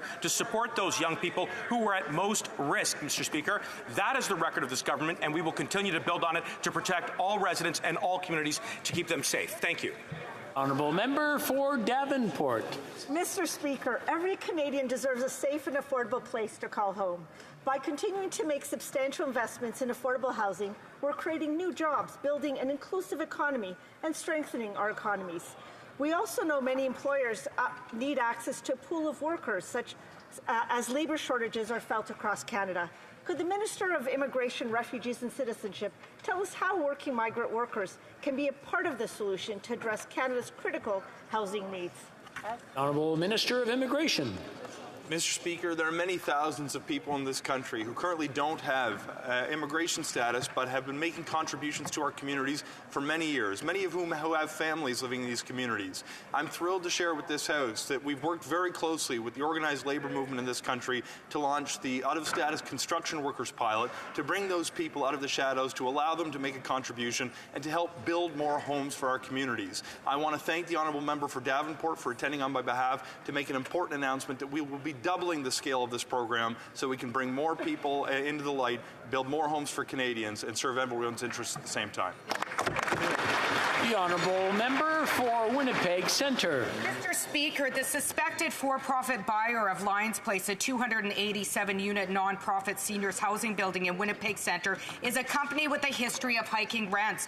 Recently, the province announced rental support for current tenants, but this is a Band-Aid solution that protects residents only for 2 years while subsidizing rent increases. The Minister of Northern Affairs said he wants to see Lions Place, in quotes, remain in non-profit hands. So what is he and the Liberal government going to do to ensure that this affordable seniors housing stays in non-profit hands? The Honourable Minister for Northern Affairs. I thank the member for that very important question. I and our government have made it very clear we are here to build more non-profit affordable housing. I've stated on the record I feel Lions Club should provide non-profit affordable housing for generations in downtown Winnipeg. I've written to the chair of the board of directors asking for a meeting. I have not had a response to my letter, Mr. Speaker, but we are here. I am here to work with Lions Club, to work with the province of Manitoba, to make sure that it remains affordable housing. The Honourable Member for Spadina Fort York. Mr. Speaker, in August 2021, the government invested $20 million for urgent work at Toronto's Harbourfront Centre. The rationale was that improving cultural and community infrastructure builds strong, prosperous, and dynamic communities. Mr. Speaker, those objectives have fallen short of reality. Harbourfront Centre has ignored input from residents and local organizations. The centre claims that Canadian Heritage was informed of and approved the new plans that included the elimination of a beloved and popular permanent skating rink. Your Key Neighborhood Association and Waterfront for All were denied a meeting to discuss the rink's closure and the area's way forward. Is the minister okay with giving away $20 million with little public consultation? The Honourable Minister. Mr. Speaker, I think my honourable colleague understands the importance our government places on the appropriate investments in the Toronto waterfront. We have a history of collaborating both with the province of Ontario and the City of Toronto. I'm happy to tell my colleague that I had a chance in December to meet with senior executives and board members of Toronto Waterfront. I've had conversations both with Mayor Tory and the Provincial Infrastructure Minister in Ontario. Mr. Speaker, we'll continue to support the good work done by Toronto Waterfront. I'm afraid that's all the time we have for question period today. C'est le temps qu'on a. That's all the time we have. For Edmonton Strathcona is rising on a point of order. Speaker, I believe that if you seek it, you will find unanimous consent for the following motion. That given reports of human rights abuses and attacks on civilians in Ukraine and other parts of the world by the Russian-supported Wagner Group, the House call upon the government to immediately designate the Wagner Group as a terrorist entity. Yes. All those opposed to the honourable member moving the motion will please say nay. Agreed. The House has heard the terms of the motion. All those opposed to the motion will please say nay. Carried.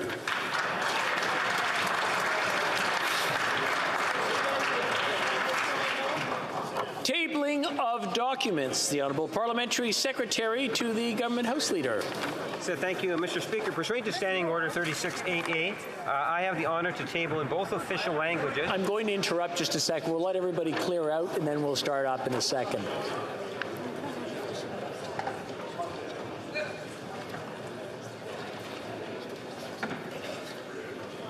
Okay, the Honourable Parliamentary Secretary, please proceed. Thank you. Yes, Mr. Speaker, pursuant to Standing Order 3688, I have the honour to table in both official languages the government's response to 199 petitions. These returns will be tabled in an electronic format. Good job, Kevin.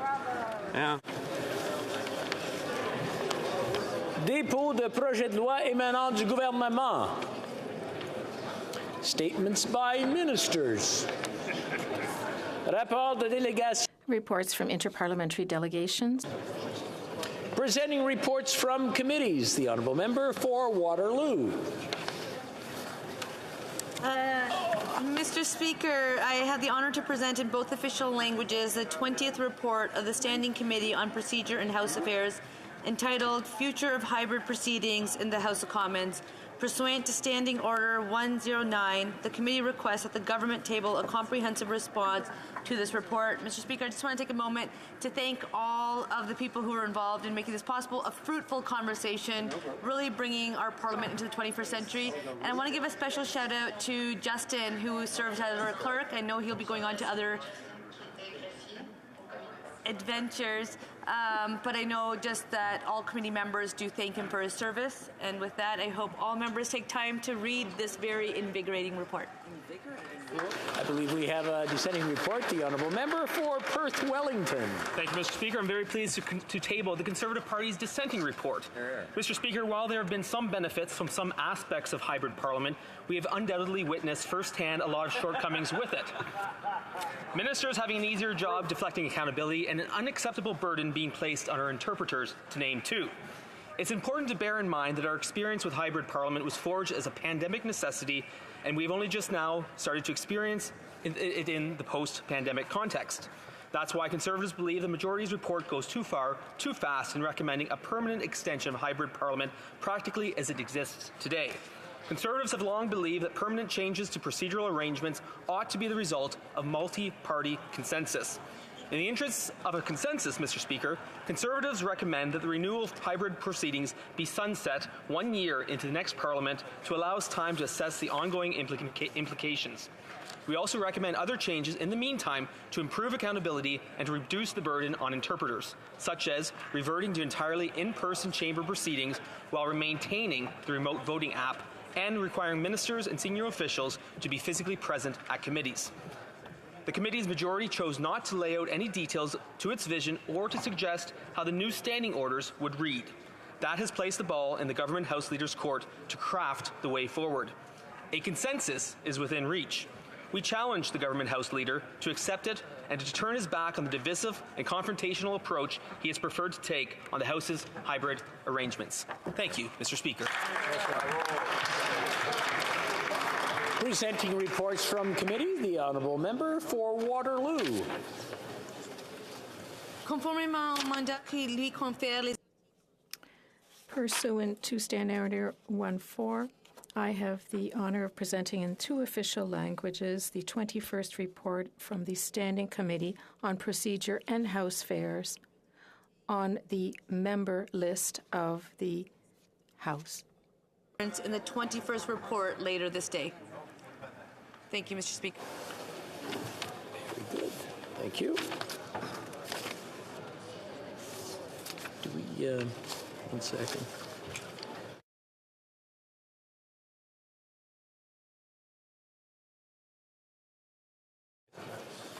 Introduction of private members' bills.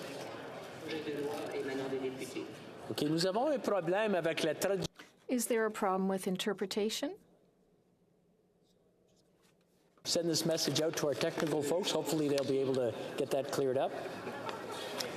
Première lecture de projet de loi. First reading of Senate public bills. Motions. Motion. The Honourable Member for Waterloo. Mr. Speaker, just because it is the first time I'm standing in this House and it's the first day in 2023, I want to wish you and all loved ones a Happy New Year, especially the good people of the riding of Waterloo. And, Mr. Speaker, if the House gives its consent, I move that the 21st report of the Standing Committee on Procedure and House Affairs presented to the House earlier this day be concurred in. Opposed to the Honourable Member moving the motion will please say nay. Agreed. The House has heard the terms of the motion.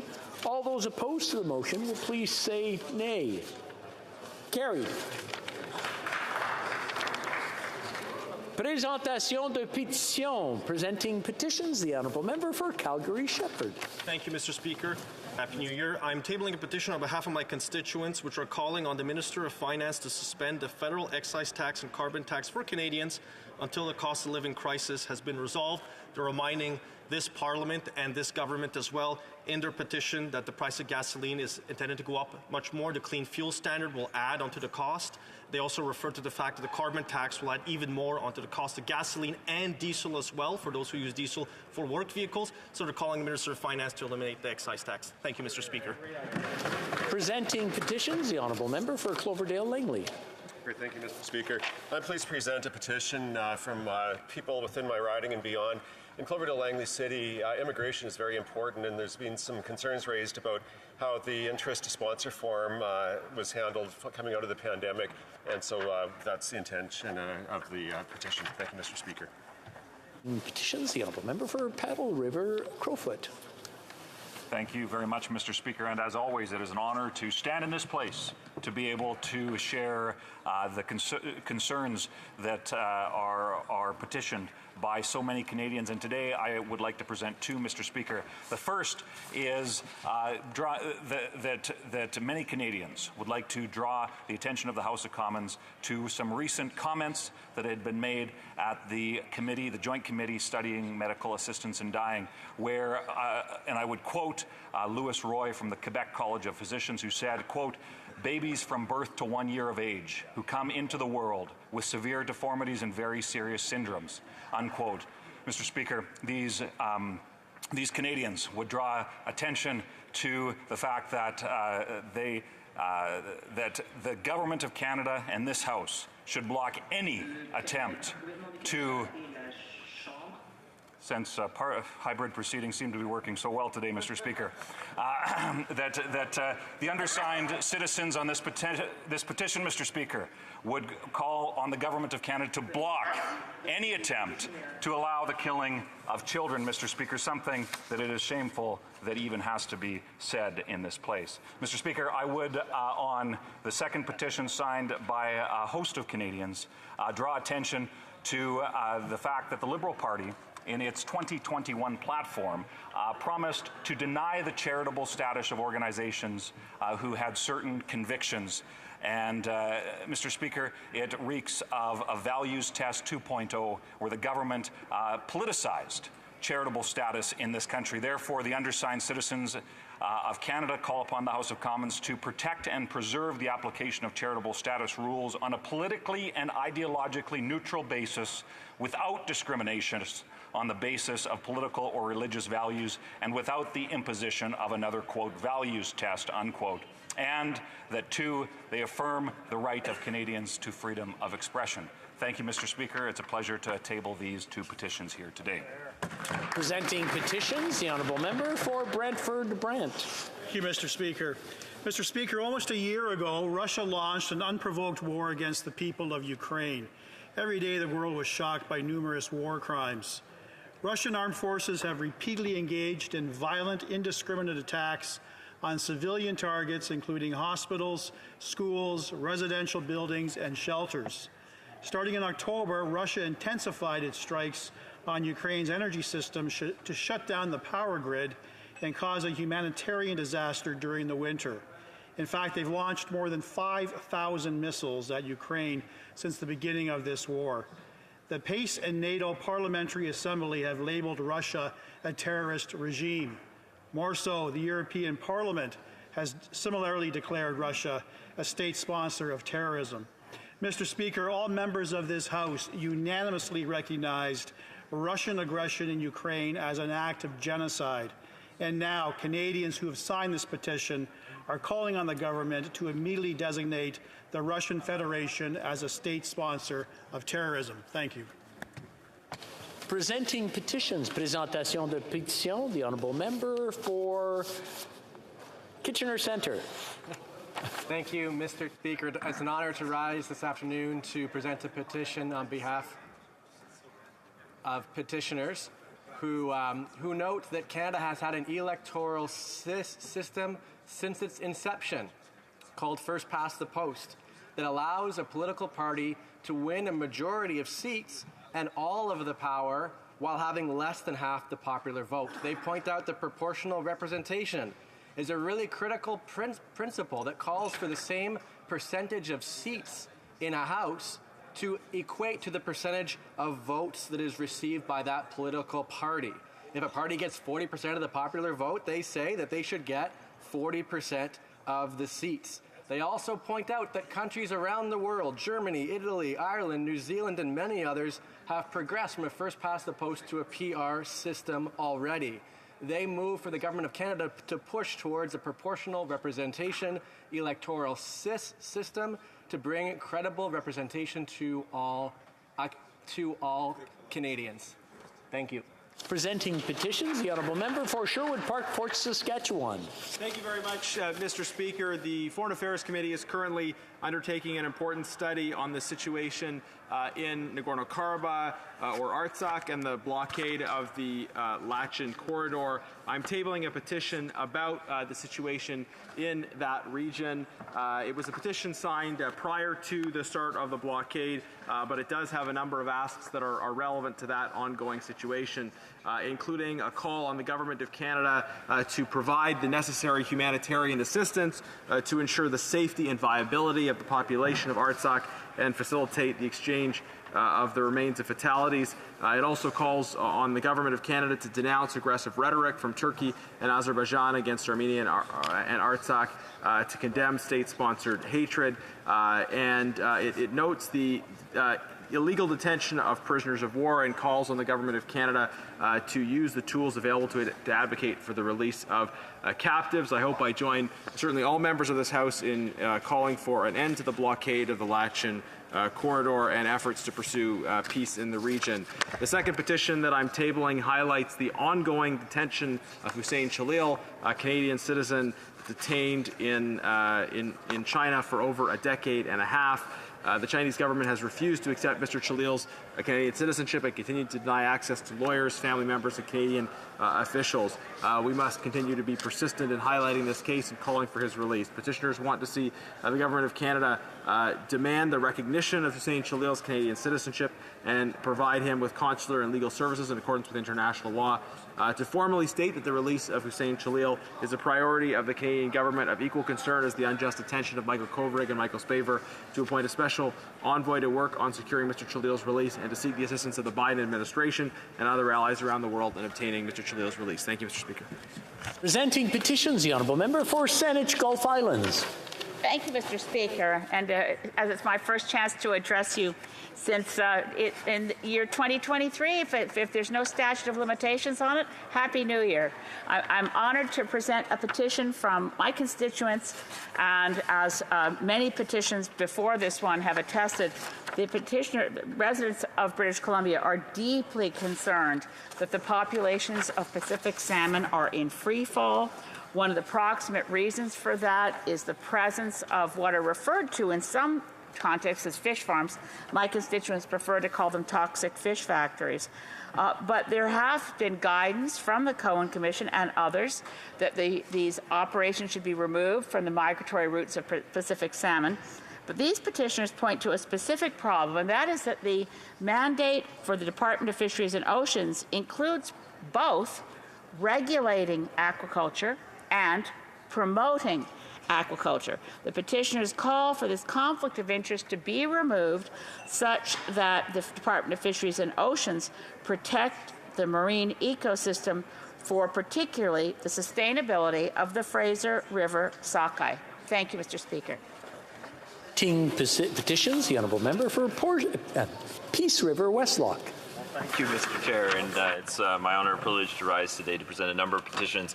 The first one is from Canadians from across the country who are still concerned around the implementation of vaccine passports on Canadian citizens. They note that the Government of Canada has suspended these things for the time being, and they're asking for the Government of Canada to abolish these things. They're calling for an end to all federally regulated COVID-19 vaccine mandates and restrictions. The next petition I have, Mr. Chair, Mr. Speaker, is from Canadians from across the country who are concerned about the Liberal Party's campaign platform to revoke charitable status from pro-life organizations such as crisis pregnancy care centers, which counsel young women and save countless lives every day. Revoking this charitable status would politicize charitable status, and it would be the first step to even more measures to eradicate values and principles of Christian Canadians.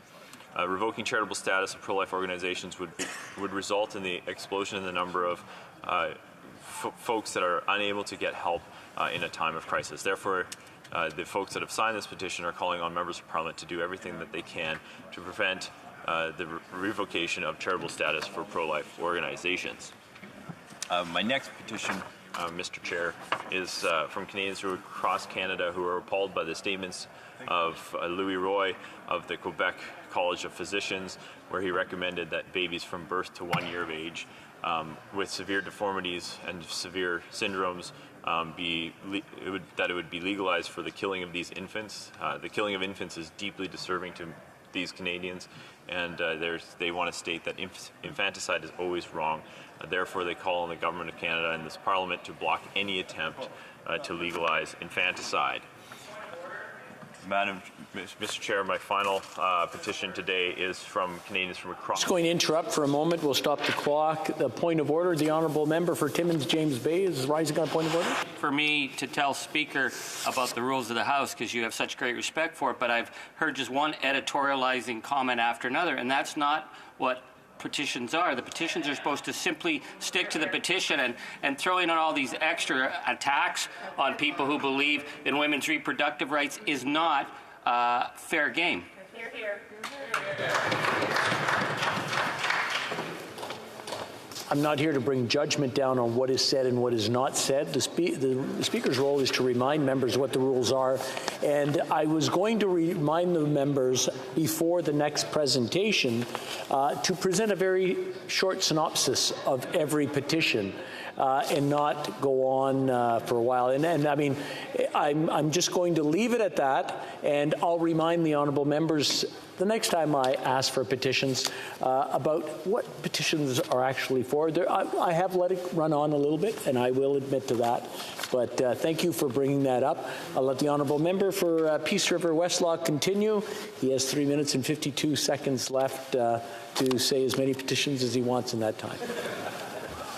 Well, thank you, Mr. Chair. And I have my final petition for this afternoon comes from Canadians from across Canada who are concerned about the treatment of the Falun Gong by the Chinese Communist Party. Millions of Falun Gong petitioners have been arbitrarily detained. Family members have gone missing. Family members of Canadians have gone missing. Extrajudicial imprisonment, forced labor, torture, rape, killing, forced abortion, these kinds of things have happened to Falun Gong practitioners in Canada. They note the 2016 report by the late David Kilgore. They also note that the U.S. House of Representatives and the European Parliament have passed resolutions recognizing the terrible treatment of Falun Gong practitioners by the Chinese Communist Party. Therefore, they call on Canada to take every opportunity to call on the end of the persecution of Falun Gong and to ensure that the Chinese Communist Party's mass murder of innocent people for their organs is not allowed here in Canada. Thank you, Madam Chair. Presenting petitions. Présentation de pétitions. Questions on the order paper. The Honourable Parliamentary Secretary to the Government House Leader. Mr. Speaker, this might take a few minutes to go through, just to give a bit of heads up. The following questions will be answered today. Question 967, 969, 974, 979, 980, 983, 986, 987, 1000, 1001. If you like it, you'll like it even more as we go through this. 1008, 1009, 1013, 1015, 1019, 1021, 1026, 1034, 1038, 1040, 1048 to 1050, 1053, 1059, 1060, 1064, 1065, 1067, 1068, 1070, 1074 to 1076, 1078, 1079, 1082, 1087, 1091, 1095, 1097, 1098, 1100, 1109, 1110, 1112, 1118, 1123, 1131, 1133, 1136, 1137, 1141, and 1143. Furthermore, Mr. Speaker, if revised response to questions number... Seriously? No? Going to interrupt the Honourable Parliamentary Secretary, and the Honourable Member for Timmins James Bay is rising on a point of order. Just the part before 1100, could he just repeat the first section? Because I've been trying to keep it, but he's... I want to thank the Honourable Member for pointing that out, that he missed it. The Honourable Parliamentary Secretary, please continue. And Mr. Speaker, I'll have a page for the member. If you would like a copy of it, I'd be pleased to provide him the full listing of the numbers.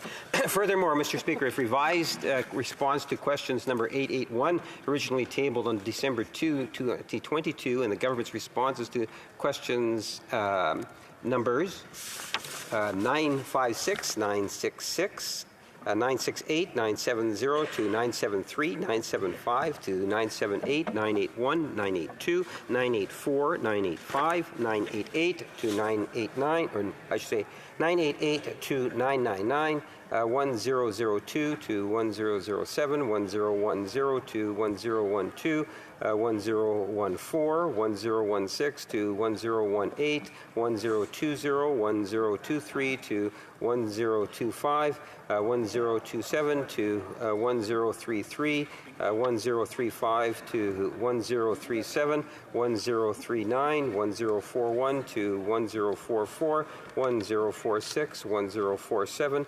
1051, 1052, 1054 to 1058, 1061 to 1063, 1066, 1069, 1071 to 1073, 1077, 1080, 1081, 1083 to 1086, 1088 to 1090, 1092 to 1094, 1096, 1099, 1101 to 1108, 1111, 1113 to 1117, 1119 to 1122, 1124 to 1130, 1132, 1134, 1135, 1138 to 1140, 1142, and 1144 and 1145 could be made orders for return. These returns would be tabled immediately, Mr. Speaker. That's it? Is it the pleasure of the House that the aforementioned questions be made orders for return and that they be tabled immediately? Agreed and so ordered. The Honourable Parliamentary Secretary is rising again. I would ask that all remaining questions be allowed to stand at this time. Agreed? Agreed and so ordered.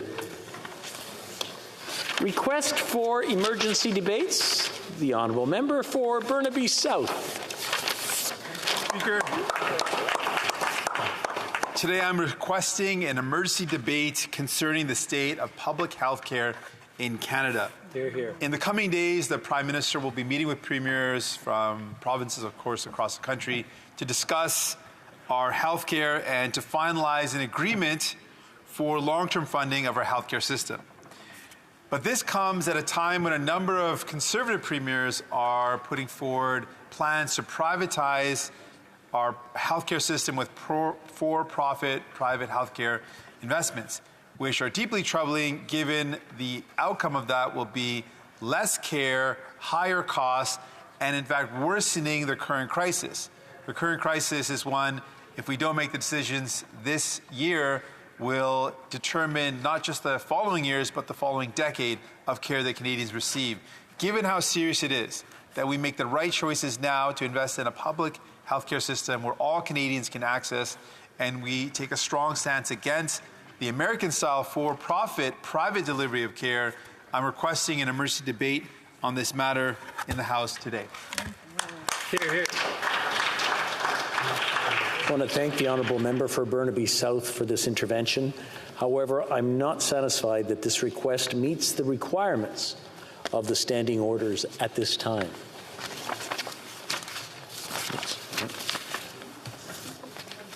I wish to inform the House that I do have a second request for an emergency debate, and I invite the Honourable Member for Thornhill to rise and make a brief intervention. Thank you, Mr. Speaker. Happy New Year. I'm requesting an emergency debate in this House on the unprecedented levels and sharp rise in violent crime across Canada, especially in light of the recent violent attacks plaguing the Toronto Transit Commission in our nation's largest city. Since the government took office, we know that violent crime has increased by 32%.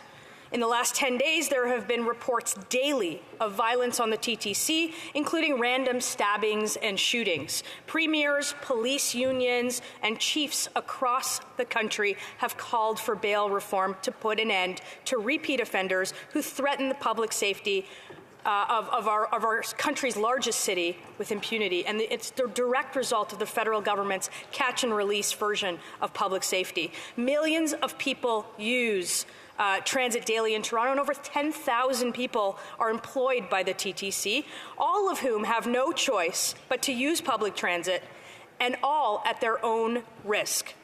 Every Canadian has the right to safe streets, safe neighbourhoods, and safe communities, and it's our jobs as leaders and parliamentarians to provide them with that. So with that, I believe that an emergency debate is necessary to provide the justice to the victims of these attacks and ensure that every Canadian feels safe to go out in public and ride public transit. Thoughts and prayers are not enough. I think we have to act now, Mr. Speaker. I thank the honourable member for Thornhill for her intervention. However, I am not satisfied that her request meets the requirements of the standing orders at this time. We have a point of order. The honourable member for New Westminster Burnaby. Merci beaucoup, Monsieur le Président. Thank you very much, Mr. Speaker. I wish you a Happy New Year. Mr. Speaker, today I would like to make a point of order regarding an amendment to Bill C-21, an act to amend certain acts and related acts on firearms. As we can read on page 770 in the House of Commons Guide and Usage, an amendment to a bill sent to committee after second reading is inadmissible, not receivable, if it goes beyond the scope and principle of the bill. G4 would amend Clause 1 of Bill C-21, and New Democrats have been clear in expressing our opposition to this amendment. The amendment seems to target those who use guns for hunting, for protecting farm animals from predators, and for supporting safety in the backcountry. And what's more, Mr. Speaker, we've all heard from Indigenous people that the amendments do not respect treaty rights nor the duty to consult. C-21 was originally intended to limit the number of handguns on our streets. Before this amendment was introduced, there was every reason to believe that C-21 was on track to pass through this House before Christmas. But instead, as you know, Mr. Speaker, the amendment was introduced at the 11th hour with no ability to question witnesses about its impacts. It is a more than 200-page amendment to what was originally a 44-page bill. In our view, that constitutes an abuse of process, Mr. Speaker. We are not asking you to judge the merits of the amendment. Instead, we are bringing forward a very important procedural point. Nous estimons, contrairement à ce que we feel that, unlike what was decided by the committee, we feel that this amendment seeks to expand the scope of the bill as determined at the second reading stage, because this amendment is a new idea which had not been considered at second reading. Because the original C-21 was meant to implement a handgun freeze. This amendment drastically expands the definition of prohibited firearm in the criminal code to cover all sorts of long guns, including those commonly used for hunting, farming, and by Indigenous communities. This House never had a chance to debate this measure at second reading. Lorsque l'amendement a été proposé, when the amendment was moved on November 21st, 2022, the Speaker or President said that it did not go beyond the scope of the bill. We saw in your very clear ruling, Mr. Speaker, on November 16th, 2022, regarding amendments to Bill C-228, the ultimate decision on the scope of a bill rests with the House itself. And I quote, "The Chair would like to remind honourable members that the scope of a bill is not determined by the sponsor, by the government, or even the committee considering it, but by the House itself when it passes the bill at second reading."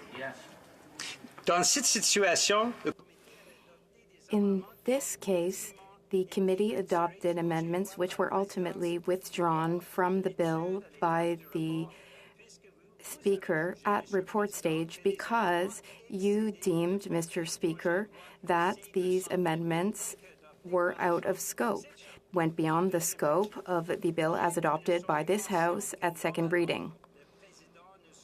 We are aware that the Speaker doesn't usually express himself or views on bills adopted at second reading, but we feel that in this instance, your view would be very necessary and helpful.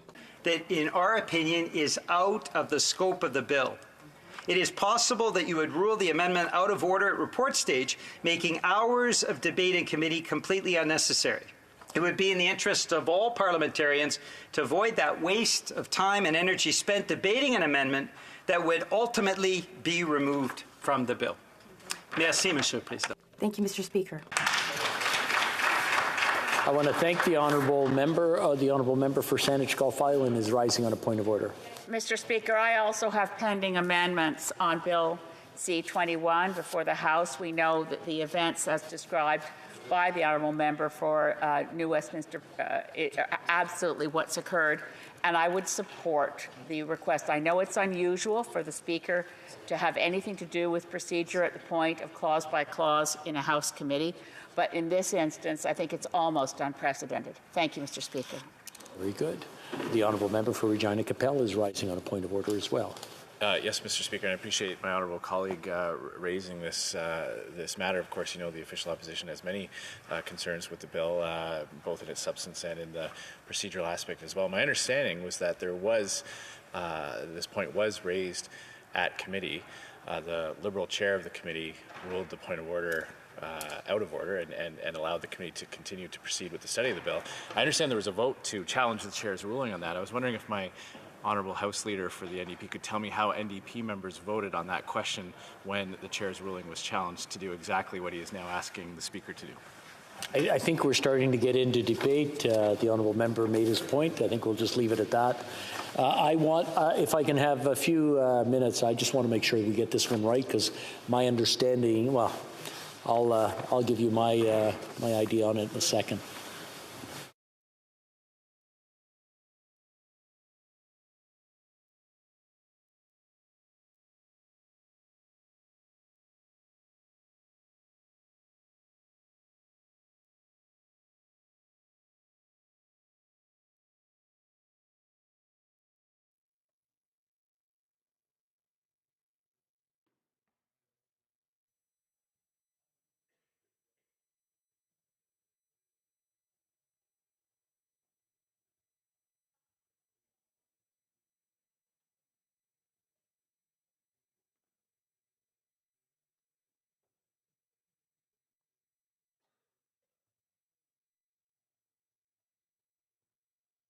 Now, this is an interesting one. The bill is still in committee, and it's not a practice that the Speaker rule on what's going on in the committee until it comes to the House, and then it is something that we can deal with here, and the House will take care of. At this point, I will not be interfering with the committee's work, and we will leave it where it is and see what comes out of it. I trust the committee and the members will work together and bring us something that is acceptable to the House, or something that the House will decide on when it gets here. But thank you for the honourable, to the honourable member for bringing that up. Orders of the day. Government orders, Government Bills Commons. Resuming debate at second reading of Bill C-35, the Canada Early Learning and Childcare Act. Resuming debate, the honourable member for Winnipeg's Centre has 5 minutes remaining. The honourable member for Winnipeg. Oh, I'm sorry. We're into questions and comments. I knew there was 5 minutes of something.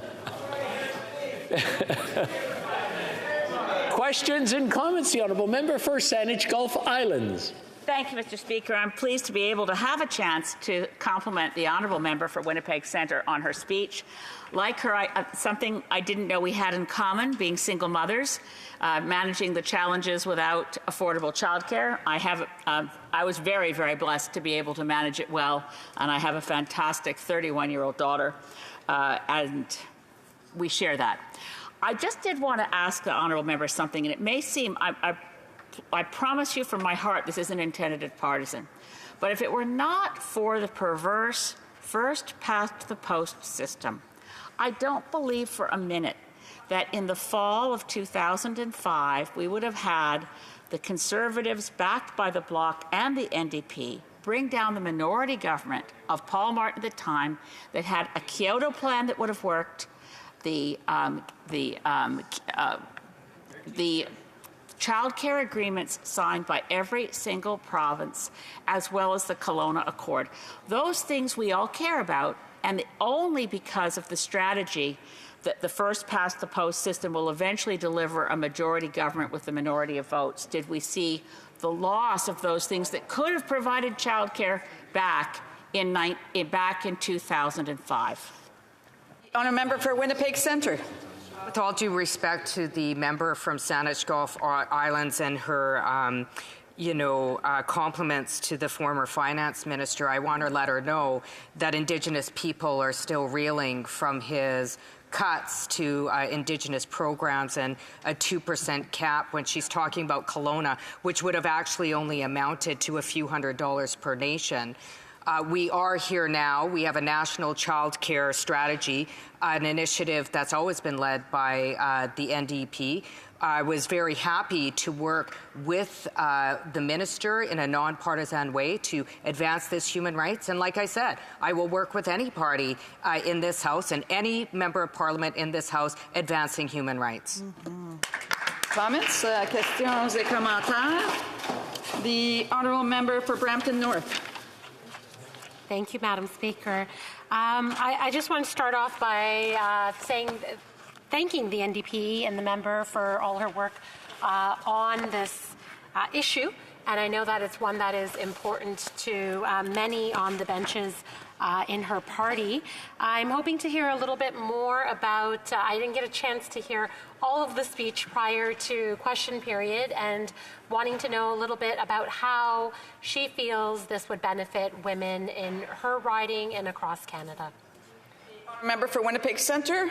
Well, I think it even goes beyond me. National child care advocates, unions, families have pushed for a not-for-profit public child care system, something that the NDP fought for and managed to get in this bill.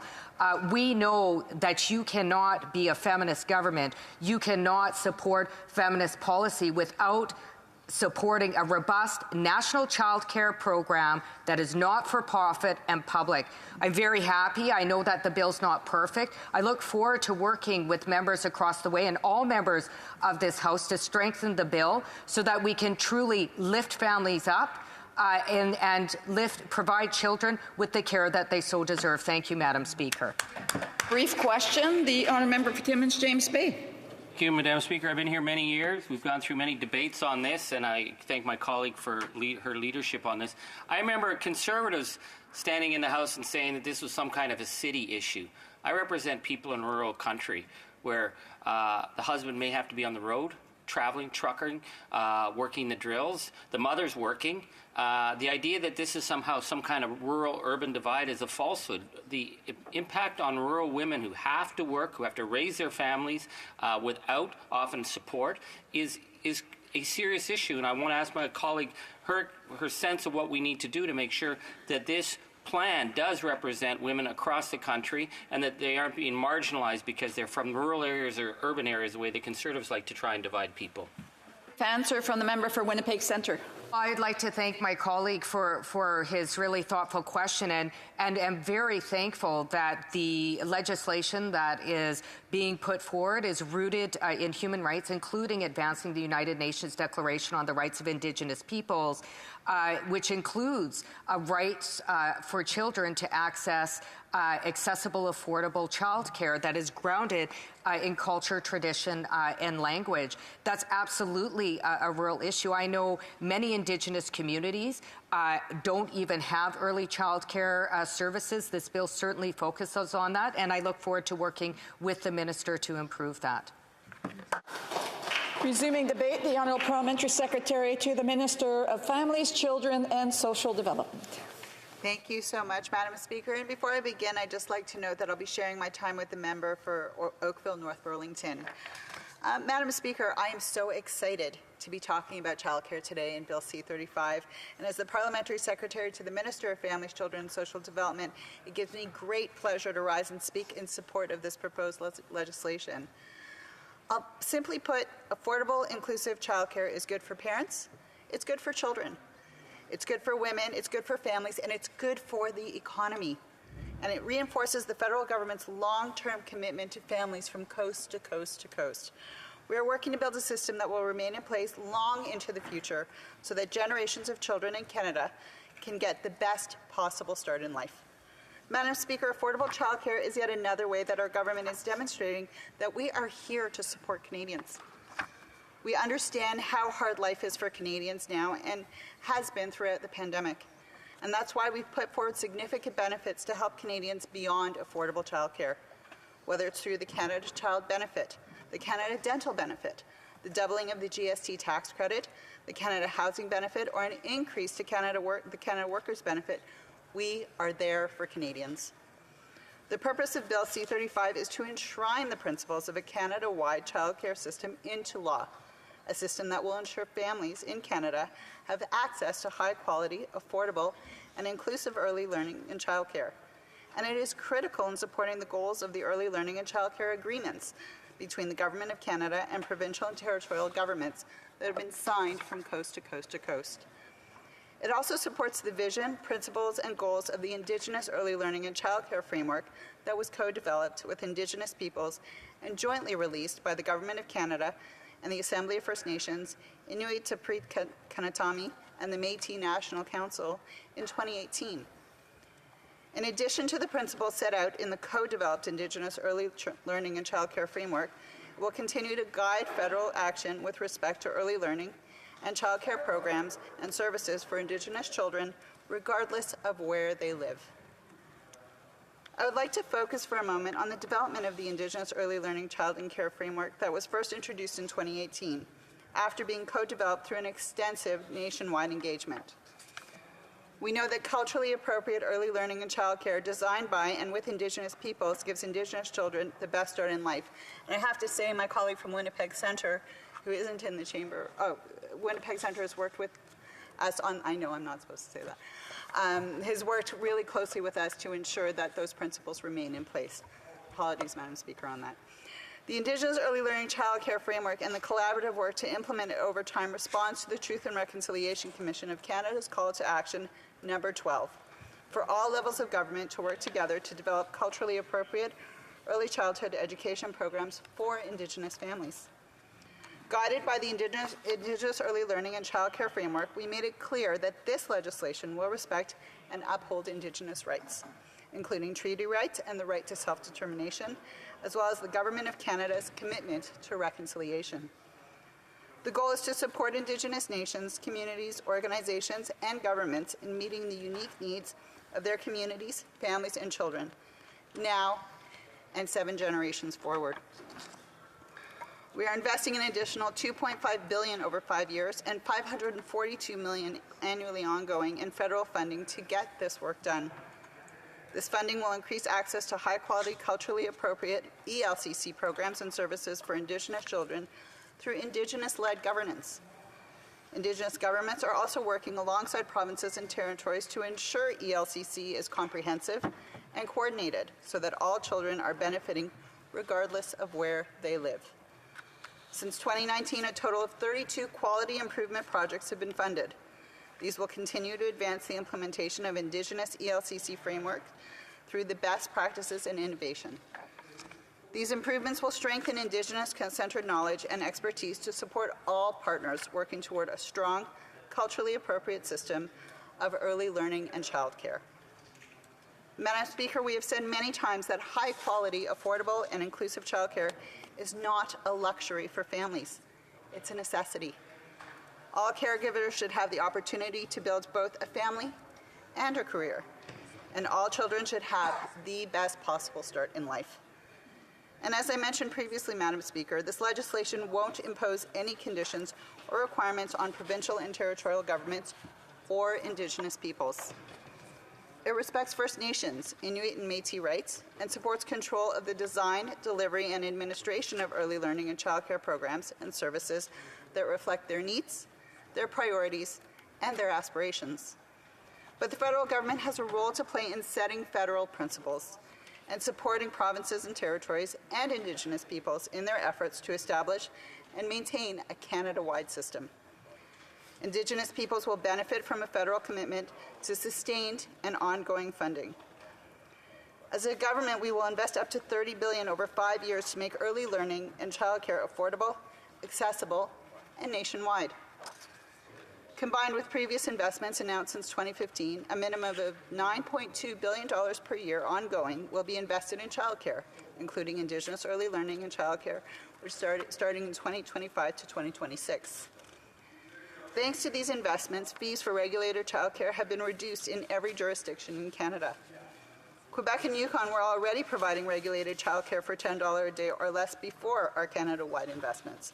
And in December 2022, Nunavut joined them by being the first jurisdiction to lower fees for regulated childcare to $10 a day under the Canada-wide system.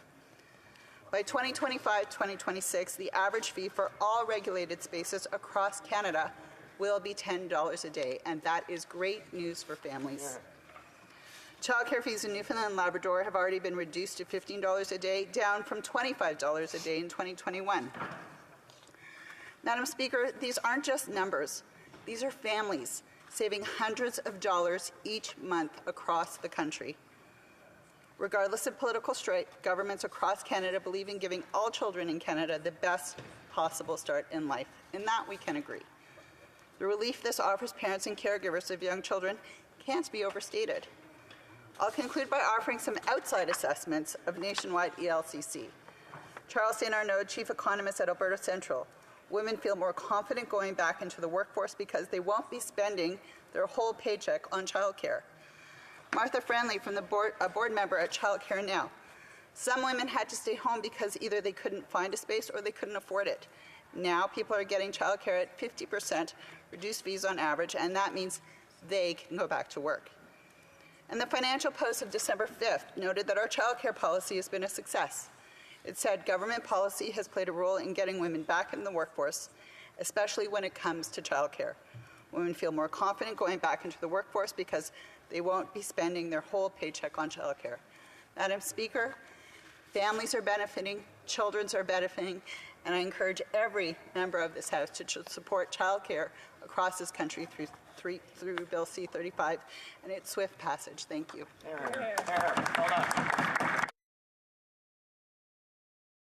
For London, Middlesex, Elgin, Middlesex, London. Good. We just got back. It's all just fine. Thank you so much, Madam Speaker. I'm listening to the Speaker, and thank you very much for bringing forward talking about the importance of childcare. As a mother, I know how important it was when I had my 5 children and needing that care. But the biggest challenge I had was finding childcare. And just last week, we've talked about these proposals, but just last week, I had a young woman coming back to work after maternity leave. She cannot find childcare. And I am wondering what this government's going to do about the lack of spaces, because as the population increases, the spaces are even more important to be building. And I do not see the commitment to the number of spaces that are actually needed to make sure that children do have this care that they're referring to. Good question. The Honourable Parliamentary Secretary. I want to thank the honourable member for her question. And Madam Speaker, as a single mom who arrived back to Canada in the early 2000s with an infant child, I know that fear of not having a space. I was that mom who didn't know about wait lists when I arrived from overseas and had to actually put my career off for close to a year until there was a space available. But that's why through each of our agreements, the total number of spaces that we've committed to creating with provinces is over 253,000. And already, since January 30th of 2023, 50,633 of those spaces have been committed to be built. I was in Manitoba just a couple of months ago where there's a joint commitment of 1,200 rural spaces and a joint planned agreement between Peguis and other rural communities to create spaces. So we're getting there, Madam Speaker.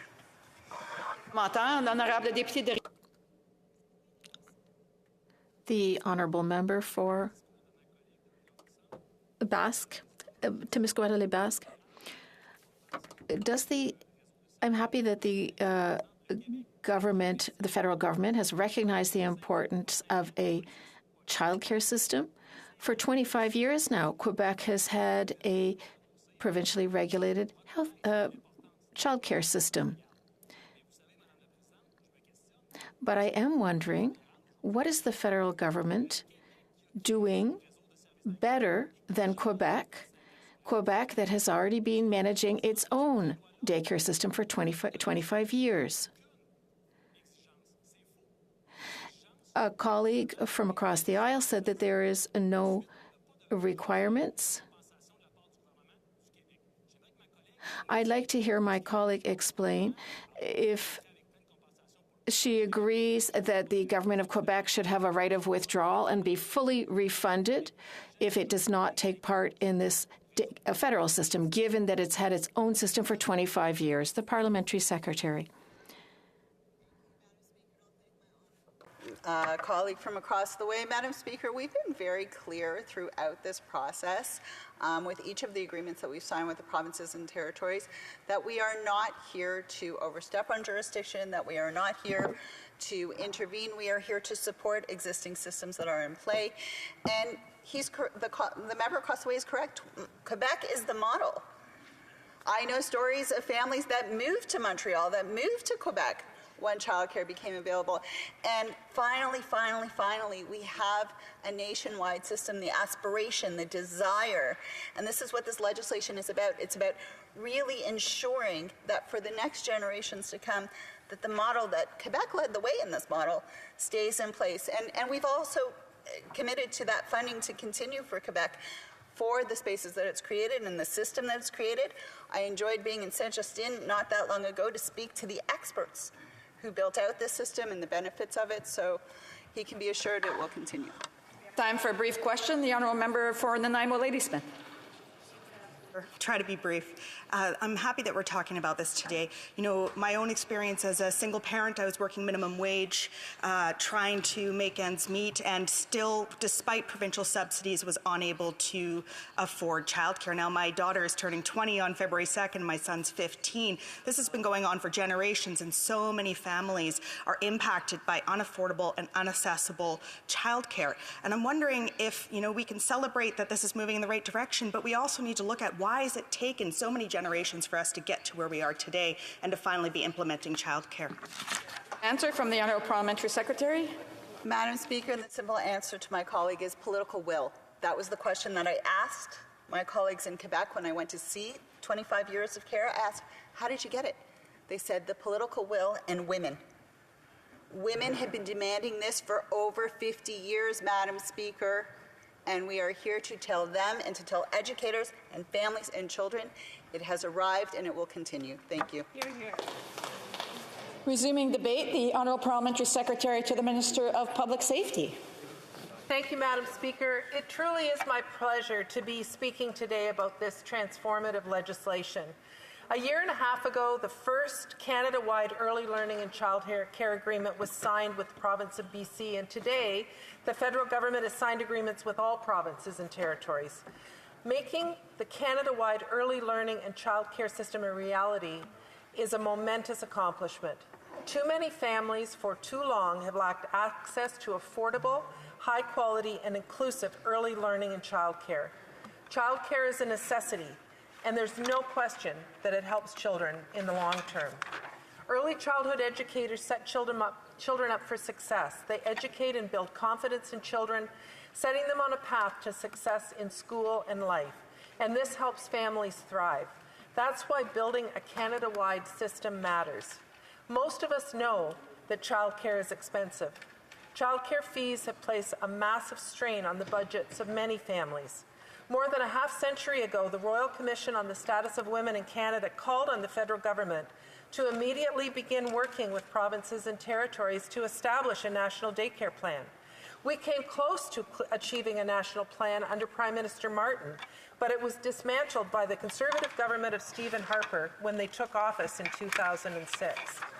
When I was Vice Chair of the Status of Women Committee in our study on the economic security of women, the number one issue we heard that was holding women back economically was access to affordable quality childcare. To quote from our report, quote, "The lack of access to high-quality, affordable childcare was identified as a significant barrier to women's economic security because women bear a disproportionate responsibility compared to men for the unpaid care of children. Witnesses spoke of societal expectations and workplace culture that assumes women are the primary caregivers for their children at home and that women be responsible for arranging childcare if they want to work. The committee heard that the provision of accessible, affordable childcare is a key element in promoting women's labor force attachment. Lack of access to childcare limits women's ability to seek education and training, limits women's opportunities to re-enter the workforce, hurts their ability to achieve professional goals, and leads many women to seek part-time and precarious employment." End quote. Generations of Canadians have waited for their government to answer the call. Making the Canada-wide system a reality means we can now relieve some of the stress felt by families from coast to coast to coast. When my son was born, it was tough financially. Back then, I only got 3 months maternity leave, and when it was time to go back to work, it was a tough decision. I almost didn't go back, but thanks to a very generous boss, I was able to. My son Fraser went to a terrific daycare run by the Canadian Mothercraft Society in downtown Toronto in the newly opened BCE Place. It was an awesome daycare, but no doubt about it, it was expensive. I don't know how families made it work financially with more than one child. But with the introduction of Bill C-35, families in Canada do not have to endure the hardship of finding affordable and inclusive, high-quality childcare. This is our government's commitment to maintain long-term federal funding for provinces and territories. All provinces and territories have already seen childcare fees significantly reduced, and we're on track to achieve our goal of an average $10 a day regulated early learning and childcare by March of 2026. The Canada-wide early learning and childcare system and this bill is the result of a significant collaboration with provinces, territories, and Indigenous peoples. Since 2017, we've worked with our provincial and territorial partners to establish the Multilateral Early Learning and Childcare, or ELCC, framework that sets out the long-term vision for childcare in Canada. We negotiated bilateral agreements with the provinces and territories to increase access to childcare across the country.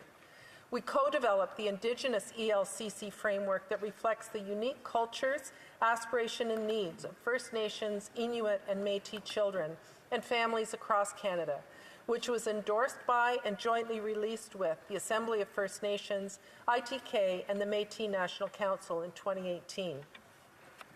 This proposed bill respects provincial and territorial jurisdiction and respects and upholds Indigenous rights, including the right to self-determination. We're not imposing any conditions or requirements on provincial or territorial governments, nor on Indigenous peoples. With this legislation, we're enshrining into law the federal government's continued commitment to working collaboratively with and supporting provincial, territorial, and Indigenous partners in their efforts to establish and maintain a Canada-wide system of early learning and childcare. The National Advisory Council, which will be enshrined in the legislation, will provide advice to the Minister of Families, Children, and Social Development on this important work. Combined with other commitments, we're investing up to $30 billion over 5 years to make first-class early learning and childcare affordable and accessible. And we're committed to continuing to work with our partners as the system matures and evolves. Our goal is simple and clear. We want to give children across the country, wherever they live, the best possible start in life. From the beginning of the process, the Government of Canada has maintained that early childhood educators are key to the success of a high-quality early learning and childcare system and deserve to have their work valued. We know our early childhood educators are dedicated and professional people. It is in all our best interests that we give early childhood educators and those contemplating a career in early childhood education the necessary incentives to support their growth and professional development. Early childhood educators are a pivotal part of the Canada-wide system. They deserve more for the critical work they do with our children. This legislation is not just about making life more affordable. All parents should have the opportunity to build both a family and a career. Parents, and especially mothers, have too often been denied the support they need to finish their education, participate in training, open businesses, and maintaining good jobs to provide for their families. Now parents won't have to choose between raising a family and having a career. It's simply a matter of being able to go out to work. It isn't simply a matter of being able to go out to work. It's also about the impact it has on women's careers and their ability to be entrepreneurs, as well as on their long-term earning capability. The longer parents, especially moms, are out of the workforce, the harder it is to get back in and advance in a career with all the social and economic benefits that brings. Affordable, high-quality childcare is a feminist economic policy and smart economic policy that will increase Canada's GDP by 1.2%, allowing for more women to return to the workforce.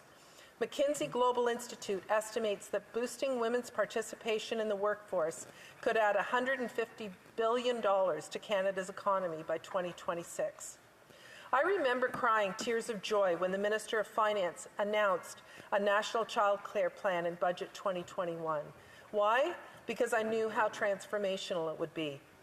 I remembered the financial challenges of childcare 33 years ago and the challenging decision of whether or not to return to work based solely on finances. As I knocked on doors in the 2021 election, I was concerned that the Conservative Party had said that if they were elected, they would scrap the universal childcare, which would have been absolutely devastating for families in Canada. I'm now a proud grandmother of the most perfect little boy. He started daycare in November and is thriving there. His parents waited anxiously for a deal with the province of Ontario to ensure their childcare costs would be affordable for them. Needless to say, our family was overjoyed when the deal was signed, and their childcare costs have already been reduced by 50%, which means that wee Cameron is able to grow and learn at his daycare, and his mom and dad can both work in meaningful employment. With this bill, all of us in the House have the chance to do something that is going to make a difference for generations to come. It is my hope that we can swiftly pass this bill to ensure the longevity of the Canada-wide system that helps all families in Canada access high-quality, affordable, and inclusive early learning and childcare. Thank you, Madam Speaker. Well done. Thanks. And comments? The honourable member for King Vaughan. Thank you, Madam Speaker, and thank you to my colleague for the question. My concern with this bill is, as a young widow, I had 2 young children. I had no choice. I had to work in order to ensure that they had a home to live in and food on the table. But unfortunately, I did not have the type of job where it was 9 to 5. So I had difficulties finding daycare as early as 6 o'clock in the morning and some nights as late as 10 o'clock at night. How does this address the women in my previous profession to accommodate the opportunity for them to have the $10 a day care? Thank you. Excellent. Parliamentary Secretary. Thank you, Madam Speaker, and I thank the honourable member for that question because it's a very good one, and depending on what career women have, it may be difficult to access childcare, and that's why we're making investments and working with the provinces and territories to find ways that we can expand childcare, make it affordable, and make it accessible for people regardless of the career that they have. Certainly, whether it's working in a lot of the emergency services where there's a lack of childcare options for women, whether it's working in careers that require you to work late into the night or to travel, it can be a challenge. And so it's certainly something that we're cognizant of, and we're working with our partners to ensure that our child care program will meet the needs of all women. Un commentaire, l'honorable député de Shefford. Madame la Présidente, c'est toujours intéressant d'entendre parler de ce. It's interesting to hear the member speak about this model for daycare that is based on Quebec's own model of daycare, implemented by Pauline Marois. In Quebec, we were ahead of the trend. There are already daycares in Quebec that offer services outside of hours one might expect from daycares. It offers something to women who have schedules that don't necessarily mean they work during the day. My concern is that in 5 years, we're going to end up in negotiations between Quebec and Ottawa, and yet again, it will delay funding to Quebec because it has its own unique and functioning model. What's going to happen in 5 years? Quebec needs to continue to develop its own network. The Honourable Parliamentary Secretary. I will give a shout out to the Quebec model, which has been a model to which we have referred to when we were doing our study at the Status of Women Committee. We referred to the model that Quebec has. And I don't have a crystal ball to see 5 years into the future, but I would say that that's why this legislation is so important, because it puts into law the federal government's commitment to continue to support all provinces and territories and Indigenous partners. And I would add that Quebec was one of the early signatories to an agreement with the federal government on the program that we have implemented. And so I can't see into the future, but I would say that this legislation is an important piece of ensuring that there will be funding moving forward in 5 years' time. Time for a brief question. The honourable member for London Fanshawe. Thank you, Madam Speaker, and I'm very excited today to rise in this House to discuss this bill. I myself had put forward Bill C-311, which is a lot of the base, I would like to think, of this bill, and I worked off of the work of many other members of Parliament, New Democrat women, Denise Savoy, Olivia Chow, to name a few. But part of my bill that I want to actually specify here is again about the workers within the system, within childcare. These incredible, often women, and some of the strengthening that needs to happen within the bill for training, professional development, to ensure their hours of work are protected. A lot of the unions within this field have called for that, so I'd like to hear the honourable member talk about that. Thank you, Madam Speaker. From the Honourable Parliamentary Secretary. Thank you, Madam Speaker, and I think that's a very valid point that the honourable member makes, and I hope that she will bring it up when the bill goes to committee. And it's certainly something that's valid to be speaking about when it's at committee as the bill makes its way through the legislative process. Thank you, Madam Speaker. Resuming debate, the honourable member for Elgin, Middlesex, London. Thank you very much, Madam Speaker. And thank you for the opportunity to speak on this bill. I recall when the National Child Care Strategy was first discussed in 1993, because at that time I was pregnant with my first child. He is now the father of 4 children, so obviously we're still having this discussion.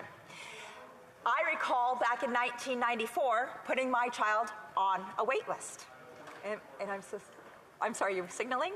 No? Happy? Okay. I recall putting my child on in 1993, sharing. I will be sharing my time with the member from St. Lac-Mégantic-Mirable. We'll go with that one. I'm sorry, I'm not making fun of anything today, but it's great to see my friend over there laughing, because I know that once in a while we just need to have a chuckle about these things. But as I was saying, back in 1994, I recall it was the first time that I put my child on a wait list. And it wasn't for necessarily public funded, but it was for a childcare space in the City of London. I was a brand new mother, 23 years old, with a job working at probably making it between $8 and $9 an hour, because I was working as a dental assistant at that time.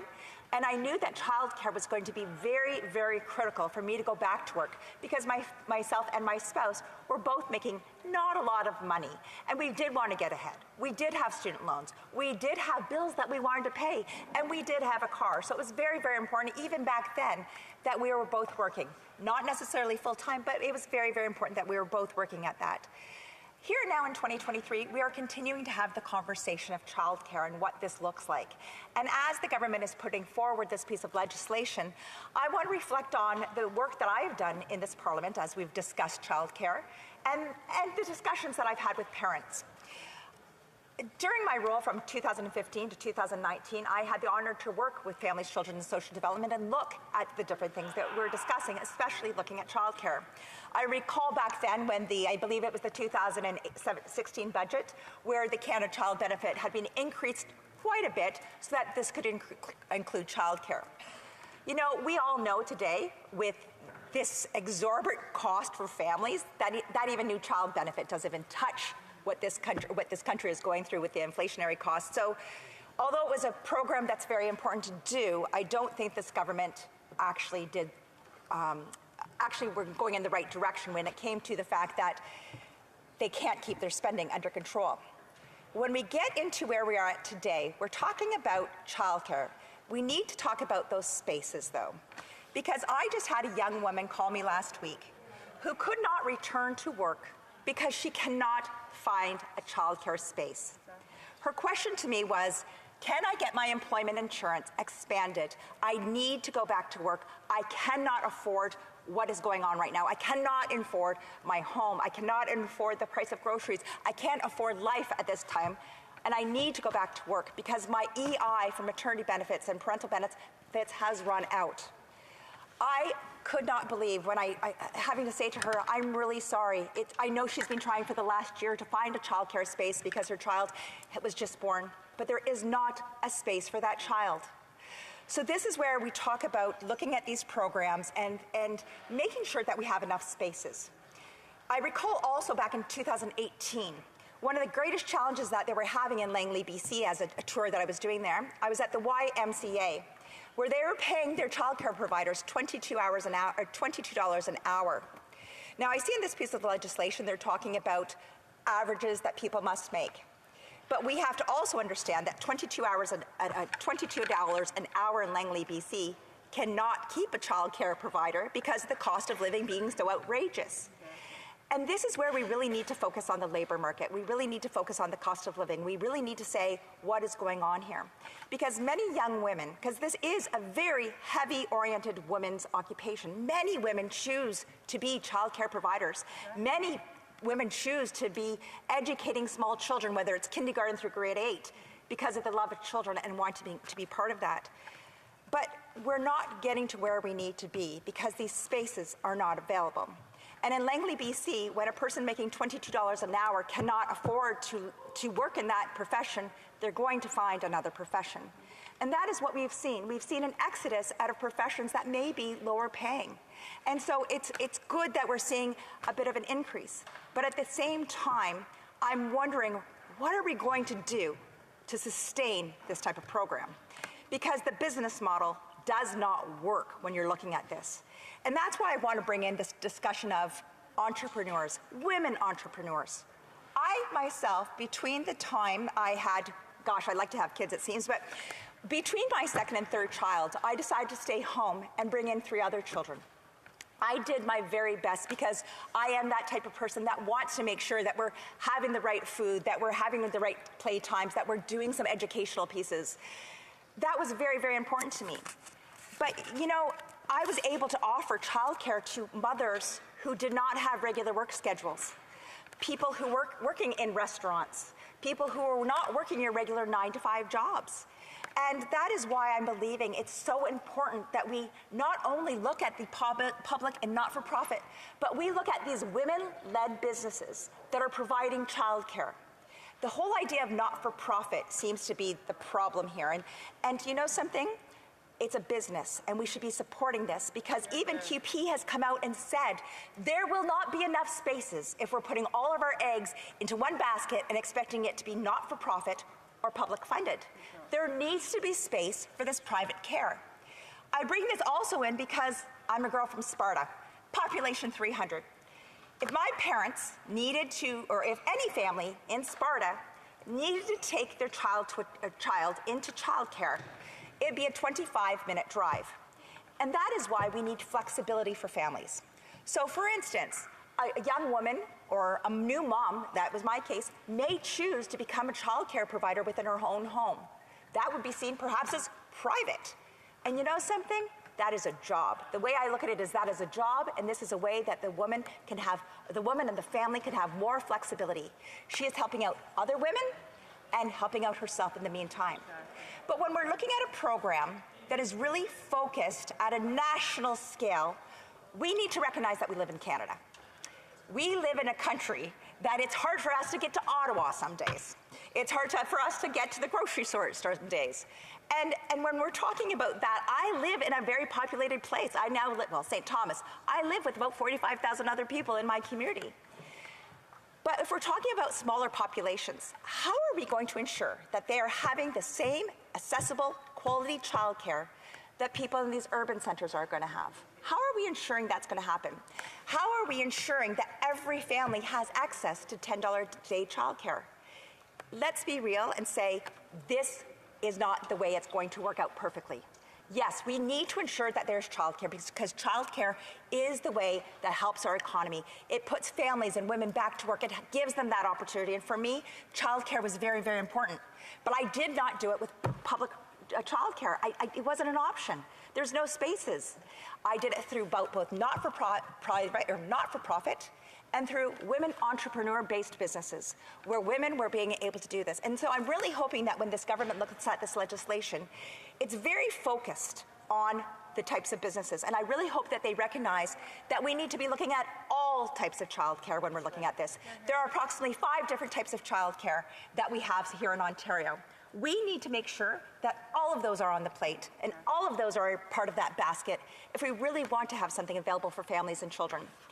I want to switch before I'm finishing on the labor because, as we've said, labor is an issue. And I talked about the cost of living. I've talked about the $22 an hour. It was just in 2018 to be a childcare provider out in Langley, BC. But we are in a critical issue. Just as we're seeing in our healthcare professions, just as we're seeing with many of our frontline workers, we're seeing burnout. And I must say, the people that are working in childcare do an exceptional job, but there is burnout as well. And we need to ensure that there are supports for them, that there is education for them. But there is a labor market issue here right now that is not going to help fulfill what this government is putting forward. And that is why we need to look at everything else. We need to look at things. PSWs, labor force issues, this is what we're seeing from this government because people cannot afford to have certain types of jobs. So people are leaving those types of jobs, which are really, really important. They're leaving those jobs to try to find higher earning jobs because this government doesn't really have that love for jobs.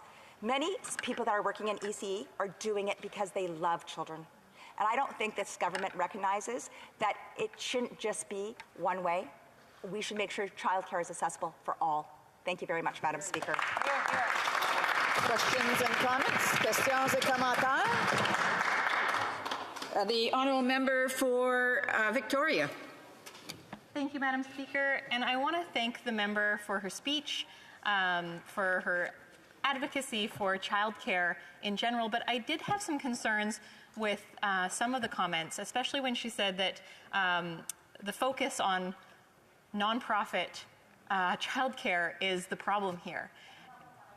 And I think my deep concern is that what I've heard from Conservatives, both kind of the Doug Fords provincially, but also from the Conservatives here in this chamber, is that they want to put public funds into what should be nonprofit supports. And so when it comes to childcare, we know that the Ontario Conservative government has quietly removed profit caps, and they're expanding for-profit childcare. This seems very concerning to me. We also know that Doug Ford is also putting funding, our public healthcare funding, into privatized systems. So I'm curious if the member believes that we should be prioritizing for-profit instead of nonprofit care. I just want to remind members, that the honourable member who delivered the speech is the one that's going to be answering the questions. So I just want to ask people to hold off until that question's been asked and their colleague will be able to answer it. The honourable member for Elgin, Middlesex, London. Here, and perhaps the member didn't actually listen to me because I had said we needed the entire bouquet. We need an entire plate of different options because not-for-profit and public just do not meet the need. So rather than making this political, rather than calling Conservatives out, rather than saying this is what we've done, let's talk about the children first here because it's the children that are missing out on all of this political crap that people are talking about. That is where we're going here. I listened to this question. It was a political attack. It was not about children. If we're talking about for-profit versus this, what we need is a system that works for parents. Hear, hear. And it's not just one type. It needs to be all of these different systems working together to ensure that we have childcare across this nation. Thank you. Questions and comments? The Honourable Parliamentary Secretary, the Government House Leader. The Honourable Parliamentary Secretary to the Minister of Families, Children and Social Development. Thank you, Madam Speaker, and I want to thank my colleague across the way for her speech, and as she well knows, I'm happy to talk about childcare all day long. I'd just like to share or ask the member, the Bill C-35 is really the legislation that encompasses what the agreements that have already been put in place. And if we look province by province, much work was done to identify and register a wide array of childcares. And while, yes, there are caps on private, there are private childcares that have been grandfathered in Ontario. But the idea is to create more spaces because the market demand for spaces is there. Each province gave us a list of how many spaces they need. And the partnership with the federal government is to commit the funds to build those spaces. I was just in Manitoba announcing $70 million for rural spaces. So I would ask the member, like, does she not understand that this is really a set of agreements under this legislation so that we continue to work together with provinces and families? For Elgin, Middlesex, London? Well, I think she hit the nail on the head when we talked about it needing to be agreements with provinces, because at the end of the day, the people that are providing childcare are the provinces. The federal government is supposed to be there trying to create a strategy, an approach to this. And I think as we're talking about this, we're so keyed in on, well, this is what we're trying to do. It doesn't work. One type of thing just doesn't work for everybody. We need to make these agreements, but 67% of childcare in the province of Alberta is done by women, or I shouldn't say but done, it is done for entrepreneurs. It is not public, it is not private, or it is not public, it is not not-for-profit, because that's what works in that area. So I really, when we're talking about this, I'm just really hoping the government understands that spaces and private can still work together very well. Yeah. Questions et commentaires. The honourable member for Peterborough-Kawartha. A brief question, not hard. Thank you very much, Madam Speaker, and I want to thank my colleague so much for her passion and work on this file. She understands it so well in the choice that needs to be offered. My question to her would be, does she feel that this legislation right now should be eligible for the most vulnerable? Right now, it's subsidizing wealthy families instead of those most vulnerable. Yeah. A brief answer from the member for Elgin, Middlesex, London. Golly gee, I forgot about that part of my speech. Absolutely. For me, it's got to be for those people that really need a hand up. That is what this government should be doing, is giving a hand up.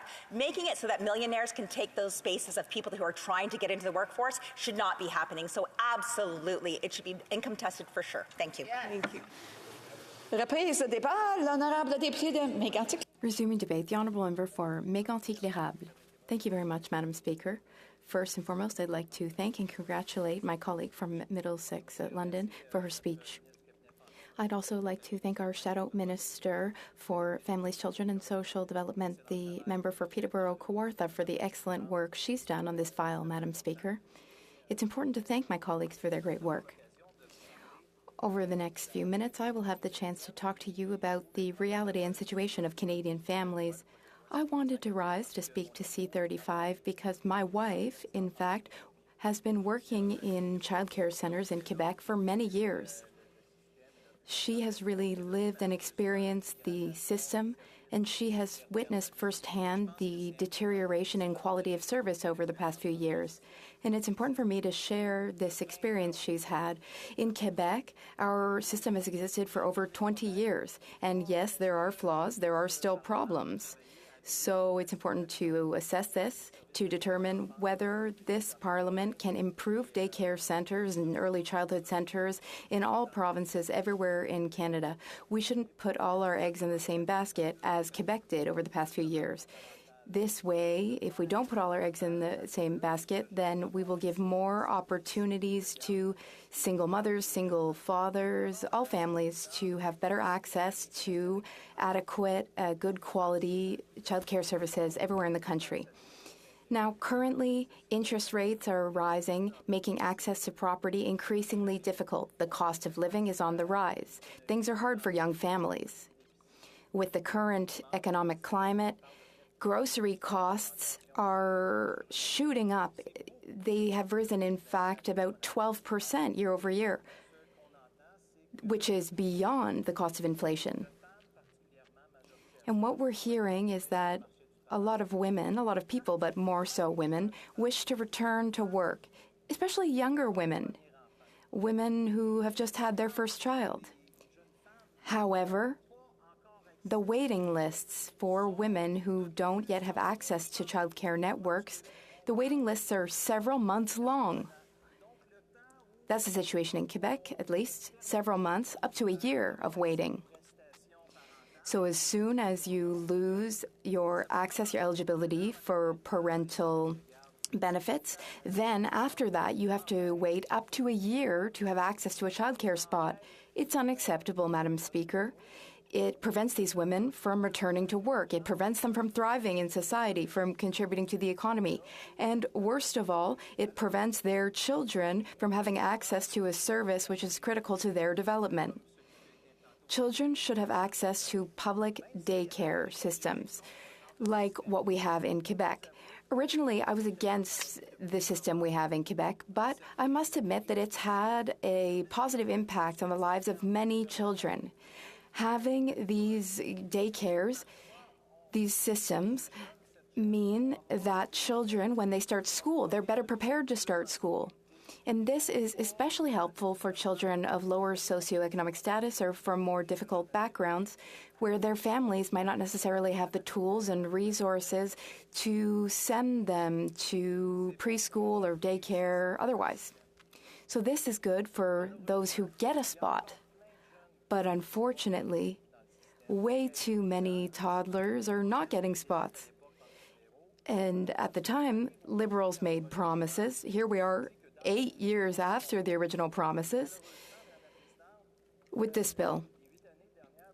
But unfortunately, Madam Speaker, under the first 8 years of liberal governance, what we have is the impression that this is just good intentions, as usual, but that the results won't be so impressive. This is going too quickly. They're doing it much too quickly in order to impress people, maybe make headlines. Then eventually, as usual, the government might realize that it has done things hastily, and then thousands of young people won't have access to these spots in daycares. Why? Well, first of all, there might not be enough spaces. This is the case in Quebec. Second issue, there is a serious shortage of educators, early childhood educators, who are essential in order for daycare centers to be able to welcome these children. Third issue, there's an issue with availability of food in early childhood centers. I was in fact shocked to learn recently that non-governmental organizations don't have the resources to give some daycare centers meat anymore. So they're not getting meat in some daycare centers. They're using meat alternative products. Why is there no more meat in the CPEs, in Quebec's early childhood centers, Madam Speaker? Lack of funding, and also problematic choices which have been made. We need to ensure that families eventually have access to childcare services, but unfortunately, Quebec prioritized the subsidized daycare model, which is what the federal government is trying to do right now. But here we are, 25 years after Quebec's decision to implement that system, and problems still exist. Not all needs are being met. Quebec's Minister of Families and Children, according to their data,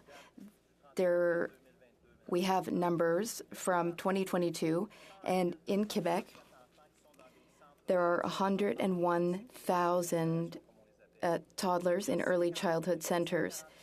There are about 50,000 kids in subsidized daycares, Madam Speaker.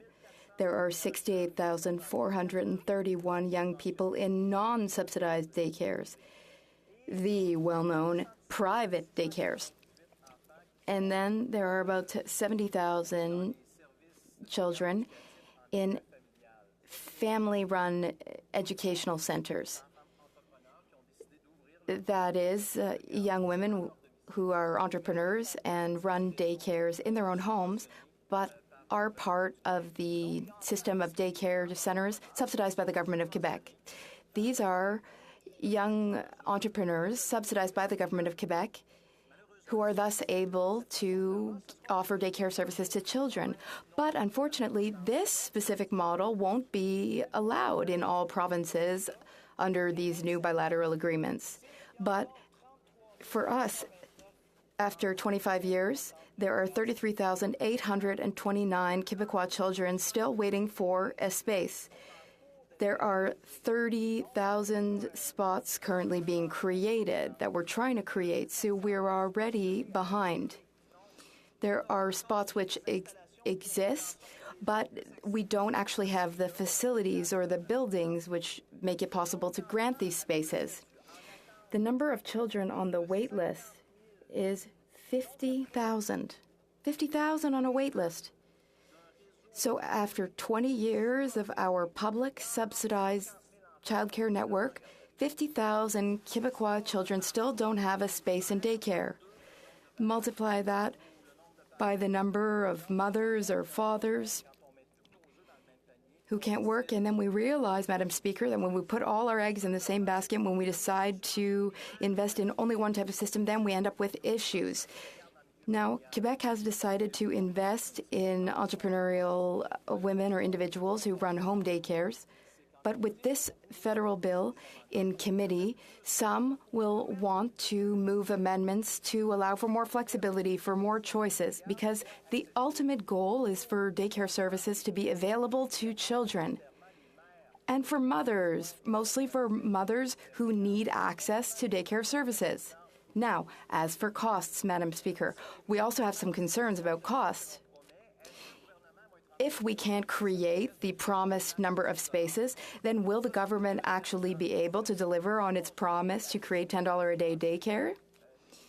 Because if we take a look at previous Liberal government programs over the past 8 years, well, we're well within our rights and totally reasonable to doubt that they'll be able to deliver on this one. Currently, we are trying to find 18,000 educators in Quebec.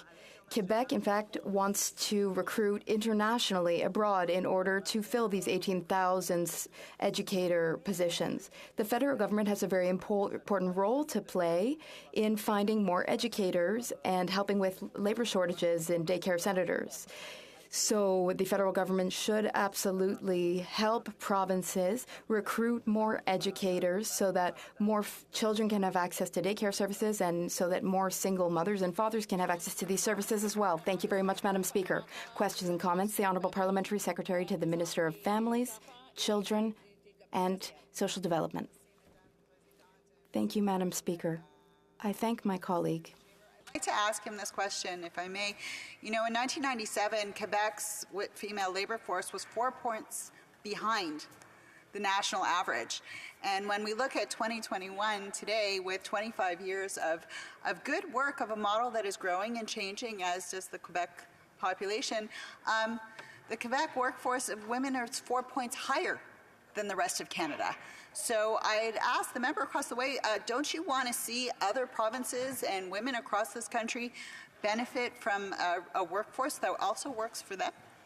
I want to remind the Parliamentary Secretary to address the questions through the chair and maybe not use the word you and maybe he or she. It'd be better. The Honourable Député. The Honourable Member.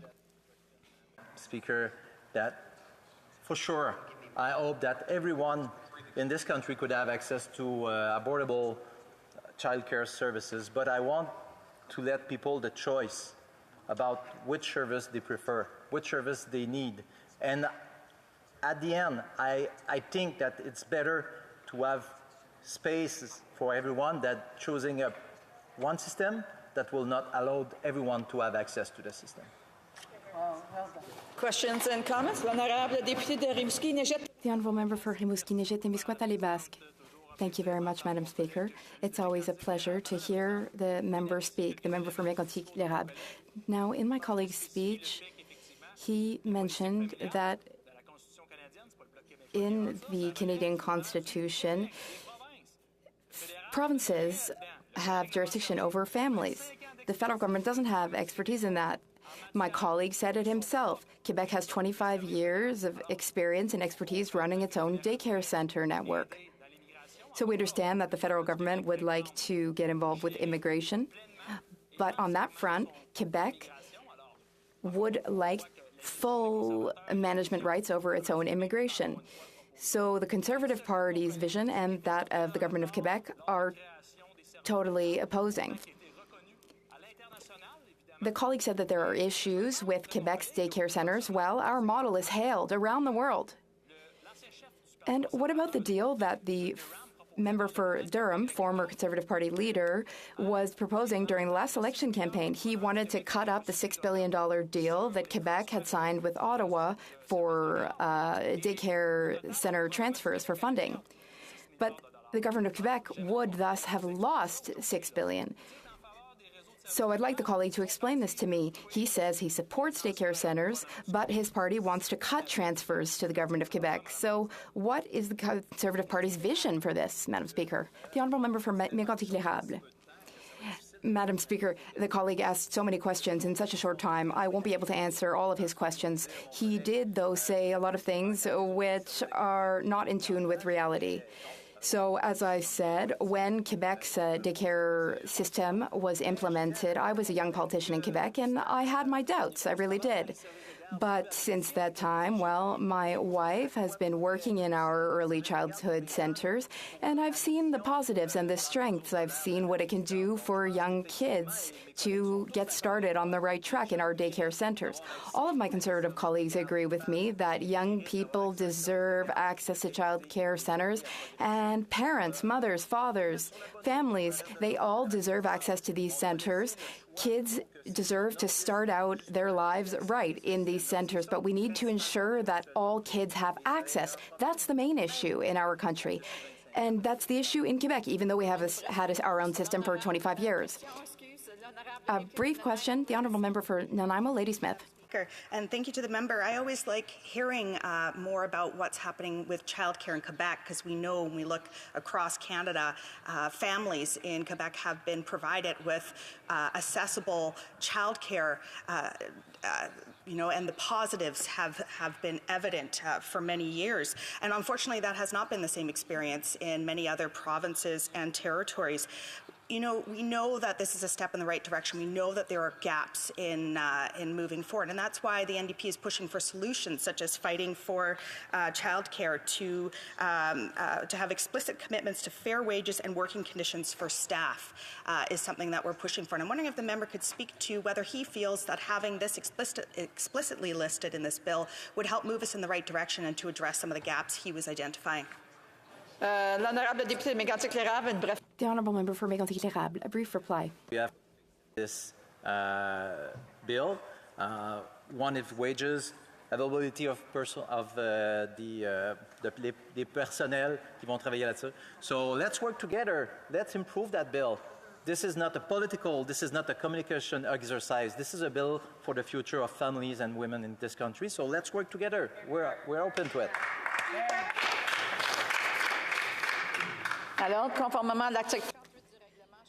Pursuant to Standing Order 38 of the Standing Orders, it is my duty to inform the House of the question tonight. The Honourable Member for Sherwood Park, Fort Saskatchewan, Government Priorities, and the Honourable Member for Courtenay-Alberni, Health. Resuming debate, the Honourable Parliamentary Secretary, the Government House Leader. Yes, thank you, Madam Speaker. And it's such a pleasure to be able to rise and speak to legislation that is very historic in its nature, Madam Speaker. It's not too often where we see a national government taking an initiative as significant as we are today. What we're really talking about is the core principles of what a national child care program will look like here, Madam Speaker. So it's the type of thing in which I would like to believe and hope that all members of this House would actually get behind.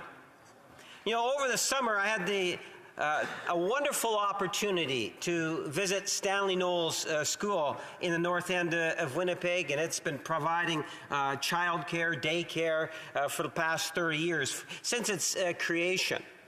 What was special about this particular visit I had there, Madam Speaker, is that the Prime Minister was with me and had the opportunity firsthand to get engaged with the child care workers, parents, and I think he personally enjoyed being with the children themselves, Madam Speaker, and seeing the creativity that was around the tables as children would come up and start playing, Madam Speaker, and seeing the interaction that was taking place between the children and the staff.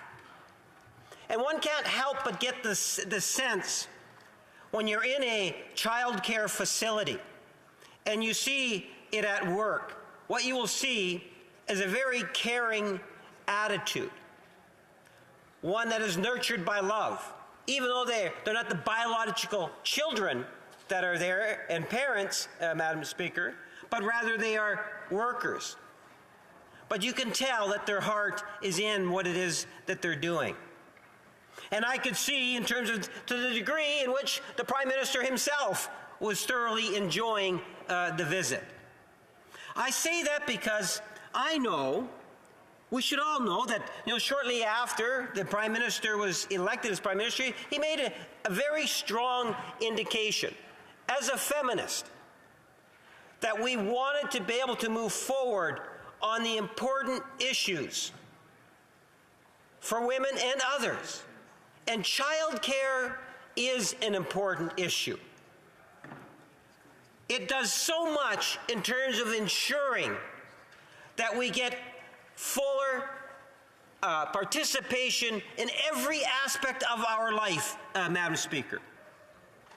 When you think in terms of what are the principles, what kind of principles we're talking about in terms of childcare, we're talking about access.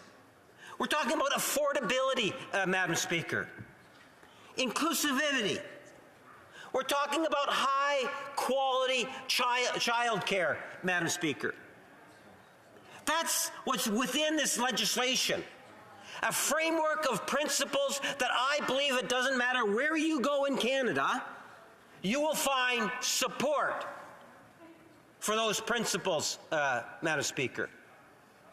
For the first time, we have legislation that is putting it in place, Madam Speaker.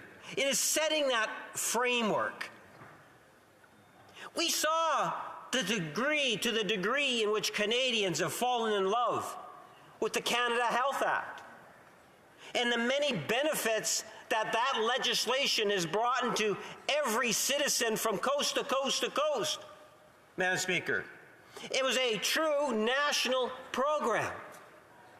And you look at the results that it has delivered to people today. And we love our healthcare system, Madam Speaker. Let me suggest to you that the principles that we are talking about today, and I should say, even though we're debating it on the floor here today, it's been talked about a great deal over the last number of years. Virtually from day one when the leader of the Liberal Party became the Prime Minister. And we've had a number of ministers raise and have dialogue with provinces, territories, Indigenous leaders, child care workers, all forms of stakeholders that have a vested interest in a topic that all of us should be concerned about. Because it is the future. It is our young ones, the children, Madam Speaker. Enabling as much as possible for that quality, accessible, affordable, inclusivity for everyone, Madam Speaker. And it's interesting when I hear comments coming from across the way, and they like to plant the seeds of doubt or to be critical. Think in terms of the volume of dollars that are being contributed to this program. $30 billion, that's 30 billion dollars with a B, Madam Speaker, over 5 years. That is a serious commitment to ensure that not only are we bringing in legislation, but we are also supporting that legislation with tangible dollars, Madam Speaker. The legislation we have before us today isn't the starting point. We have had ministers and civil servants literally having, I suspect, hundreds of collective meetings in every region of our country, in working with Indigenous leaders to ensure that we were able to accomplish something that has never been done before. And that is an agreement on the principles that we are talking about, Madam Speaker. So then it doesn't matter what country you live in, what province you live in, or a territory, or a community, Madam Speaker, that those principles of childcare and early learning are going to be there. And that is something in which I know and I am absolutely confident of, because I have had discussions, within our caucus and my Liberal colleagues in the Liberal caucus who are very passionate about this. And for good reason, Madam Speaker, because we understand and appreciate the true value of the legislation. And there is a place that we can go to just to see to the degree it has been so successful, and that is the province of Quebec. For over 2 decades, the province of Quebec has been dealing with early learning in childcare in a far more progressive fashion or manner than any other jurisdiction in Canada. And I've heard some members say in North America, and I suspect that could be the case. But the National Liberal Party and the government of the day has said, well, this is something in which we believe in. And it's not our first attempt, Madam Speaker. We attempted to do this prior to Stephen Harper. Came very close. This time, Madam Speaker, we believe that we can cross the finish line. Because once again, we have achieved something that no other government has done. And that is, we have the agreement in writing from the provinces and territories, Indigenous leaders signed off, saying that they support the principles that I am talking about, Madam Speaker. They support what it is that the national government is doing on the issue of early learning and child care, Madam Speaker.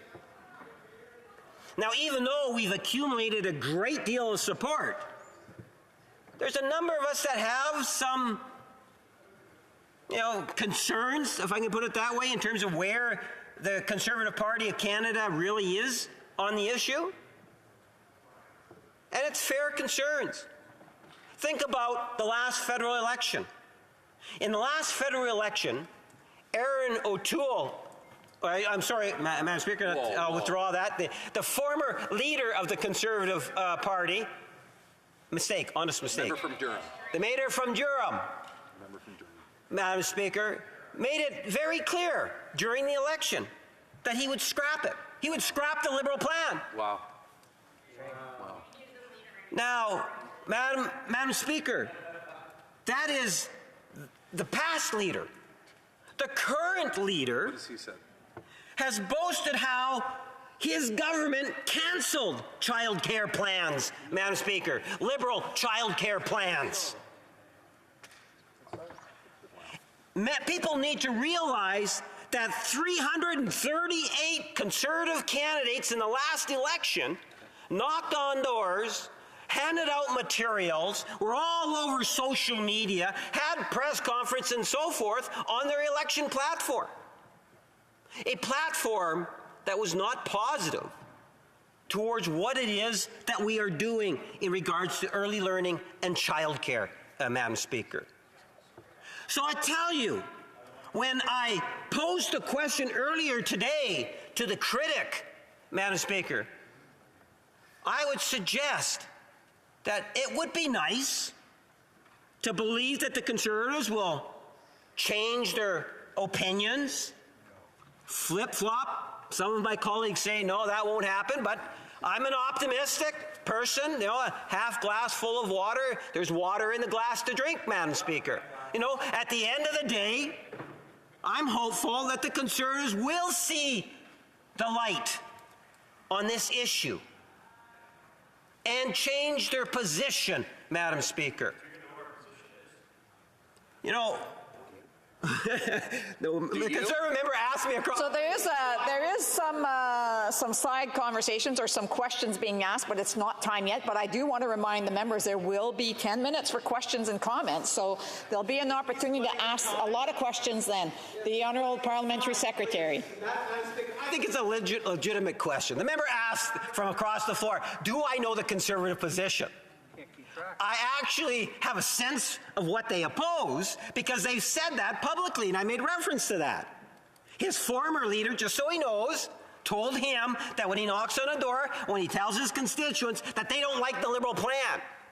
That was the former leader of the Conservative Party. His current leader went around boasting that, as I indicated, that his former government, the Harper government, canceled Liberal childcare plans in the past.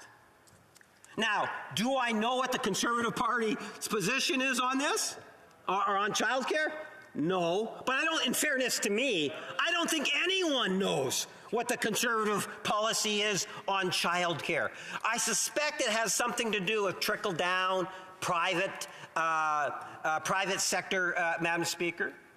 I suspect, but I don't know that, Madam Speaker, because they're easy to criticize, but they don't recognize the fact that as a national program, and I want to go back to the province of Quebec, and the implementation of what we saw in Quebec did wonders.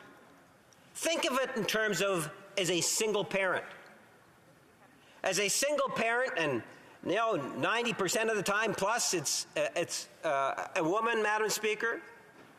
And that's why it is very strong feminist policy, I would suggest to you. But anyway, think of it in terms of a single mom who was not able to get into the workforce because of the inability to afford quality child care, Madam Speaker. That is a reality. No matter what it is that the Conservative Party might want you to believe, that is an actual reality. There are people that have a difficult time being able to afford childcare. With the province of Quebec coming in with a program that made it affordable, at the end of the day, thousands, not hundreds, but thousands of women were able to get into the workforce, Madam Speaker. And that is because they did something in the province and they were prepared to take a chance. Now, when we say thousands of women in the province of Quebec, and when I say thousands, that's a very low estimate on my part, Madam Speaker, because you could go into the tens of thousands, especially if you factor in the numbers of years. One could ultimately say, what has been the benefit of the mother? Or in the odd occasion, the father. Being able to get out of the house, whether it's to volunteer in the community, whether it is to work in the community, whether it is to get additional educational opportunities, Madam Speaker, all of which could, in all likelihood, lead to a better outcome in terms of household incomes. There's just tremendous opportunities that are created for the individual, Madam Speaker. Collectively, I would suggest to you it's even greater, Madam Speaker. When you take away, in terms of the benefits of the individual, and there are many, the benefits to society are even greater. Because with more people participating in a workforce, especially, Madam Speaker, when you see a workforce that continues to grow, it helps all of us in society. There's more resources, and it's GDP generated, Madam Speaker. In other words, the economy benefits. There are literally tens of thousands of jobs that are out there. We're very dependent on, for example, immigration policies, international workers, because there are so many jobs that are out there. Yet, in many ways, there are people within Canada that would like to be able to work, but for a number of reasons, financial affordability to childcare is being one of the primary ones, are not able to do that, Madam Speaker. Imagine the other families where you will have one working during the day, one working at night because they can't afford the child care, and they're losing out on the opportunity of having more quality family time, if I can put it that way. There are many things that will allow for a benefit in society by having this legislation recognized in terms of the principles that we're trying to put into place, Madam Speaker. The idea of having a Canada-wide system with a federal vision will benefit all of Canadians. We need to recognize that there is a long-term funding component to the legislation, that there is a National Advisory Council on Early Learning and Childcare that's going to be created. We need to recognize, Madam Speaker, that we will have a reporting from the Minister to the public in regards to ongoing progress in this area. It shows a commitment, an ongoing commitment for financing. And that's why putting this thing into legislation, Madam Speaker, will even make it more difficult, in particular for the Conservative Party, to take it apart. Madam Speaker, at the end of the day, we believe, as the New Democrats and the Bloc, and I believe the Greens, that providing access, affordability, inclusivity, and high-quality childcare is in the nation's best interest. It is in the parents' best interest. It is in the child's best interest, Madam Speaker. And having this legislation and taking that framework and continuing to work with provinces and territories and Indigenous communities, Madam Speaker, we will ensure that childcare becomes and early learning becomes a reality for more people, Madam Speaker. And to me, that is what this is all about. We want to ensure that accessibility, having that opportunity is there, because by doing that, Madam Speaker, whether it's the child, the parent, or society as a whole, we all collectively and individually benefit by it, Madam Speaker. And I would hope that the Conservative Party would not try to give mixed messages. Well, maybe we'll kind of like the legislation, but we'll have 150 amendments come second reading, come committee work. The principles, do they not support the principles, Madam Speaker? And hopefully we'll find out.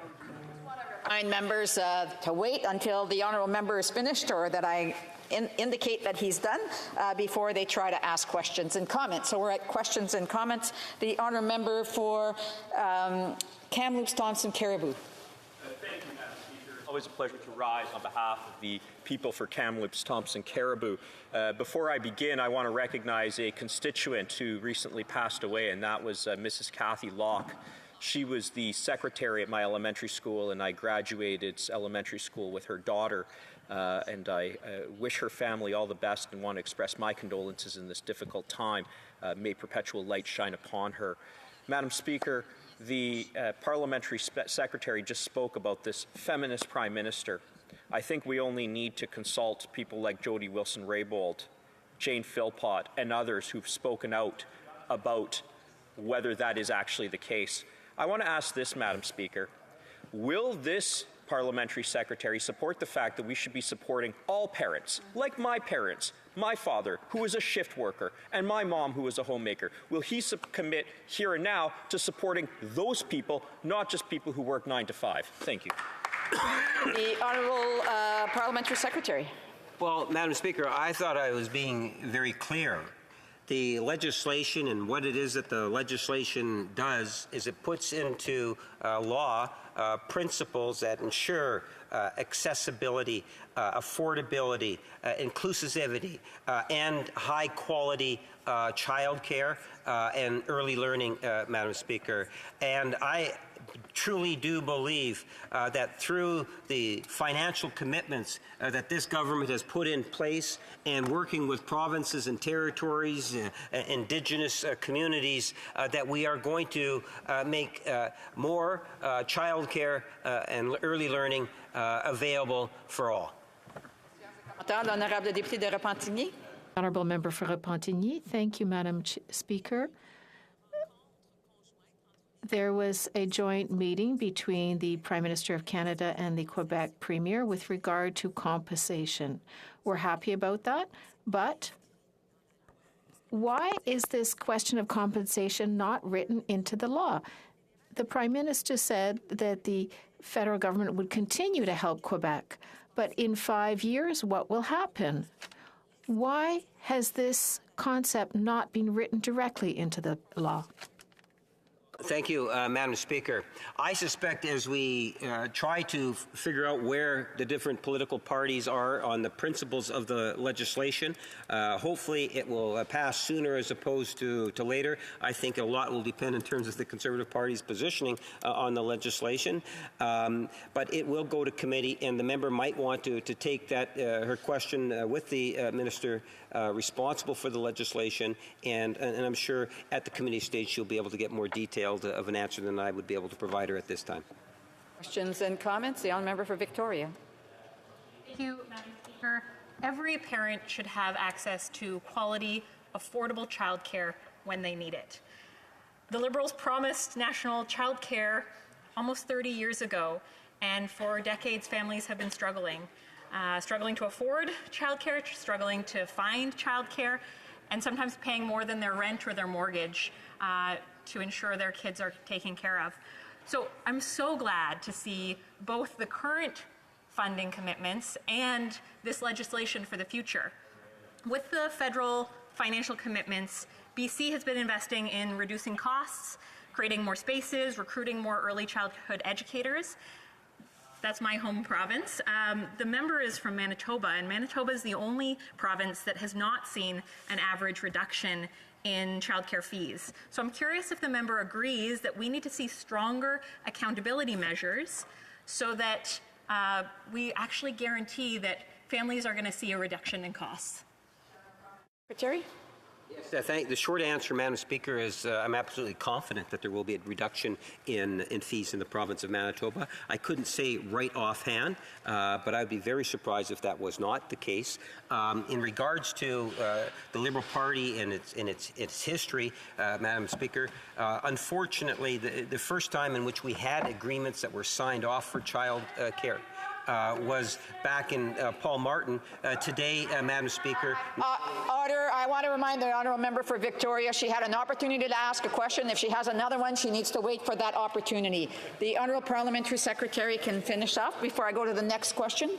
And very quickly, Madam Speaker, not only do we have agreements once again on all the different provinces, territories, Indigenous leaders, but now today we're debating and putting those principles into legislation to ensure that we're going to have it here for future generations. Comments? The honourable member for Sandwich Gulf Islands. Thank you, Madam Speaker. I hear calls around me of revisionist history. This is the history. I remember it like it was yesterday. November 28th, 2005, we had signed child care agreements from every province with the federal government, stick-handled, and that's a good use of the term, by Ken Dryden, who was the minister at the time, former HoC great. And that was part of a package of things that had been accomplished, including a plan for Kyoto that would have gotten us very near our Kyoto targets. We could have avoided Fiona if November 28, 2005 hadn't happened, and the Kelowna Accord. This was all agreed to, and tragically, my friend Jack Layton, and I loved Jack, Jack decided it was better to bring down Paul Martin's minority government and turn the country over to Stephen Harper. We lost childcare. Martha Friendly, childcare advocate, will back up every word I just said. We've been working together on it. The order. The honourable parliamentary secretary. I'm sure he can answer the question. Thank you, Madam Speaker. I'd like to kind of extend it a little bit beyond that to the current leader of the Conservative Party. Remember, I made reference to the fact that he boasted the cancellation of childcare programs. I suspect that those are some of the childcare programs that he was referring to in terms of boasting, and that's why we should all be concerned in regards to what I would suggest to you is a hidden agenda within the Conservative Party that does not support the type of childcare that I believe and we in the Liberal caucus believe that Canadians want to see. Great answer. Questions and comments? The member for Brampton South. Thank you, Madam Chair. Thank you for the passionate speech. And absolutely, Madam Chair, when I met with the residents, I met with the women, and then their positive feedback. They love the childcare. So we saw that there's stats out there. When the woman can get into the second career, go to the back of workforce, can...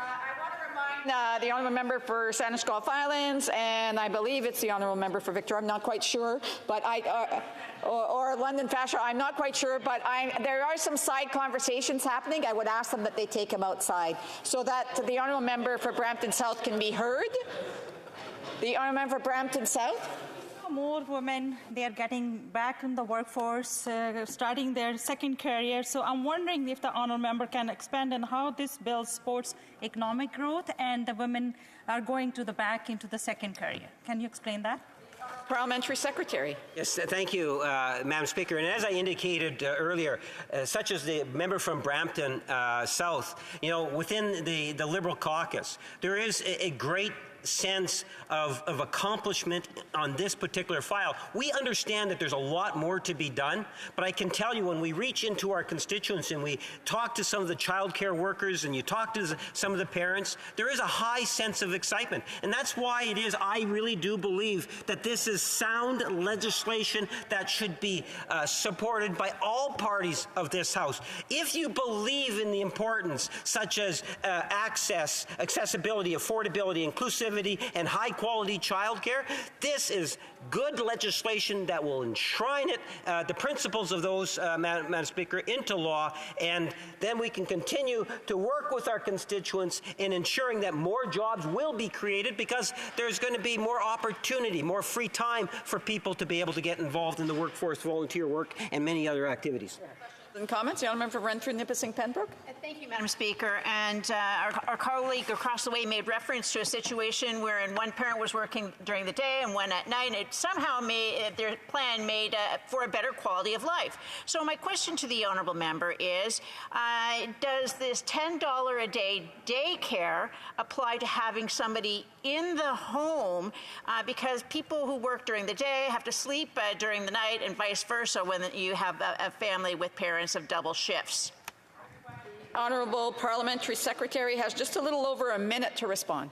Madam Speaker, I'm trying to be a little sympathetic to constituents of mine where they actually have children, and because of not being able to afford childcare, that for the first time they can now look at maybe not having as much where one has to work in the evening and the other one has to work in the daytime, and they're not necessarily able to make the connection that they would like to be able to do in terms of as a family unit. I'm just suggesting at the end of the day that this particular program that's been achieved through a great deal of effort with the different levels of government ultimately is going to provide more opportunities that will be to the betterment of the child, the individual parent or guardian, to the child care to worker, and Canadian society as a whole. And that is the point that really needs to be emphasized.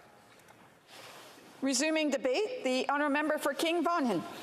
Thank you, Madam Speaker. I rise today on behalf of my constituents of King Vaughan. Bill C-35, an act for respecting early learning for childcare in Canada, sets a vision for Canada-wide early learning and childcare system committed to ongoing collaboration with provinces and Indigenous people to support efforts to establish and maintain. Just over 52% of Canadian children younger than 6 years were in licensed or unlicensed childcare in 2022. And this bill proposes to cut daycare fees by an average of 50% by the end of 2022, and down to an average of $10 per day by 2026. Bill C-35 is a step in the right direction. However, it is too generic, and it doesn't consider or address many obstacles that parents face when assessing childcare. Affordability, quality childcare is critical, but it cannot access if it doesn't help families. Bill C-35 is beneficial for families who already have a childcare space, but it doesn't help the thousands of families on childcare wait lists or the operators who do not have the staff or infrastructure to offer more spaces. And I apologize, Madam Speaker, I am sharing my time with the MP from Battlesford and Lloydminster. In Ontario alone, the Financial Accountability Office says demand for program will exceed the number of available spaces. The FAO estimates that by 2026, approximately 600,000 children under the age of 6 will have the potential access to $10-day childcare. But only 375,000 licensed childcare spaces will be available. Therefore, approximately 227,000 children under the age of 6 will be left behind, not able to access the $10 a day childcare. Canada needs far more childcare spaces than it has, and Bill C-35 does not address the need for increased childcare infrastructure. The Liberal government simply offering up grants and subsidies through Bill C-35 does not initiate nor promote operators to step up and start up centres. They are needed. Bill C-35 also fails to address the childcare labour shortage. There is currently not enough qualified staff to keep all existing childcare centres running at full capacity. Childcare workers in Canada continue to leave the sector due to the low pay and poor working conditions. Majority of childcare professionals are overlooked and suffer burnout. The shortage of workers means that in many communities, there is only one childcare space available for every 3 children who need it, and wait lists are long. According to the Canada Union of Public Employees, Bill C-35 fails to address the shortage of early childhood educators and childcare workers. Until the childcare staffing crisis is resolved, the promise of affordability and high-quality childcare for every family in Canada who needs it will remain unfilled. One of Bill C-35 commitments is to provide more accessibility to childcare to Indigenous people and to contribute to the implementation of the United Nations Declaration on the Rights of Indigenous People. Indigenous early learning and childcare programs that focus on the language and culture identities of First Nations, Métis, and Inuit communities have been found to contribute to better educational outcomes for Indigenous childcare and help to build their language, ability, and sense of culture pride. However, there is a shortage of Indigenous workers trained in early childhood education in Canada, particularly because of challenges they face in acquiring training, such as cost, entrance requirements, and residence in remote areas with restricted technology. According to Stats Canada, Indigenous childhood educators and assistants and childcare providers are less likely to have post-secondary education compared to their own Indigenous counterparts. Although claiming to support Indigenous childcare, Bill C-35 does nothing to address a shortage in Indigenous childcare workers or the disparity of education between Indigenous and non-Indigenous childcare workers. The guiding principle of the framework for Bill C-35 heavily gives preferential treatment to public and non-for-profit daycares over small business models. This piece of the bill opens a door to a two-tier framework of childcare across Canada. Quality childcare comes in all shapes and sizes. In Canada, options for childcare ranges from nannies, home daycare, daycare centers, preschool programs, from before and after school programs. By giving preferential treatment to public and non-for-profit childcare, Bill C-35 discriminates against women. The majority of childcare operators are women, and the language and intent of this bill prevents any growth in opportunities for privately run female operators. How would Bill 35 assist single parents who don't have regular scheduled 9-to-5 jobs? This issue is not addressed in the bill. How does Bill C-35 address childcare for children with disabilities? In British Columbia, children with disabilities are continuously left behind when it comes to childcare. There is no official count on how many childcare sites are accessible for kids with disability because there is no provincial definition of what makes a childcare site inclusive. How about grandparents who have stepped up and put their retirement on hold for their grandchildren? The 2021 federal budget pledges $30 million in new spending on the national child care system over 5 years, with another $9.2 billion annually coming from.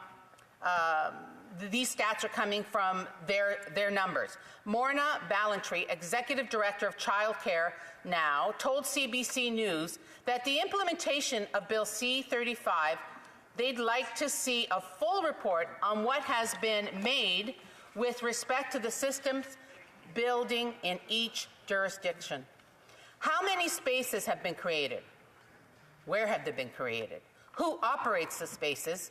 And how have they been created? What are the ages of the children being served by the new spaces? We really think this needs to be properly and fully accounted for so that the money, the public money, has been spent properly. The minister is on record saying that providing a federal government with details of the province's childcare plans is a condition of their deals with Ottawa. But how can we trust that? This is coming from a government that has 8 years of failed Liberal policy and do not hold themselves accountable for it. This is coming from the same government that spent $54 million on an ineffective ArriveCan app and refuses to supply Canadians with the full list of all the contractors and who got the money. This is coming from the same government that has $28 billion of suspicious spending and another $4.6 billion of outright waste. This is coming from the same government that failed to keep children's medication on the shelves. Can Canada really trust this government to implement a quality child care system and ensure this federal funding is properly used?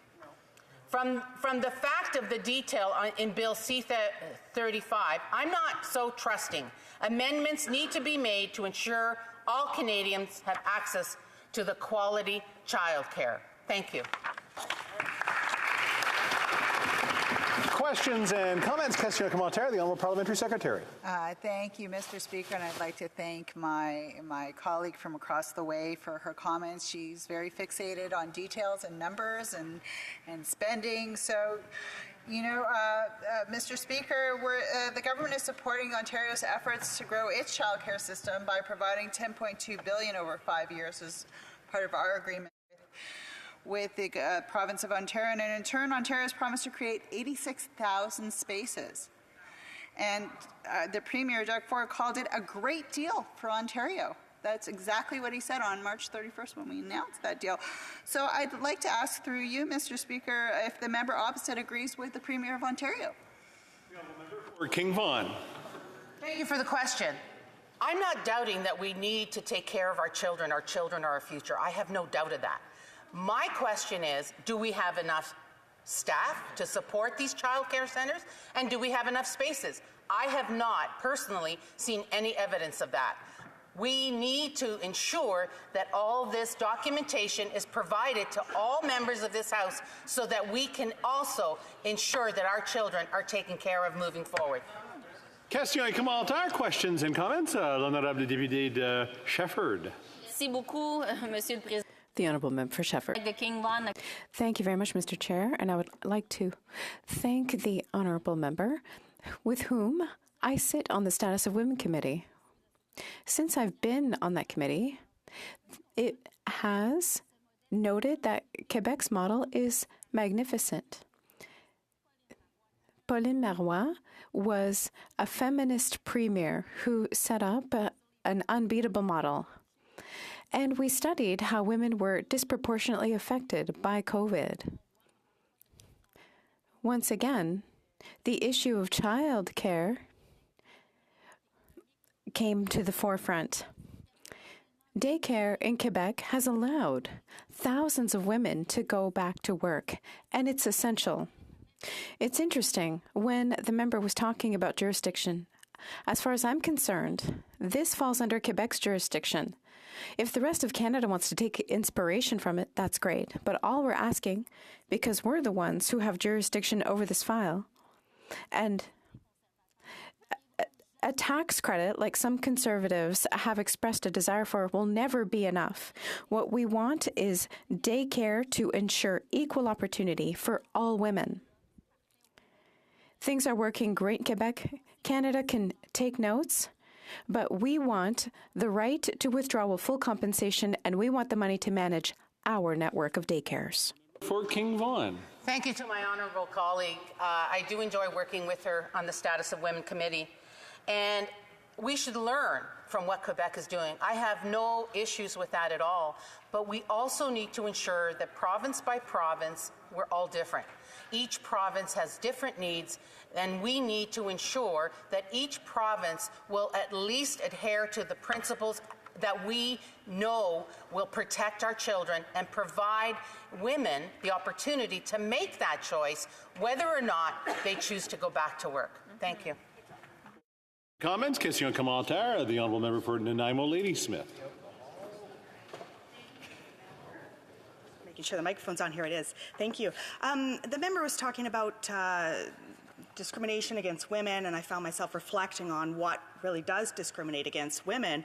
And we know that what discriminates against women is not having access to public and nonprofit childcare that provides affordable, high-quality, and accessible daycare for families who need them, not daycare that makes profits off the backs of parents. We also know that public nonprofit childcare provides better wages and working conditions for staff that's predominantly composed of women. The member sounds as clearly is very much in support of childcare, and I'm wondering how the member can justify throwing away a bill that provides national, accessible, affordable childcare for families is in the best interest of anybody.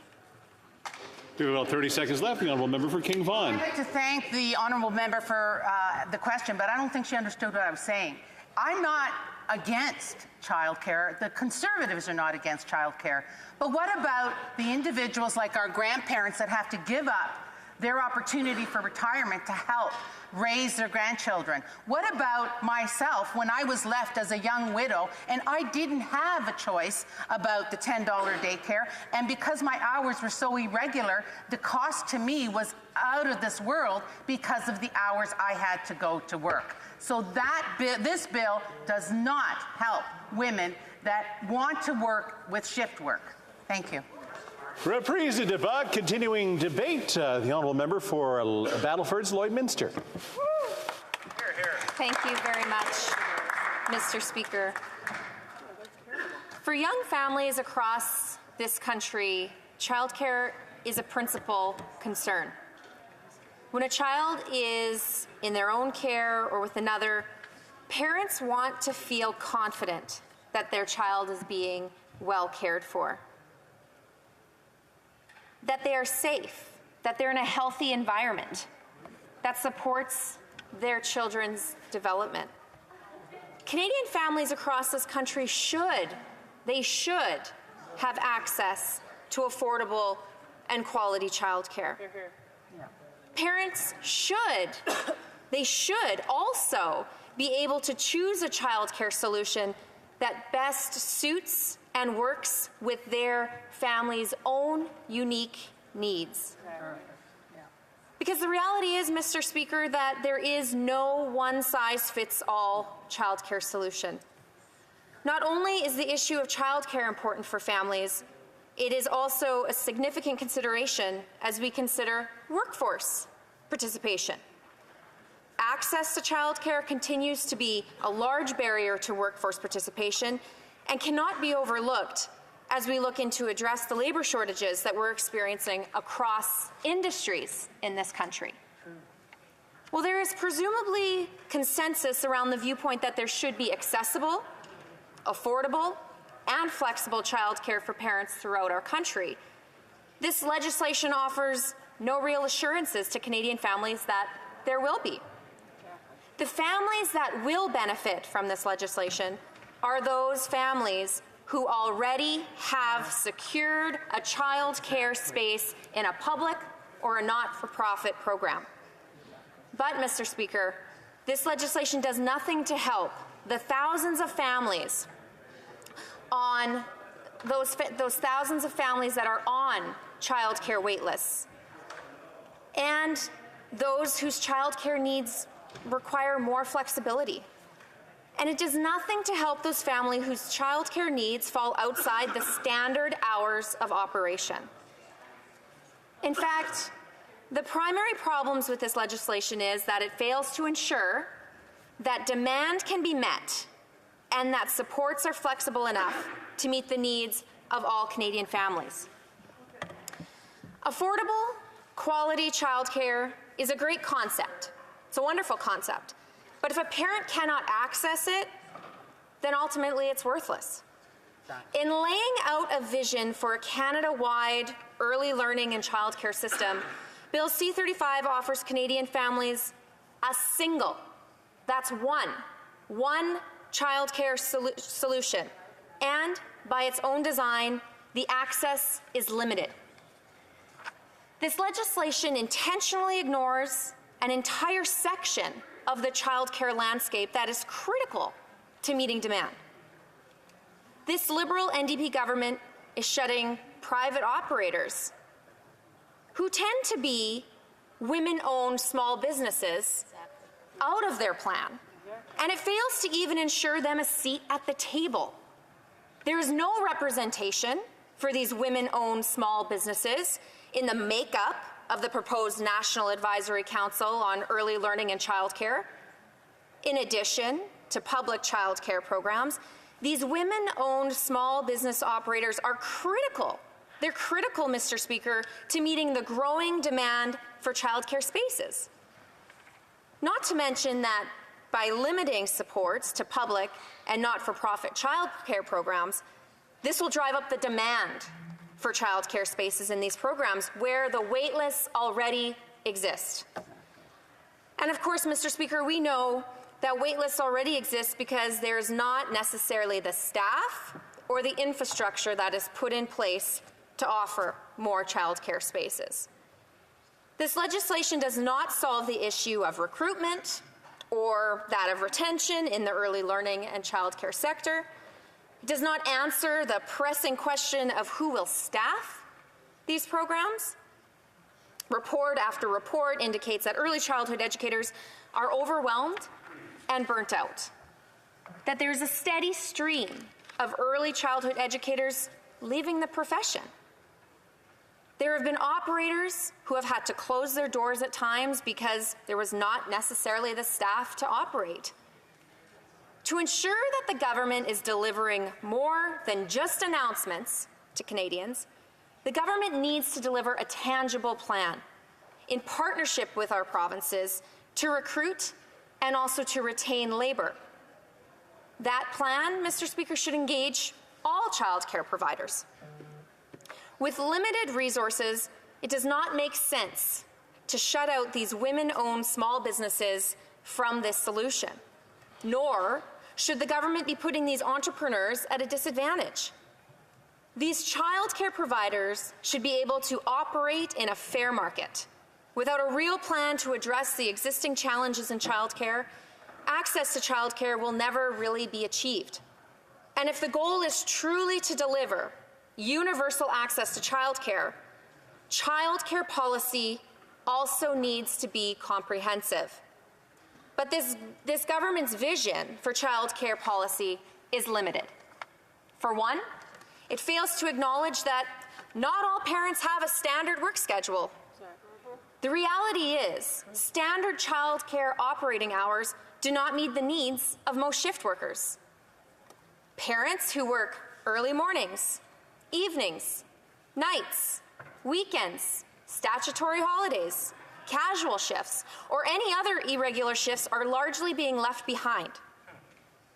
By focusing childcare supports on programs that do not offer any real kind of childcare solution to families with non-standard work schedules, there's a massive gap in this NDP Liberal government's childcare policy.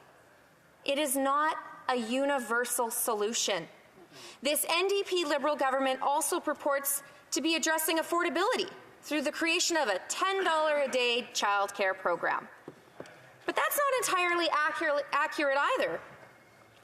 As I've mentioned, the only families that are benefiting from the cuts to childcare costs are those that already have childcare spaces in eligible public and not-for-profit programs. But now we're hearing reports, Mr. Speaker, of operators that are struggling with the skyrocketing cost of living in this country. These operators, like all Canadians, are seeing their costs of everything climb. Many who offer food programs are now having to consider whether they're going to cut this program entirely or charge parents additional costs to keep these programs running. So either these parents are getting less services from their childcare providers, or some of those savings will ultimately be lost. And of course, Mr. Speaker, for those parents who cannot access a childcare space, they aren't benefiting from these savings, but they're still struggling under the pressures of the rising costs. In fact, Mr. Speaker, I was listening to the Minister of Families, Children and Social Development's speech earlier in the debate today. She highlighted the fact that she had heard from parents who could now afford their mortgage payment because their childcare fees were reduced, and other parents who could afford groceries for their family because of the reduction in childcare fees. Well, she was quite proud of that achievement, and it really points to a bigger problem. A problem that is her own government's doing. Canadians are paying the price for this costly coalition's tax and spend agenda. This NDP Liberal government needs to take affordability seriously. Canada's Food Price Report has reported the average family of four is expected to spend $1,000 more than the last year in groceries. Meanwhile, surveys are already reporting that 52% of Canadian families are concerned that they do not have enough money to feed their families. And now we're seeing record usage of food banks across the country. The cost of basic necessities is becoming out of reach for more and more Canadians. And this Liberal government's addition of $500 billion in federal debt has led to the 40-year high inflation rates that we're seeing now.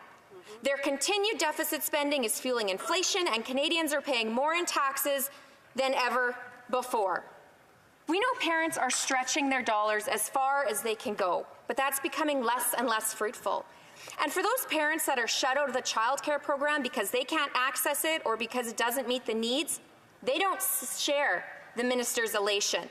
The driving force behind the skyrocketing cost of living crisis to be addressed to really help Canadian families who are struggling to make ends meet.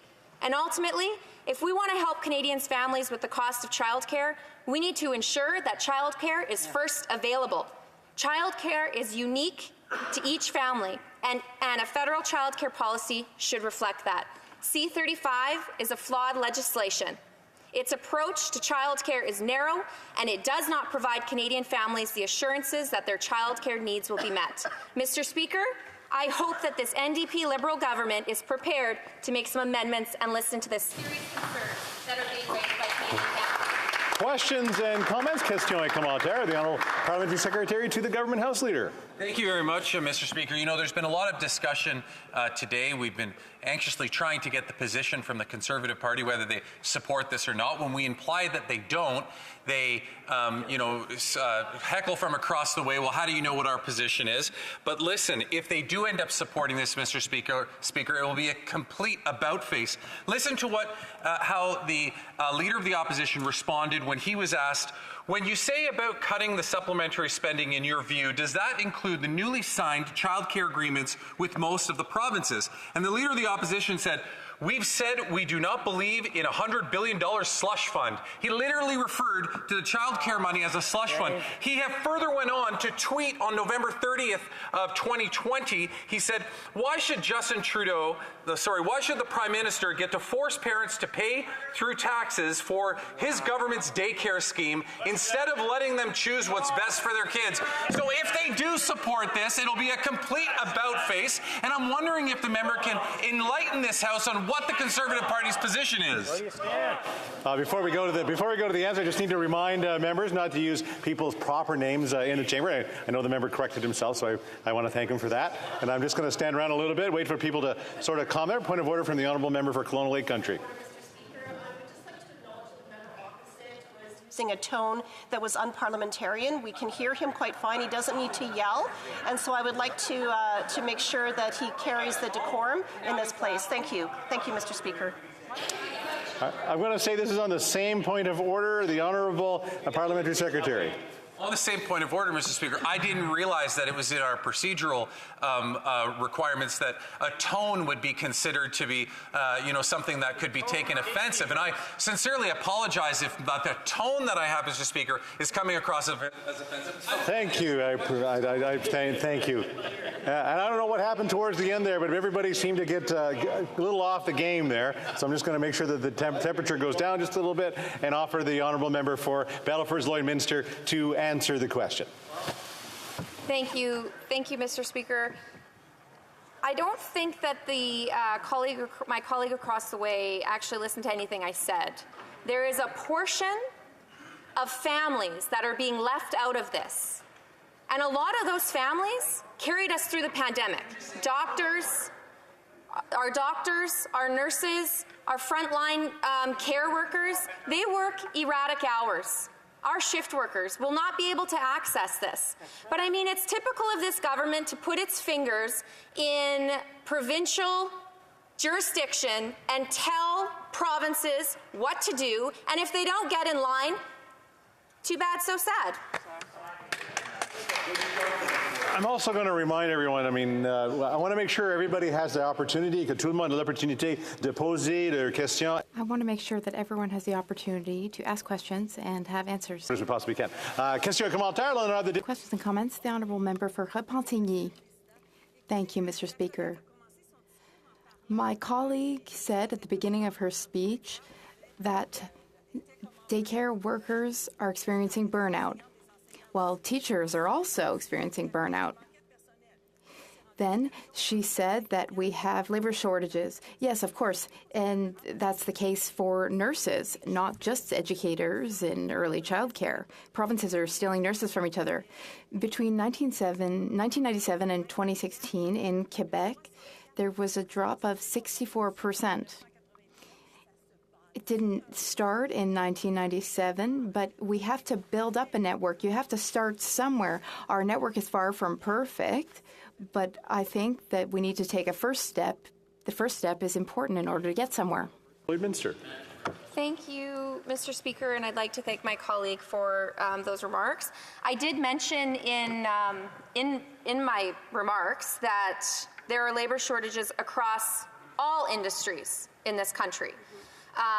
We know that we have a birth rate that's declining. We don't have the population to replace the aging population. We know that immigration is backlogged by millions of cases. We know it takes an average for a work permit, for a temporary foreign worker to get a work permit, 166 days. I just think it's ridiculous that this government is just throwing flowers and perfume at this, making it look all good, when really we don't have the infrastructure. Provinces do not have the infrastructure. Provinces do not have the labor in order to do this, and it's unfair to give false hope to parents in this country. Questions and commentaires, l'honorable député. Questions and comments. The honourable member for Skeena Bulkley Valley. From Battleford's Lloydminster implied in her comments that these national childcare agreements are not going to meet the needs of parents with certain work schedules. And I believe that is indeed a a good concern to have. I wanted to bring her attention to a great project in Northwest BC in the district of Kitimat, where Tamatik Status of Women is working on 60 childcare spaces that are going to be offered 24 hours a day. It's the first 24-hour childcare available in British Columbia. And I wonder if my colleague could share with me and with this place whether the provincial government in her home province is working on similar partnerships. Battleford's Lloydminster. Thank you very much, Mr. Speaker. I'd like to thank my colleague for his question. I guess it's very interesting to hear of that project going on. My question would be, is that project public or not-for-profit? Because if it's entrepreneurial, it actually doesn't fall under this framework. Thank you. Resuming debate, the honourable member for Newmarket Aurora. Thank you, Mr. Speaker. Mr. Speaker, I'd like to advise that I'm sharing my time with a member from Parkdale Hyde Park. I'm very pleased to have the opportunity to address this House on Bill C-35, what we hope will become the Canada Early Learning and Child Care Act. As the Minister of Families, Children and Social Development indicated in her remarks earlier, we now have in place a Canada-wide early learning and child care system that aims to ensure access to affordable, high-quality and inclusive child care for families across the country. The purpose of Bill C-35 is to strengthen and to protect the system by enshrining the principles into law. This is a commitment from the Government of Canada to support access to affordable childcare for families in Canada, no matter where in Canada they live. And in fact, the new Canada-wide system is already benefiting tens of thousands of people from coast to coast to coast, with fees for regulated childcare having been reduced in all jurisdictions across Canada outside of Quebec and the Yukon, who already have affordable childcare systems. And we're just getting started. Bill C-35 is the result of engagement between the Government of Canada, provinces, territories, Indigenous governments, and organizations and stakeholders. It builds on our collaborative work with provinces, territories, and Indigenous peoples. It also builds on the agreements negotiated with every province and territory to establish a Canada-wide system. The collaboration that delivered this remarkable system was detailed and sometimes challenging, but it was held in an atmosphere of respect, commitment, and a willingness to succeed. For sure, there are similarities in the agreements, but we never expected a one-size-fits-all model that conveniently served all of our partners. We succeeded because we agreed on one fundamental principle. The thing all Canadians care about most deeply is giving children in Canada the best possible start in life. This legislation respects provincial territorial jurisdiction and upholds Indigenous rights. All our partners in the Canada-wide effort can look forward to benefiting from long-term federal financial commitment. And let's talk about funding, Mr. Speaker. In Budget 2021, the Government of Canada made a transformative investment of more than $27 billion over 5 years. If you include related investments, including Indigenous early learning and childcare, we have committed nearly $30 billion over 5 years to make quality early learning and childcare affordable and accessible. Combined with previous investments announced since 2015, a minimum of $9.2 billion a year ongoing will be invested in childcare, including Indigenous early learning and childcare, starting in 2025 and 2026. These investments are already having an impact. To date, fees have been reduced in every jurisdiction across Canada. Further, Quebec, Yukon, and Nunavut are providing regulated childcare for $10 a day or less. And take our agreement with Saskatchewan. The province has been one of the early leaders in fee reductions. Over a year ago, Saskatchewan announced a 50% reduction that they made retroactive to July 2021. That was a year and a half in advance of our December 2022 target. Saskatchewan followed with another fee reduction effective September 1st last year, where fees were lowered by a total of 70% compared to the March 2021 levels. This is a huge savings for families across the province. And while the province is lowering fees, they are continuing to ensure that early childhood educators are kept at the heart of the system. Last September, Saskatchewan announced that federal funding from their Canada-wide agreement is being used to establish an ECE wage enhancement grant, which will result in increased wages for the workforce that is critical to the success of the Canada-wide system. And wait, there's more, Mr. Speaker. In early 2022, Saskatchewan announced the creation of 1,200 new licensed childcare spaces on top of the over 600 spaces the province had announced in December of 2021. So that's more than 1,800 childcare spaces, providing more children with a better start in life. This is the Canada-wide early learning childcare system in action. Lowered fees, a supported ECE workforce, more childcare spaces, more results, making for life more affordable. For all these families across Saskatchewan and the thousands of others like them across Canada, this system means hundreds of dollars more each month to put in healthy food on the table and to sign up kids for music, sports, or after-school activities.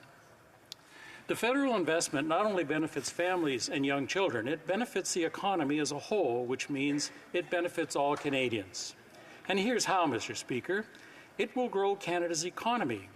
Economic studies show that each dollar invested in early childhood education, with each dollar, the broader economy receives between $1.50 and $2.80 in return.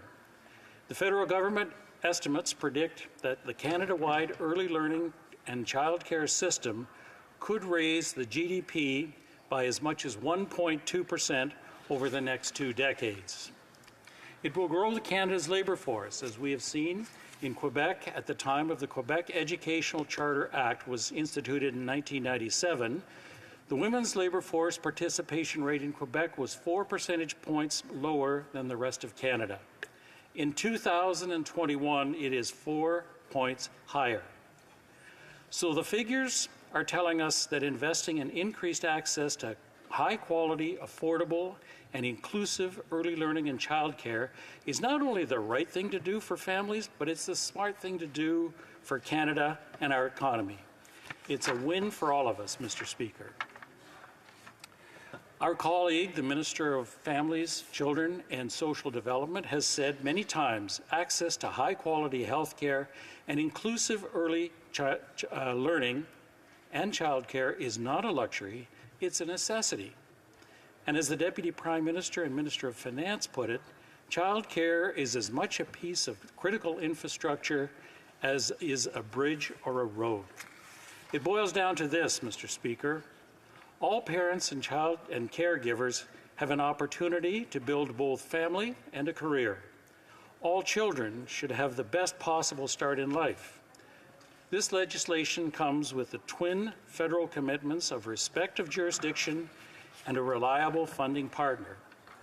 We're creating a great system together, a system which we can all be justifiably proud of. And I respectfully ask that my colleagues, that they give rapid passage to Bill C-35 so we can put this last piece into place. Thank you, Mr. Speaker. Questions and comments? Question et commentaire. The honourable member for Peterborough-Kawartha. Thank you, Mr. Speaker, and thank you to my colleague for his intervention.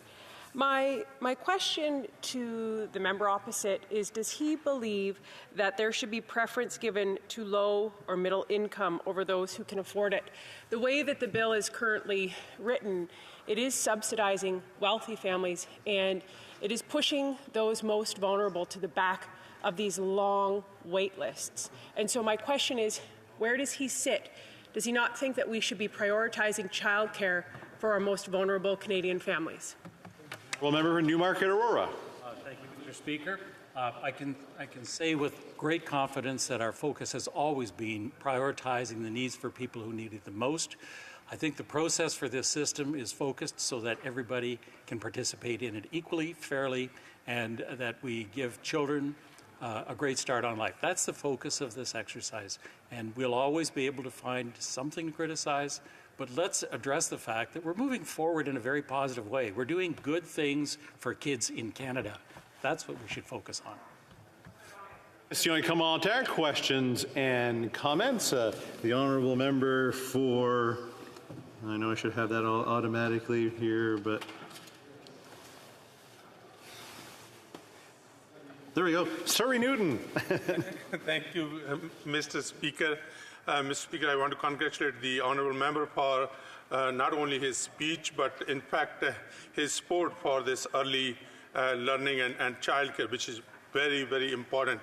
I remember, Mr. Speaker, when this was the first agreement was signed with British Columbia, when Minister was out there in BC.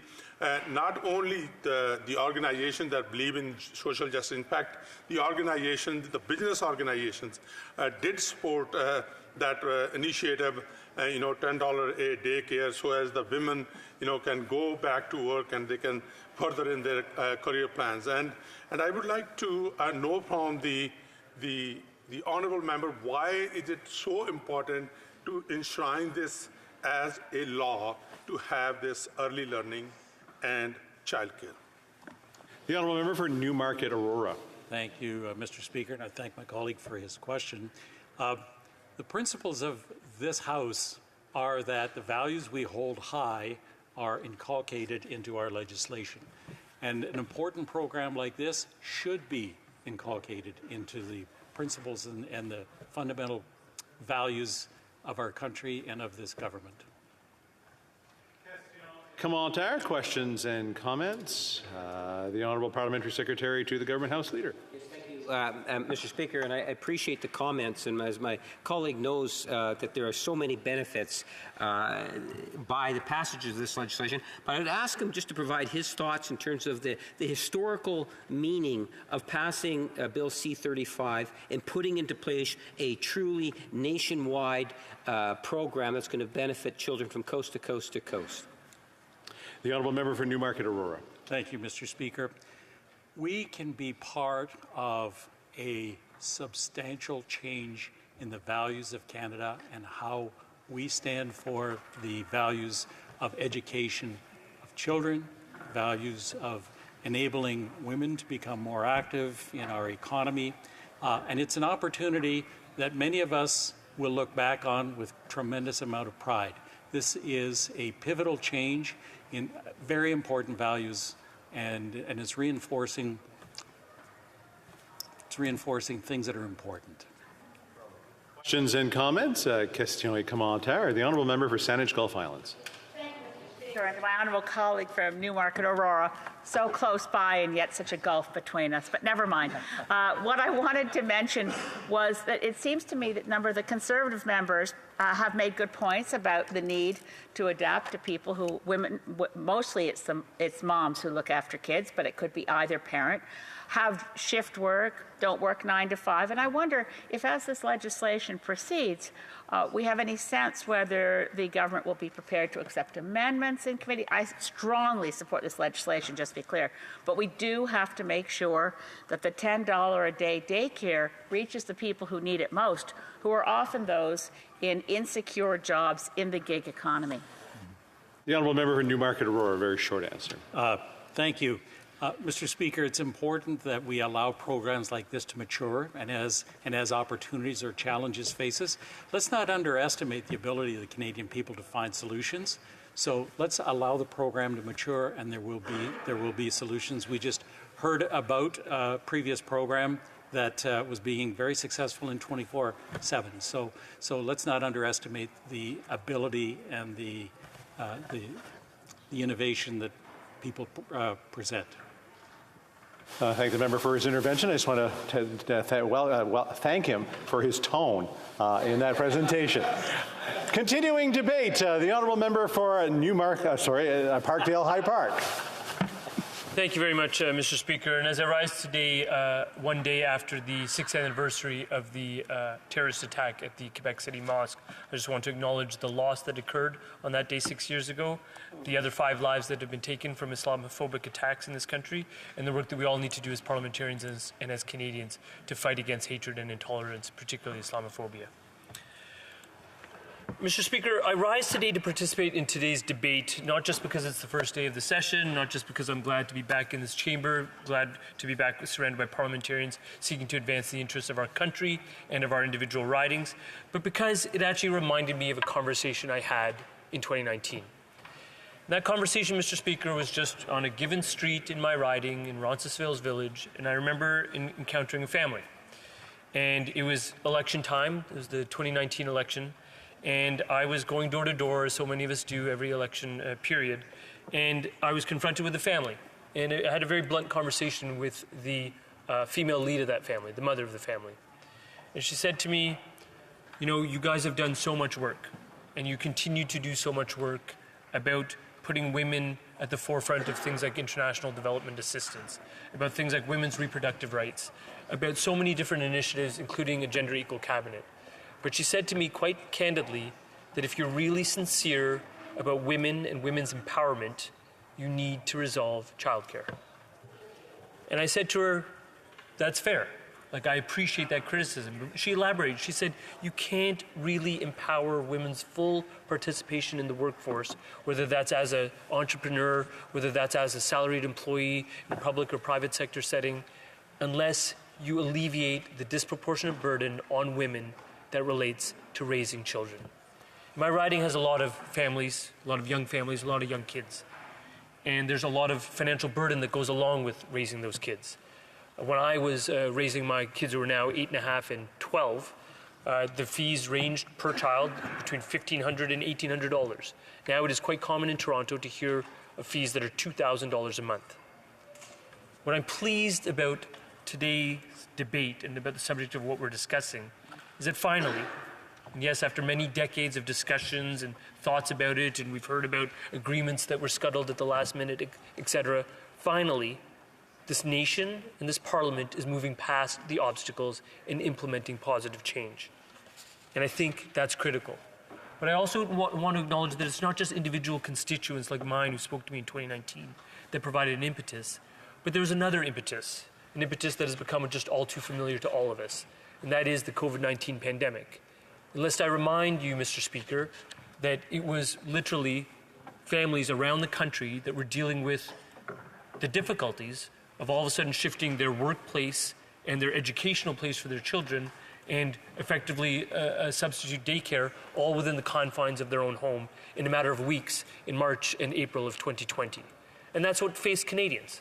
And all of a sudden, and I'm being very candid here, Mr. Speaker, I think all of a sudden it penetrated the brains, particularly of men in this country. What a challenge it is to try and have any sort of career or profession in a virtual setting or otherwise, and have kids running around you at all hours of the day, asking about their math homework, where's their history homework, you know, a geography lesson, you name it. It was a struggle.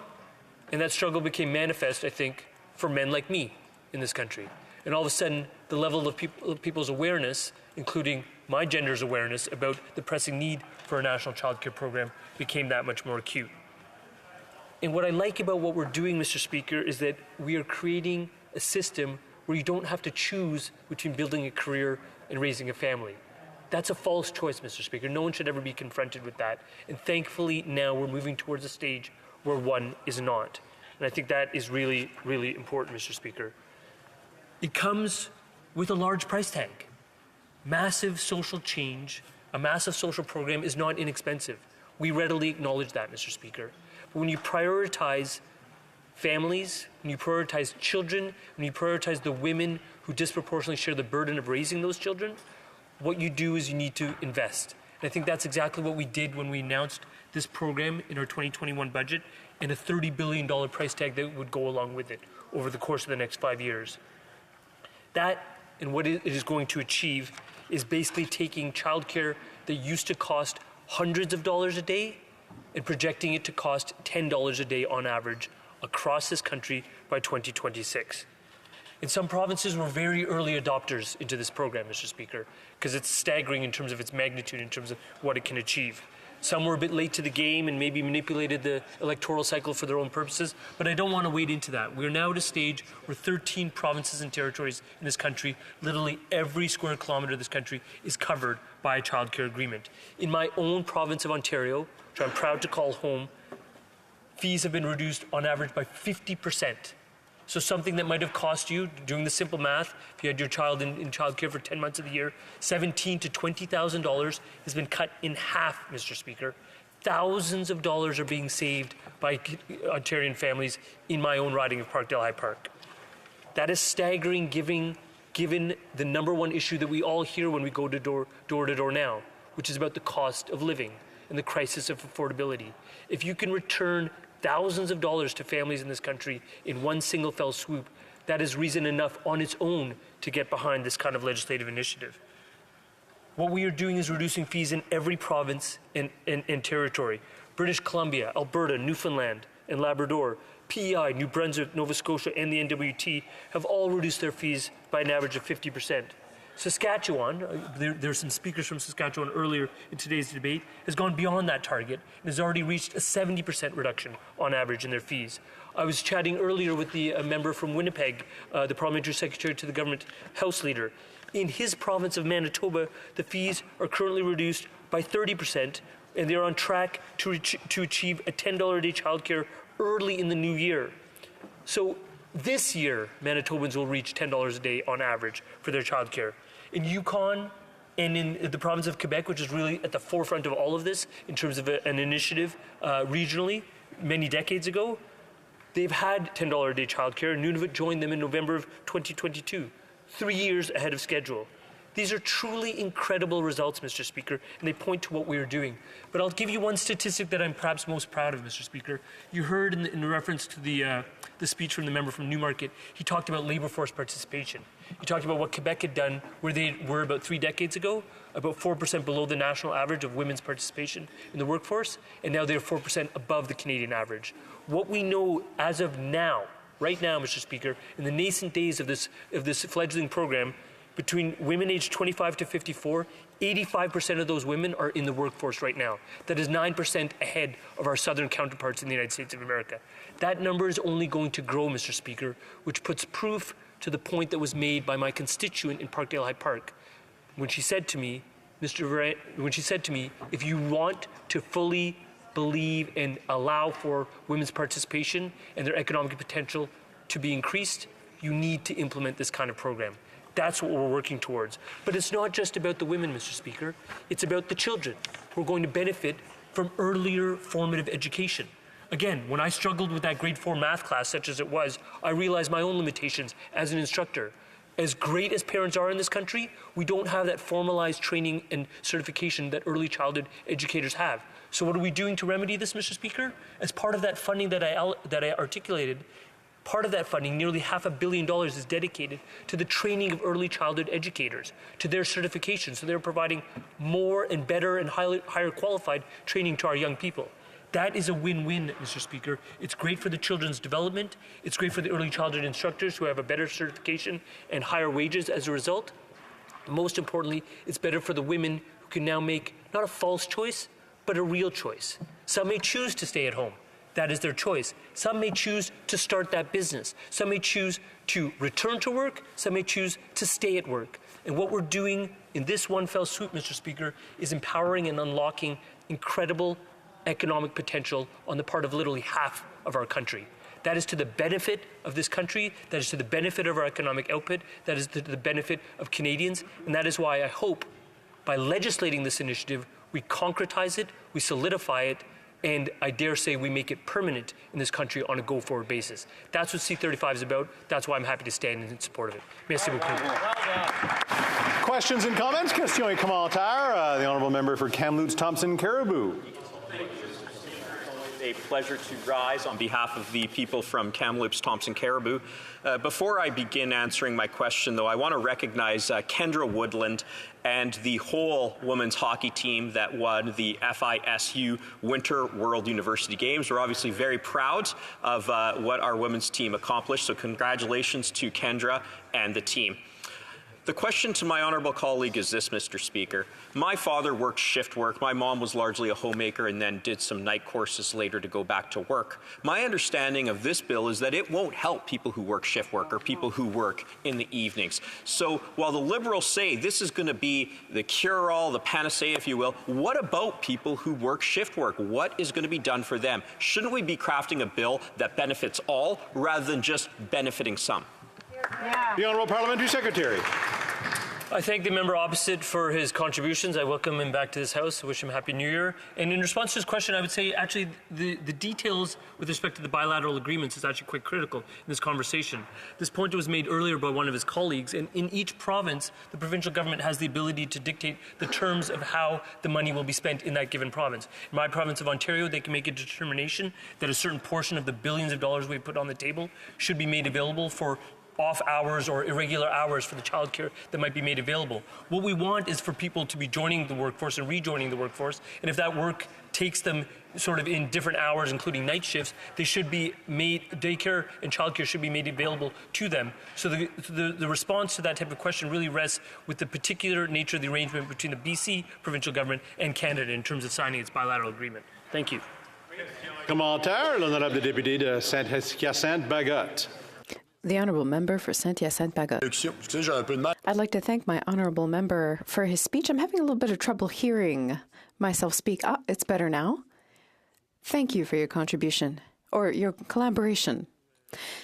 I want to thank the member for his speech. My colleague on the Trade Committee had a pretty interesting meeting. It's always a pleasure to work with him. That's just a way of saying how much we missed each other over the holidays. Now, this program is certainly a good one, but we are always entitled to be rather wary of Ottawa's encroachment on our jurisdiction. After 5 years, if we want to make this funding permanent, we're often told that things will be worked out in the details or in the absence of details, that a comma badly placed, a sentence added or not added can have serious consequences. Will the government include in its text that there's a right to withdraw with full compensation and without conditions? Member for Parkdale High Park. Donc, j'apprécie la question du collègue du Bloc québécois. I appreciate the question from the Honourable Member of the Bloc and his work on the International Trade Committee. What I want to highlight vis-à-vis Quebec is that Quebec was a leader in this issue and has been for decades.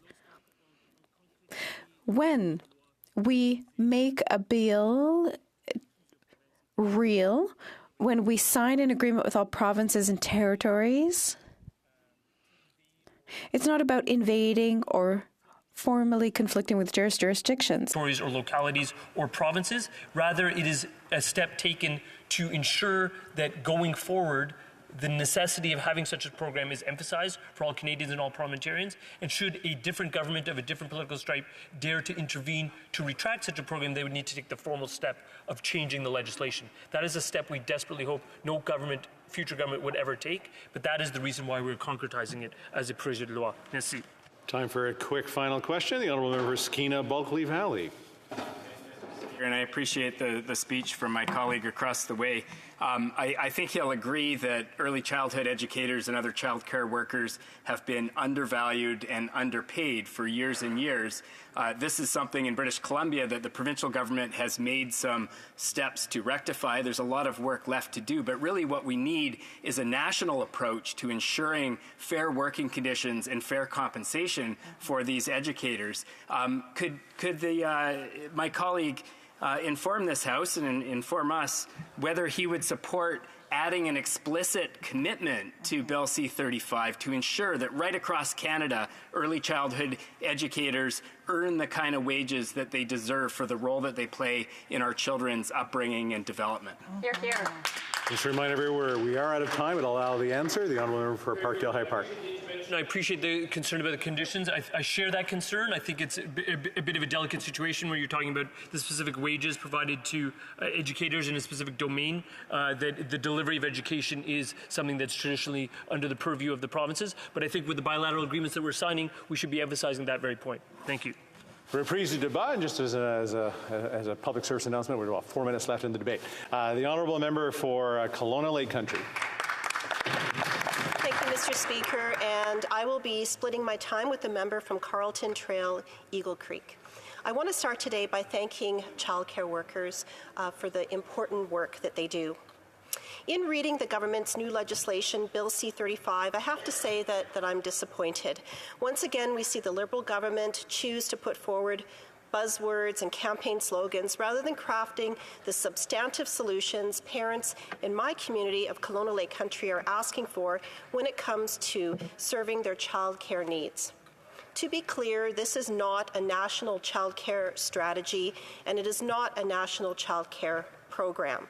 It is strictly to subsidize through the provinces some families already in the child care system using certain types of child care deemed a priority by the Liberals. It is not universal.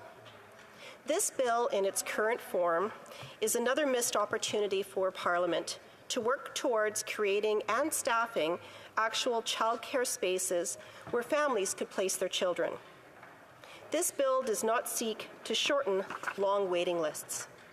What is particularly disappointing is handpicking the types of childcare that would be accessible to the government, or acceptable to the government, rather. While I'm disappointed, unfortunately, I cannot say that I'm surprised. The promise of universal childcare has long been an overpromised and a never-delivered commitment of the Liberal Party. How do we know? Because they promised it since most members of this House were children themselves. In 1984, the Liberal Prime Minister John Turner ordered a national task force to study and implement a federal childcare program. It was never created. In 1993, then future Liberal Prime Minister Jean Chrétien promised in the Liberal Red Book a national childcare program, and no program was ever delivered. In 2004, after 10 years of doing nothing on childcare, the new Liberal Prime Minister, Paul Martin, promised to spend $5 billion on a national childcare program in a last-ditch effort to save his government. And despite winning the 2004 election, no program was ever created. Canadians are not fooled by this Liberal overpromise and yet underdeliver way that they manage. We will continue to hear from the government that they've lowered the cost of childcare in Canada, and they have for some. But there needs to be a number of updates made to this legislation to make childcare accessible, inclusive, allow parental freedom to do what works for their family, and to actually make a difference for many. Conservatives will be working on these. Just as the government allowed Canada's once ample supply of children's cold and cough medicine to dwindle so low that parents must now make supply runs to American pharmacies, so too have they allowed a chronic shortage of childcare spaces across Canada over the past 8 years of their time in government. The Canadian Union of Public Employees studied the shortage and found that, quote, in many communities, there is only one child care space available for every 3 children who need it, and wait lists are long. The Quebec child care system, the model the federal Liberals have long said they wish to copy from their provincial cousins, at last count had a wait list of 51,000 spaces long. We do know, listening to those operating private child care centres, that many have the resources and space to take more children, but they are continually hampered by the same labour shortage issues repeatedly ignored by this government in many sectors of our economy and social support networks. And I think, Mr. Speaker, are you motioning that that's 20 seconds? I can get another sentence in. Okay, looking again at British Columbia, we see stories of daycares of all structures reducing their hours and turning away new children because of staff shortages. I thank the member for the intervention. I believe when we come back, she'll have about 6 minutes left in her time. À ce moment-ci, conformément à l'article 30. Pursuant to Standing Order 38, a motion to adjourn the House is deemed to have been moved and adopted. Consequently, the House is the following one, that this House do now adjourn. The Honourable Member for Saanich Gulf Islands. Thank you, Mr. Speaker. It's an honor to rise today in our first day back in calendar 2023. I'm returning to a question that I put to the Honourable Minister of Environment on October 20th, 2022. It's important to note the date because of the Minister's response. My question cited the Liberal platform, which was, of course, in the election of 2021, in which they promised to, quote, establish and fully fund a Canada Water Agency in 2022. It was also promised that it would modernize the 50-year-old Canada Water Act. The Minister of Environment responded that we are, in fact, working to create an independent water agency for Canada. We need to pursue this. And then at the end of his response, he said, we will have good news to announce to this House in the coming weeks.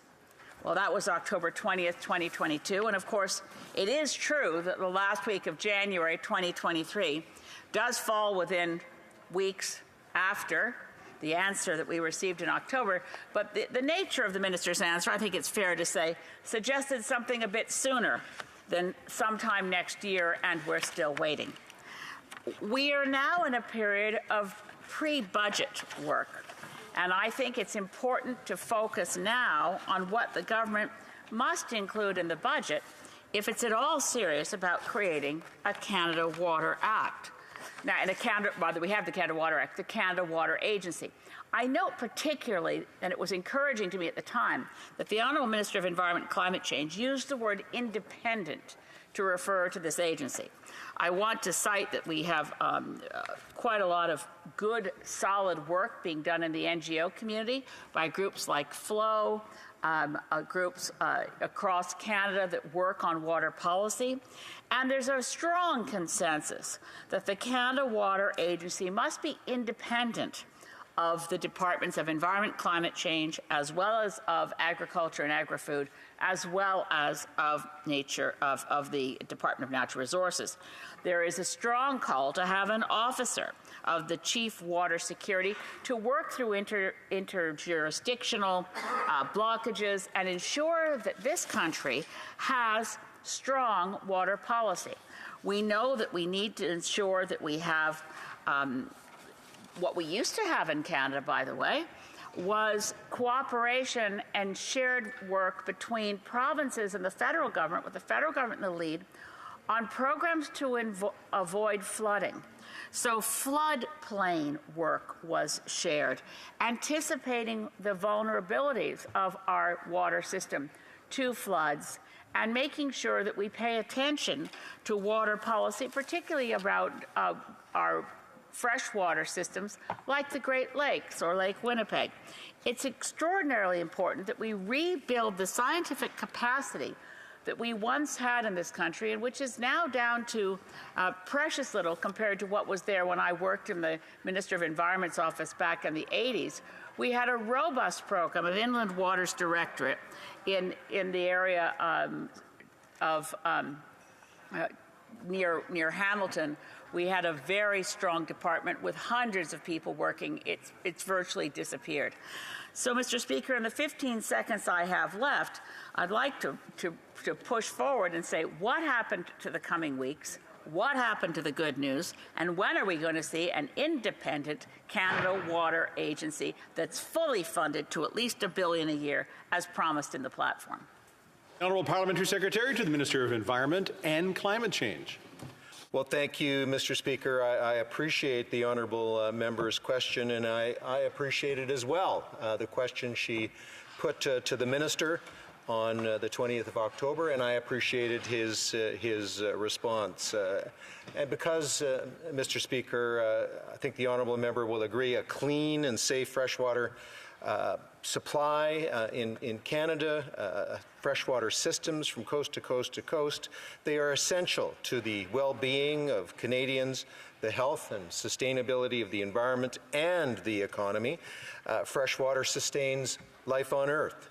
It supplies drinking water, grows food, and supports ecosystems.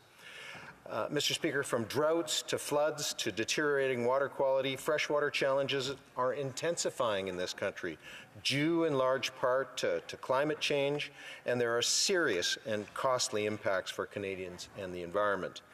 As part of the Government of Canada's commitment to protecting fresh water, Budget 2022 provided $88.1 million over 5 years in new funding for Environment and Climate Change Canada, which includes $19.6 million in the 2022-23 budget to sustain the Freshwater Action Plan. This is up for renewal, Mr. Speaker, but our funding efforts will now include cleanup efforts in the Great Lakes, the St. Lawrence River, Lake Winnipeg, Lake of the Woods, the Fraser River, from my colleague's home province, the St. John River, the Mackenzie River, and Lake Simcoe. $43.5 million starting in 2022-23 to create the new Canada Water Agency, which I will advise the honourable member will be stood up soon in the coming weeks, Mr. Speaker. And $25 million over 5 years starting in 2022-23 for the experimental lakes area in Northern Ontario to support freshwater science and research. And Mr. Speaker, you'll recall the Harper government tried to shutter that incredible global water resource, but our government is now funding it. Also, to the honourable member's point, we will be modernizing the Canada Water Act, and as she mentioned, 51 years it has been in place, almost unchanged, and Indigenous communities and climate change will be front and centre in our considerations. Mr. Speaker, in June 2021, Environment and Climate Change Canada published a What We Heard report. 1 minute?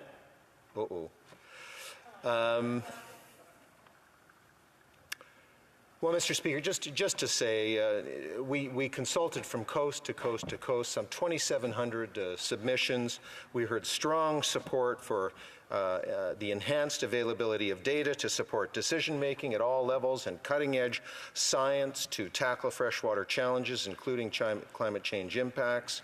In addition to public engagement, the Government of Canada has also engaged with provinces, territories, and Indigenous peoples.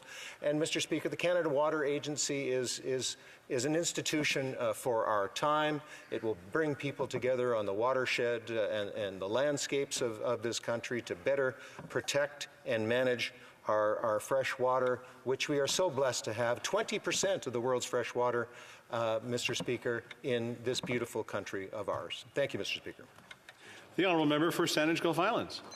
Thank you, Mr. Speaker, and thanks to my honourable colleague, the Parliamentary Secretary, whom I know has a very strong affinity for these issues from working with him when we were both involved with the International Institute for Sustainable Development. I want to correct the record when I said near Hamilton. I can't believe I forgot that the Inland Waters Director, when it was strong, was in Burlington, Ontario, and did wonderful work. I am not comforted by what I've heard so far. Yes, we have the Experimental Lakes area, and it does great work. And yes, I'm glad we stopped the Harper government from destroying it. But the Canada Water Agency needs to be independent of other departments of government. It needs to be properly funded. We need to understand what's happening to our water. Even if we were not looking at a climate crisis, our approach to freshwater in this country has been pathetic for decades. We now are in a climate crisis, which is a water crisis, and the Canada Water Agency is urgently needed and must be properly funded. Thank you, Mr. Speaker. The Honourable Parliamentary Secretary.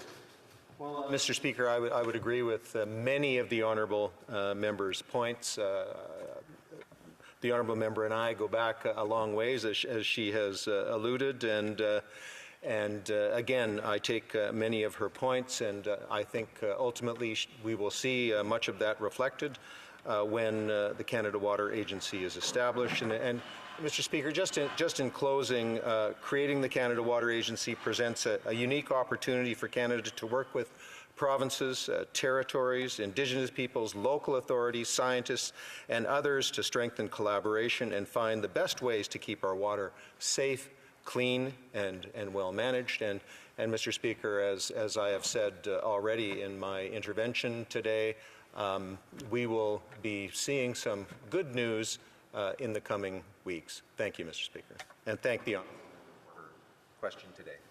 The Honourable Member for Sherwood Park, Fort Saskatchewan.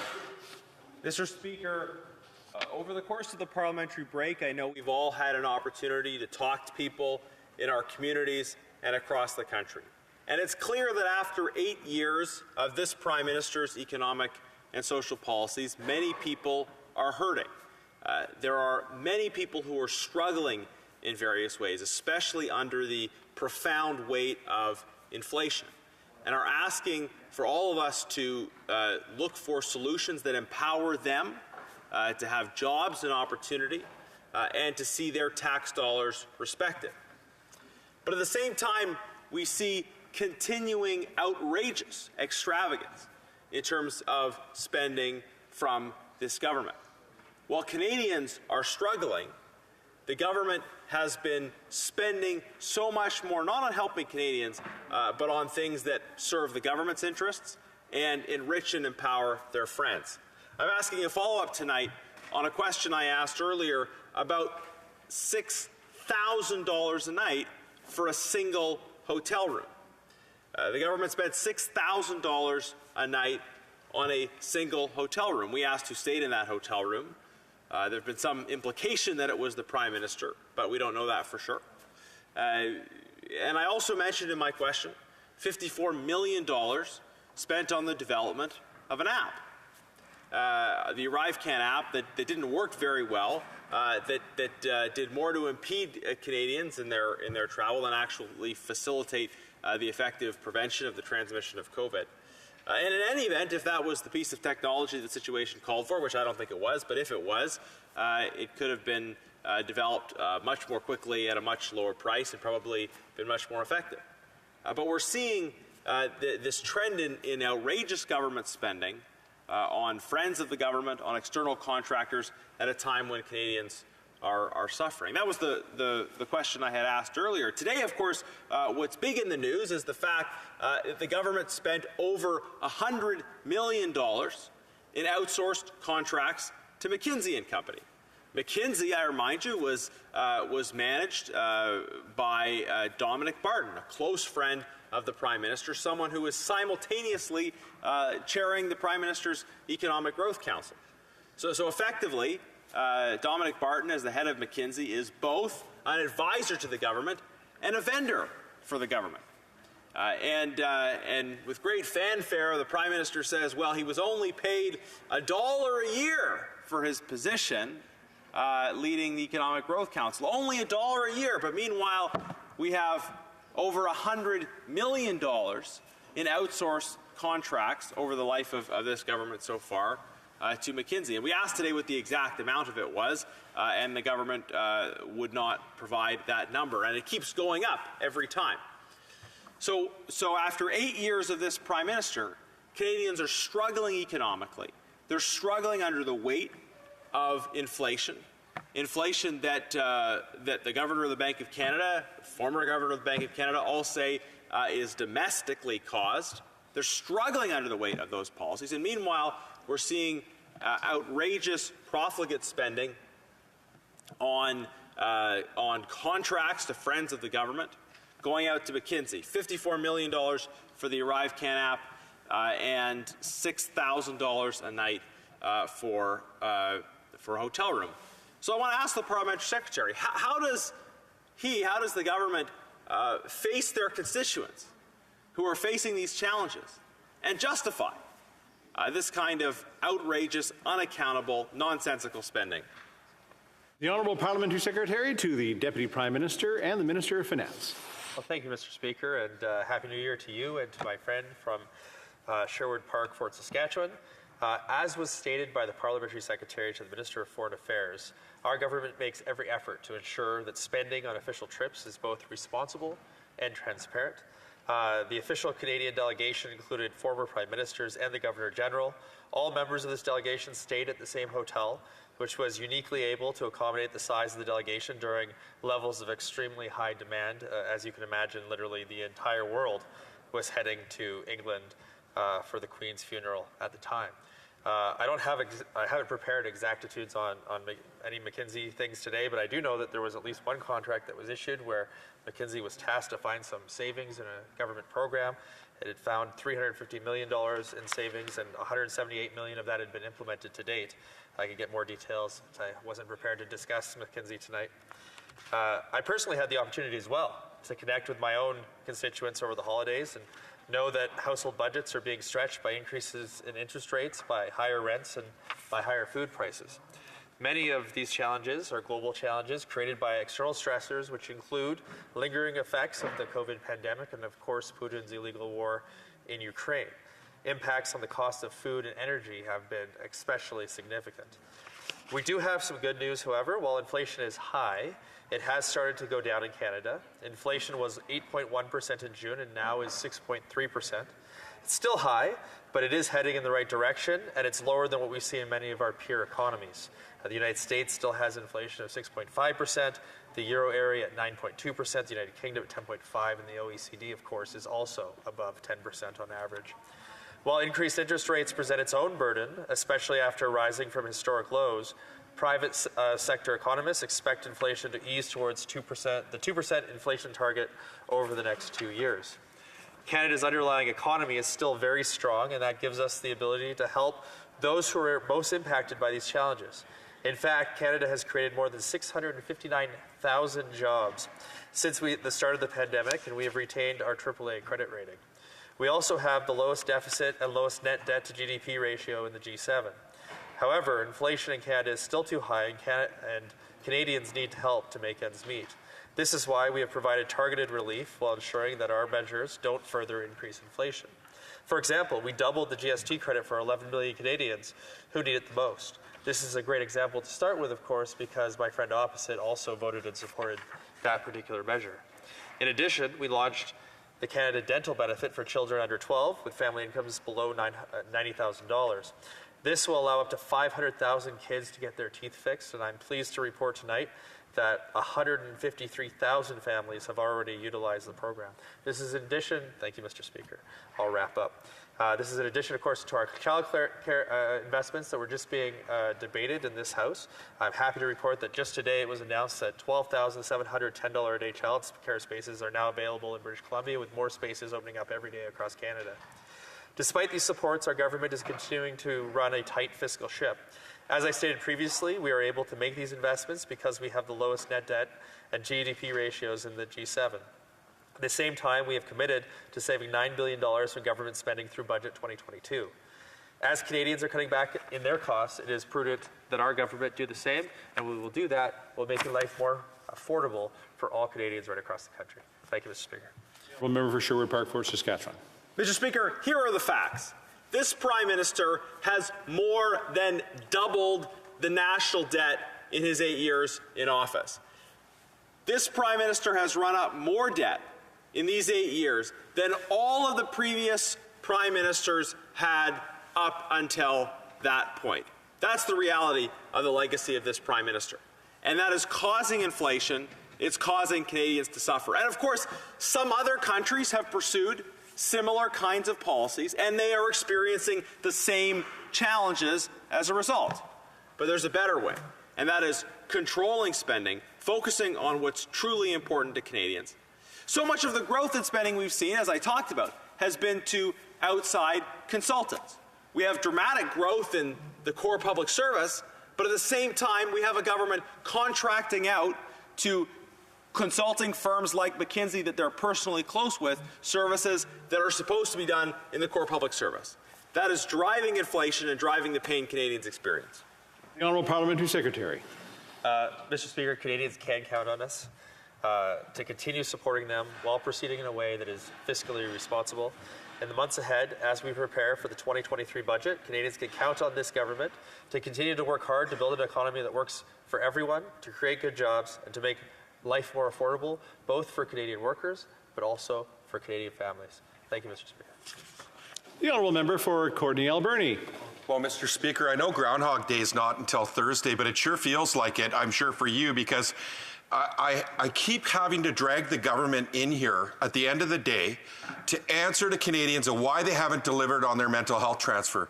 Mr. Speaker, we have a system that is overburdened and stretched to the max. And I just had the leader of the NDP in my riding.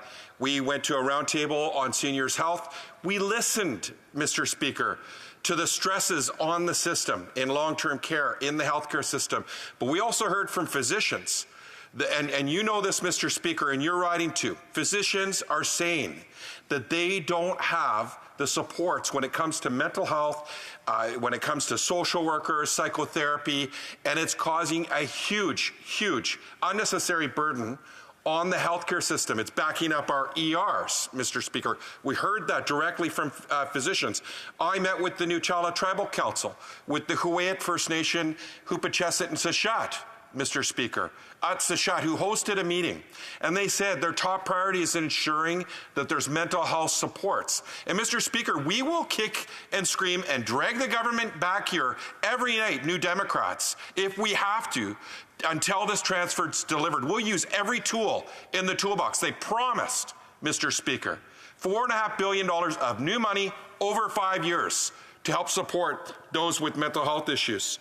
I also, Mr. Speaker, heard from not just First Nations, but I actually went in my own doctor's office and I asked my doctor how it was impacting him and serving his clients and the overall community. He said, Mr. Speaker, that over 50% of the people that were coming in his office were either having a health-related issue related to mental health or substance use.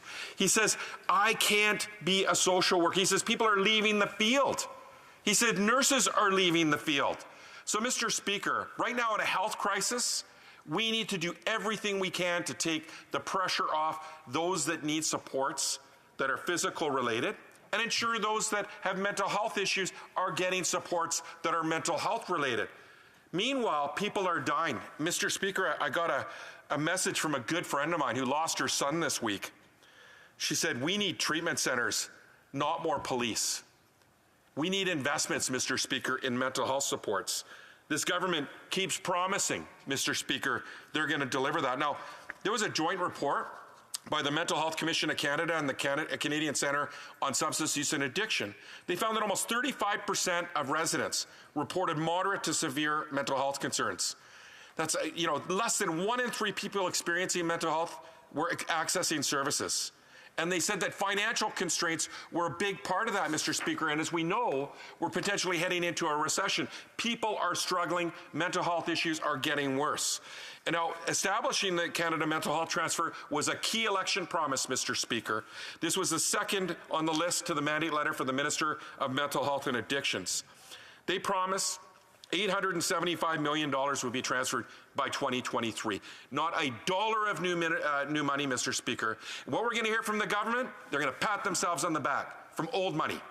They're not going to have delivered on the new money they promised. It hasn't happened, Mr. Speaker. It's costing lives. People are dying, and it's unnecessary. The government needs to do the right thing. They're wastefully spending money instead of prioritizing the health of Canadians, taking pressure off our healthcare system, and investing in mental health when Canadians need it the most. The Honourable Parliamentary Secretary to the Minister of Health and Addictions. Thank you, Mr. Speaker. Je veux remercier le I want to thank the member for Courtenay Alberni for giving me this opportunity to speak about this important issue and to explain to this House how we are supporting mental health and substance use services for Canadians. Même si il est tard.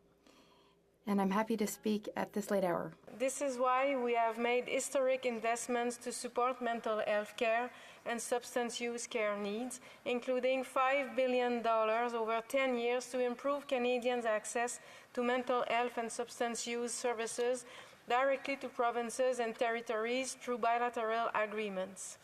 Ces ententes offrent en ce moment. These agreements currently provide provinces and territories with $600 million annually until 2027.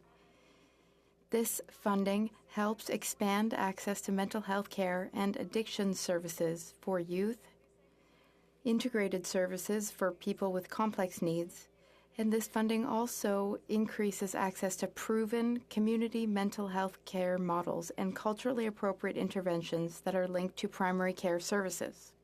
Federal, provincial, and territorial health and mental health ministers agree on the importance of promoting mental wellness and addressing gaps in mental health and addiction services and recovery.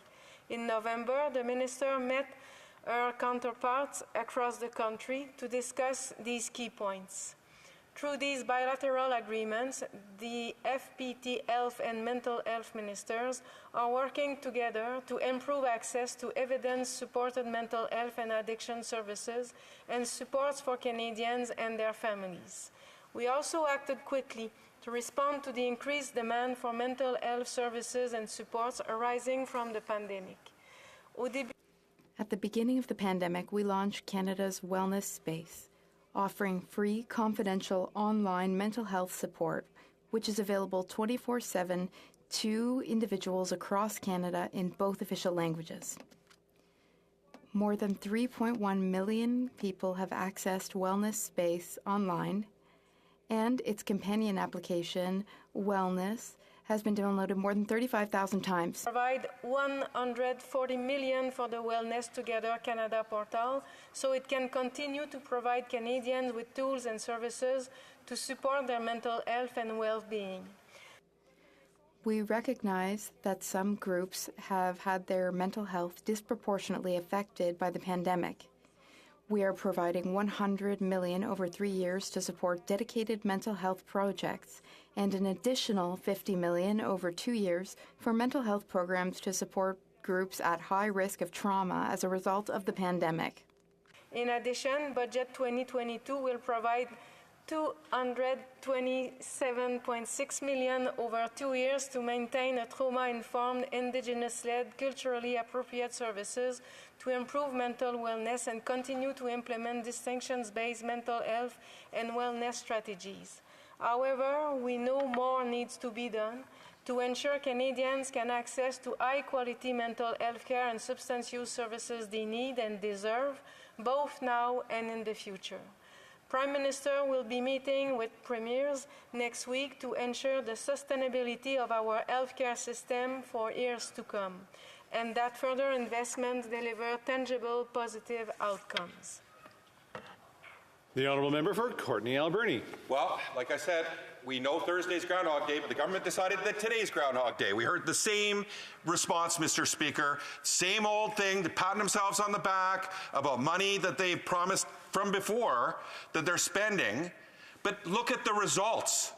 The results speak for themselves, Mr. Speaker. Overcrowded ERs, doctors having to do social work that need help, Mr. Speaker. People are dying as a result of this government's inaction. They failed to deliver a dollar of the promised new money, Mr. Speaker. Now, I actually don't believe they're going to do it. The Prime Minister has directed his ministers to spend less money, and I think he's going to cut, Mr. Speaker. They have no intention of delivering on this transfer. It's been over a year and a half. The UK and France, they spend about 12% on mental health funding. We spend between 5 and 7%. It's time for this government to respond. They need to answer to Canadians why they haven't delivered on this promise. I'll be back, Mr. Speaker. I'll be back at every opportunity ensured to hold them to account until they deliver the mental health supports that people desperately need. The Honourable Parliamentary Secretary to the Minister of Mental Health. To continuing to do everything we can to support the mental health of Canadians. As I noted earlier, in addition to a range of existing federal supports, provinces and territories are now receiving $600 million from the federal government to support mental health and substance use services on an annual basis, which will continue until 2027. But we also know that much more needs to be done to ensure that Canadians have access to the mental health supports they need. We are committed to providing additional federal funding to support these essential services. That's why the Prime Minister will be meeting with the premiers next week to work collaboratively with them to ensure that the additional investments produce tangible positive results. The motion to adjourn the House is now deemed to have been adopted. Accordingly, this House stands adjourned until tomorrow at 10 in the morning, pursuant to Standing Order 24-1.